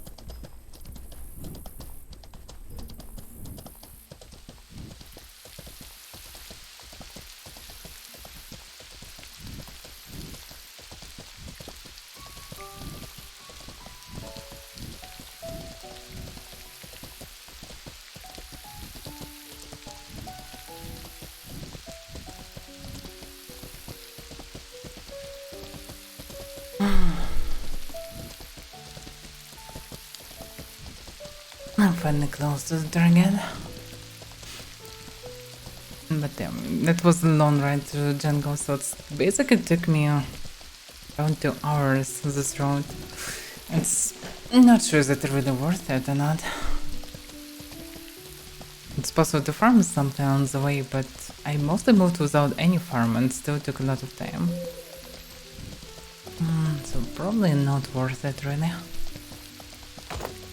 Especially so I should avoid it because it's more than enough resources for the whole group, and group at least it would be funny to move.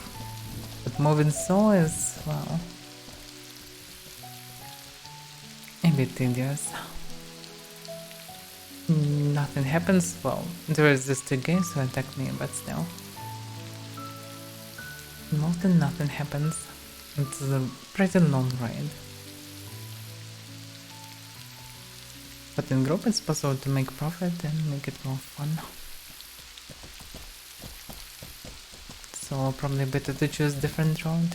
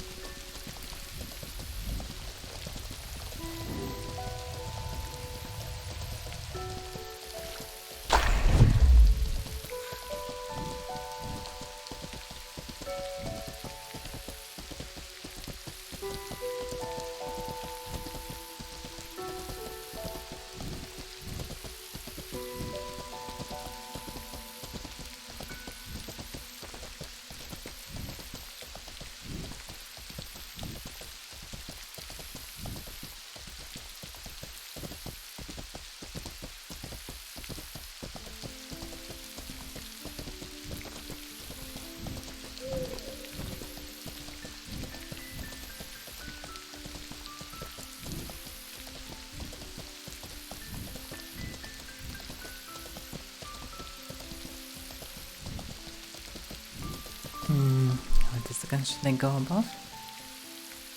No, maybe not.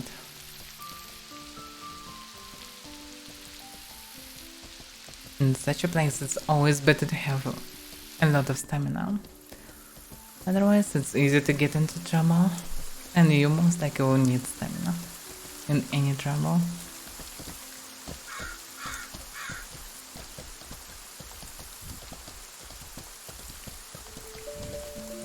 Gladly, because of the reputation, not many people attack me on sight, but in this region, it's too many murderers. And kill basically everyone on sight.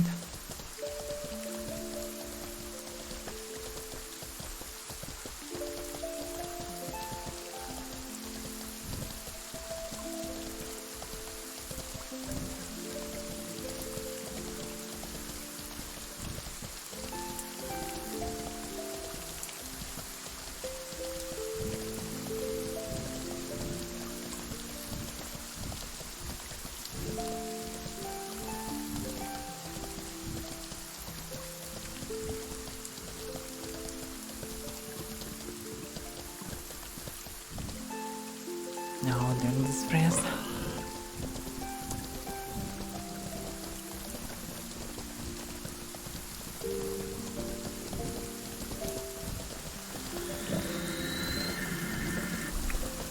Now then, I just by dynamicness found razorbacks. Oh, I don't need your loot, guys. They still managed to hit me, huh? There was someone blue inside bushes. And most likely it's not a friendly one. But not enough for me.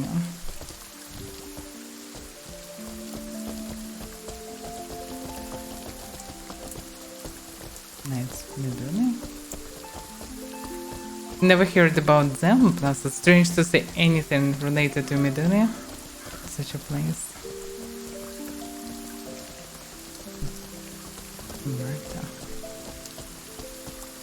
Well, in the past I was very friendly with them, but, well, still, many of them continue to attack me, so, well, I just don't really care anymore.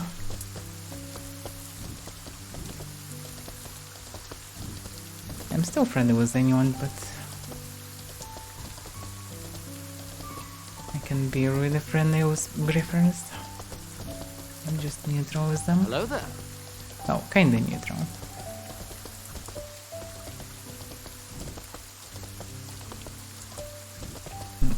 Welcome, Bobby Styles.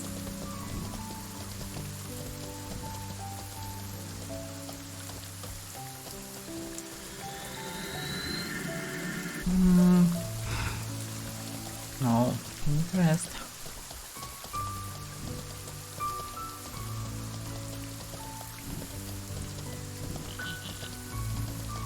Well, we probably can call ourselves friends.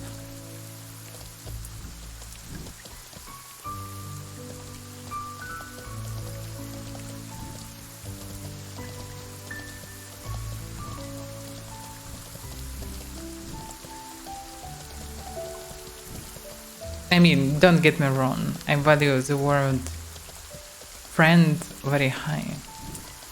Because of it, like, it's harder for me to explain it in English.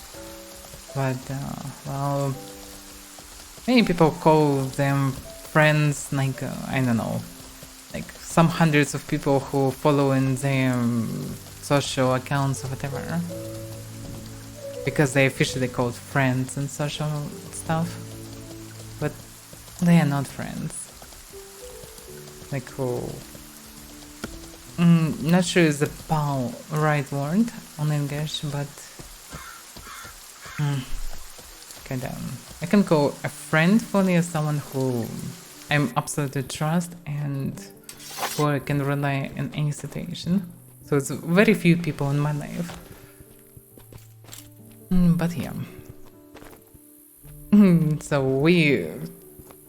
pals, not friends, like... oh. But you can call friend, I suppose, yeah. Anyway.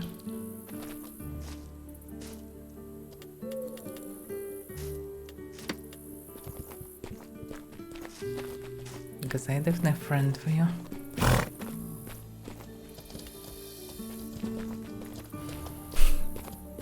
I trust very few people, funny. I trust you on many levels, but not on all levels.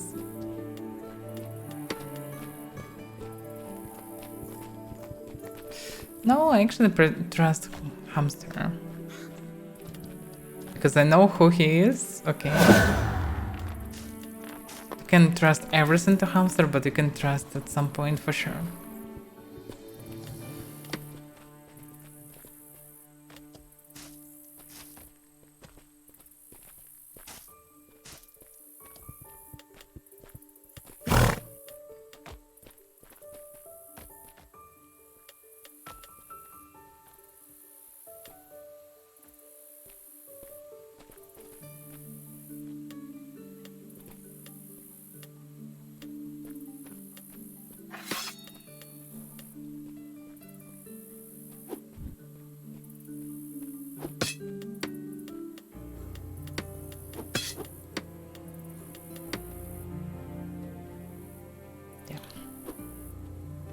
Need more silver, some gold.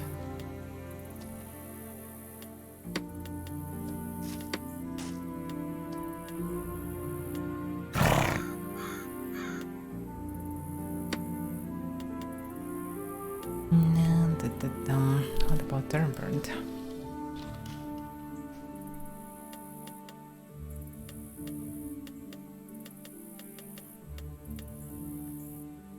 $5,000, $8,000.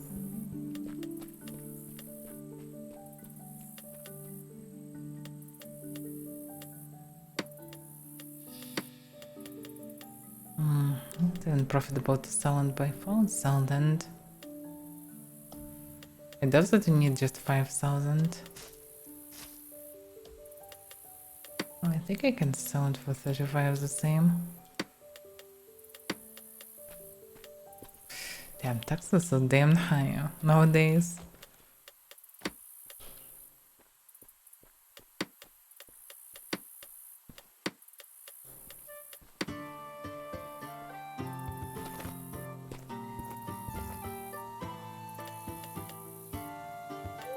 No, dumb.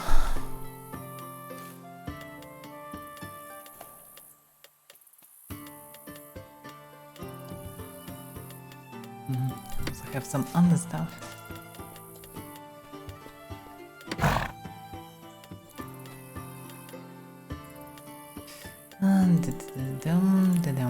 I don't have much space. Partially because of the axes. I have too many axes. Definitely should lower amount of axes in my life.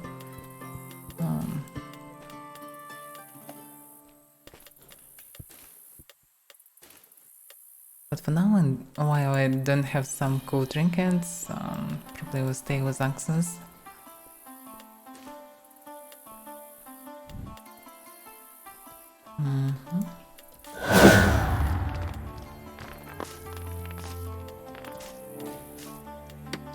Let's sell this crap.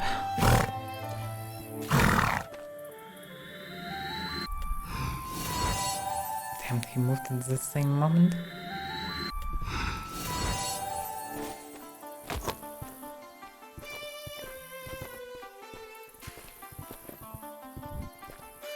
Damn, what's with FPS? It's become like twice lower than it was. And now it's perfectly fine. But it was.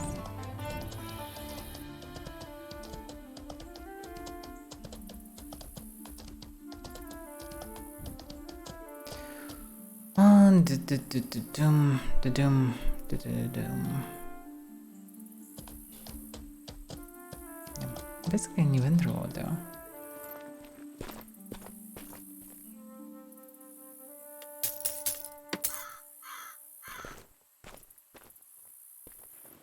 Okay, now the space is free.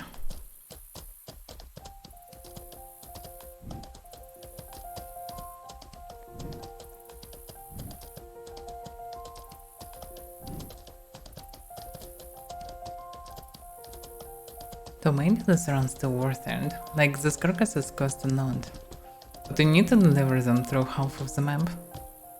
And so it's dangerous, apparently. Oh damn, what the hell this bug was? Server. It usually never happens.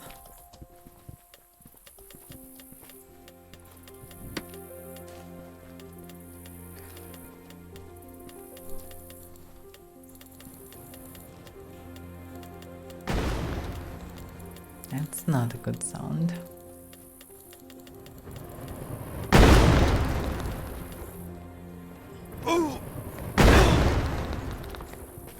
So I'm trying to bomb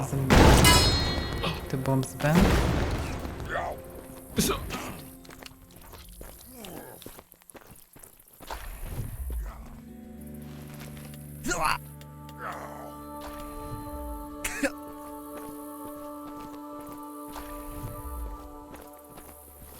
Custom grown hands.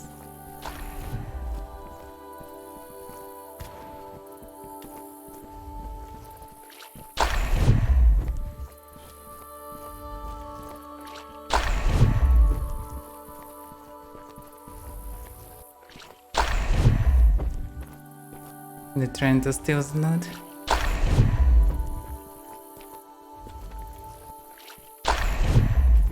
They have a lot of mana.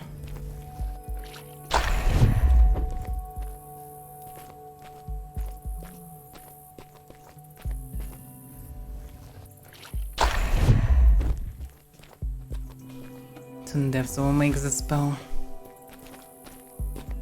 a criminal action. It's not really cool, but well, at least it will stop people bombing banks. Not bad, huh? You got the little leftover.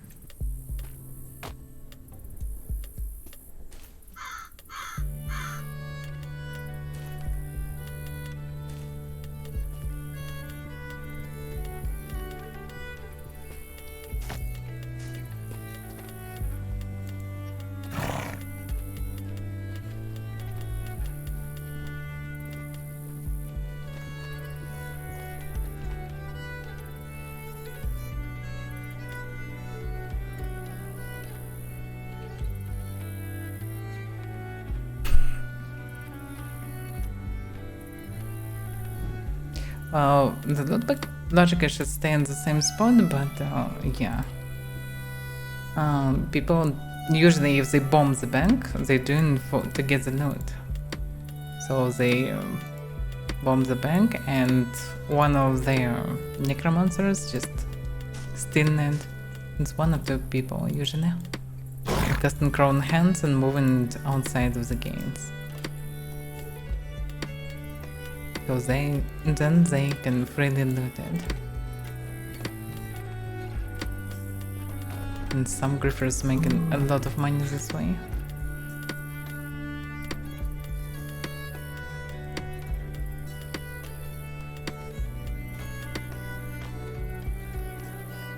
Yeah, so it's basically one person that either bombing bank with elementism or usually it's Starfall.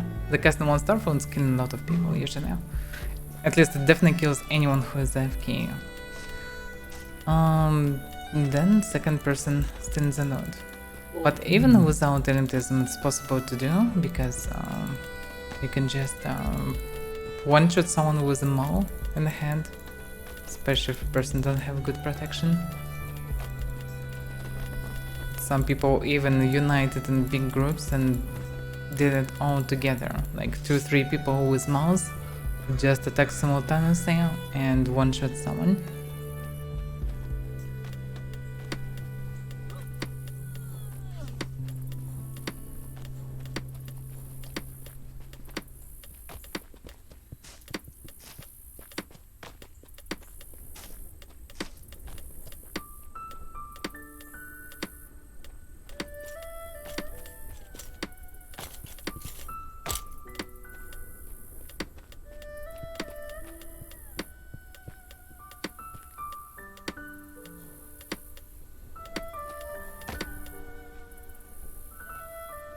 Okay.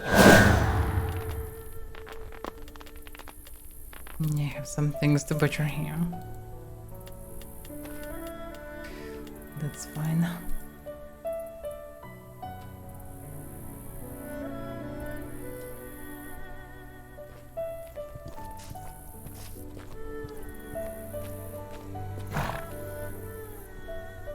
I'm so dumb that people with such a guild tanks doing such stuff.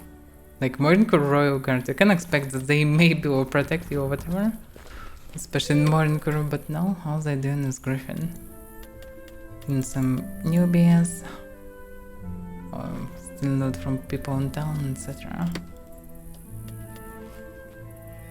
Just some low level shenanigans.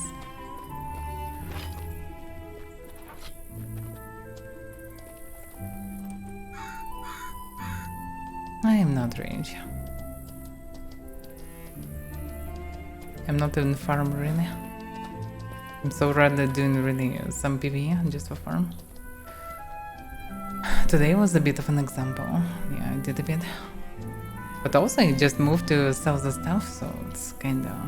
It wasn't my goal, but I tested another route, yeah. And this music is a bit sad.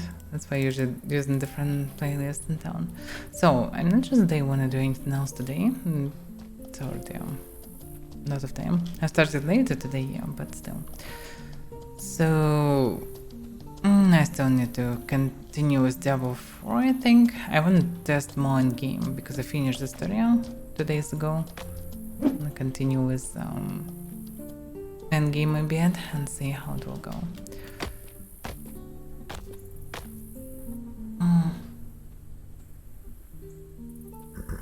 Breakland, what? Season 1? No, I don't care about season. I'm not really fan of the game, but surprisingly, I didn't like the game at all. I liked visuals and sounds, but outside of it, I don't like the class, I don't like the skills, I don't like loot system, etc. But after finishing it, surprisingly, it's not that bad, and I want to see at least Paragon. And see maybe it will be a game changer, maybe not. So I just need to test it a bit more. Maybe it will be interesting to play more, maybe not. Because loot system during the first 47 levels was pretty meh. So not that fun. Because in Morncore, well, good for him I guess. Anyway, I into this break and then we can continue with step 4. At least I will return to endgame. Not sure how much time I will spend there, but well, I need to get 15th level, I need to see next difficulty, and I need to see Paragon. After this I will decide is it interesting or not. Because I was heavily disappointed by this game, but maybe it will become better, because basically all the Diabloids usually become only better with each difficulty. And really, the real gameplay is usually on the final difficulty, so not sure how it's done in Diablo 4, but we'll see.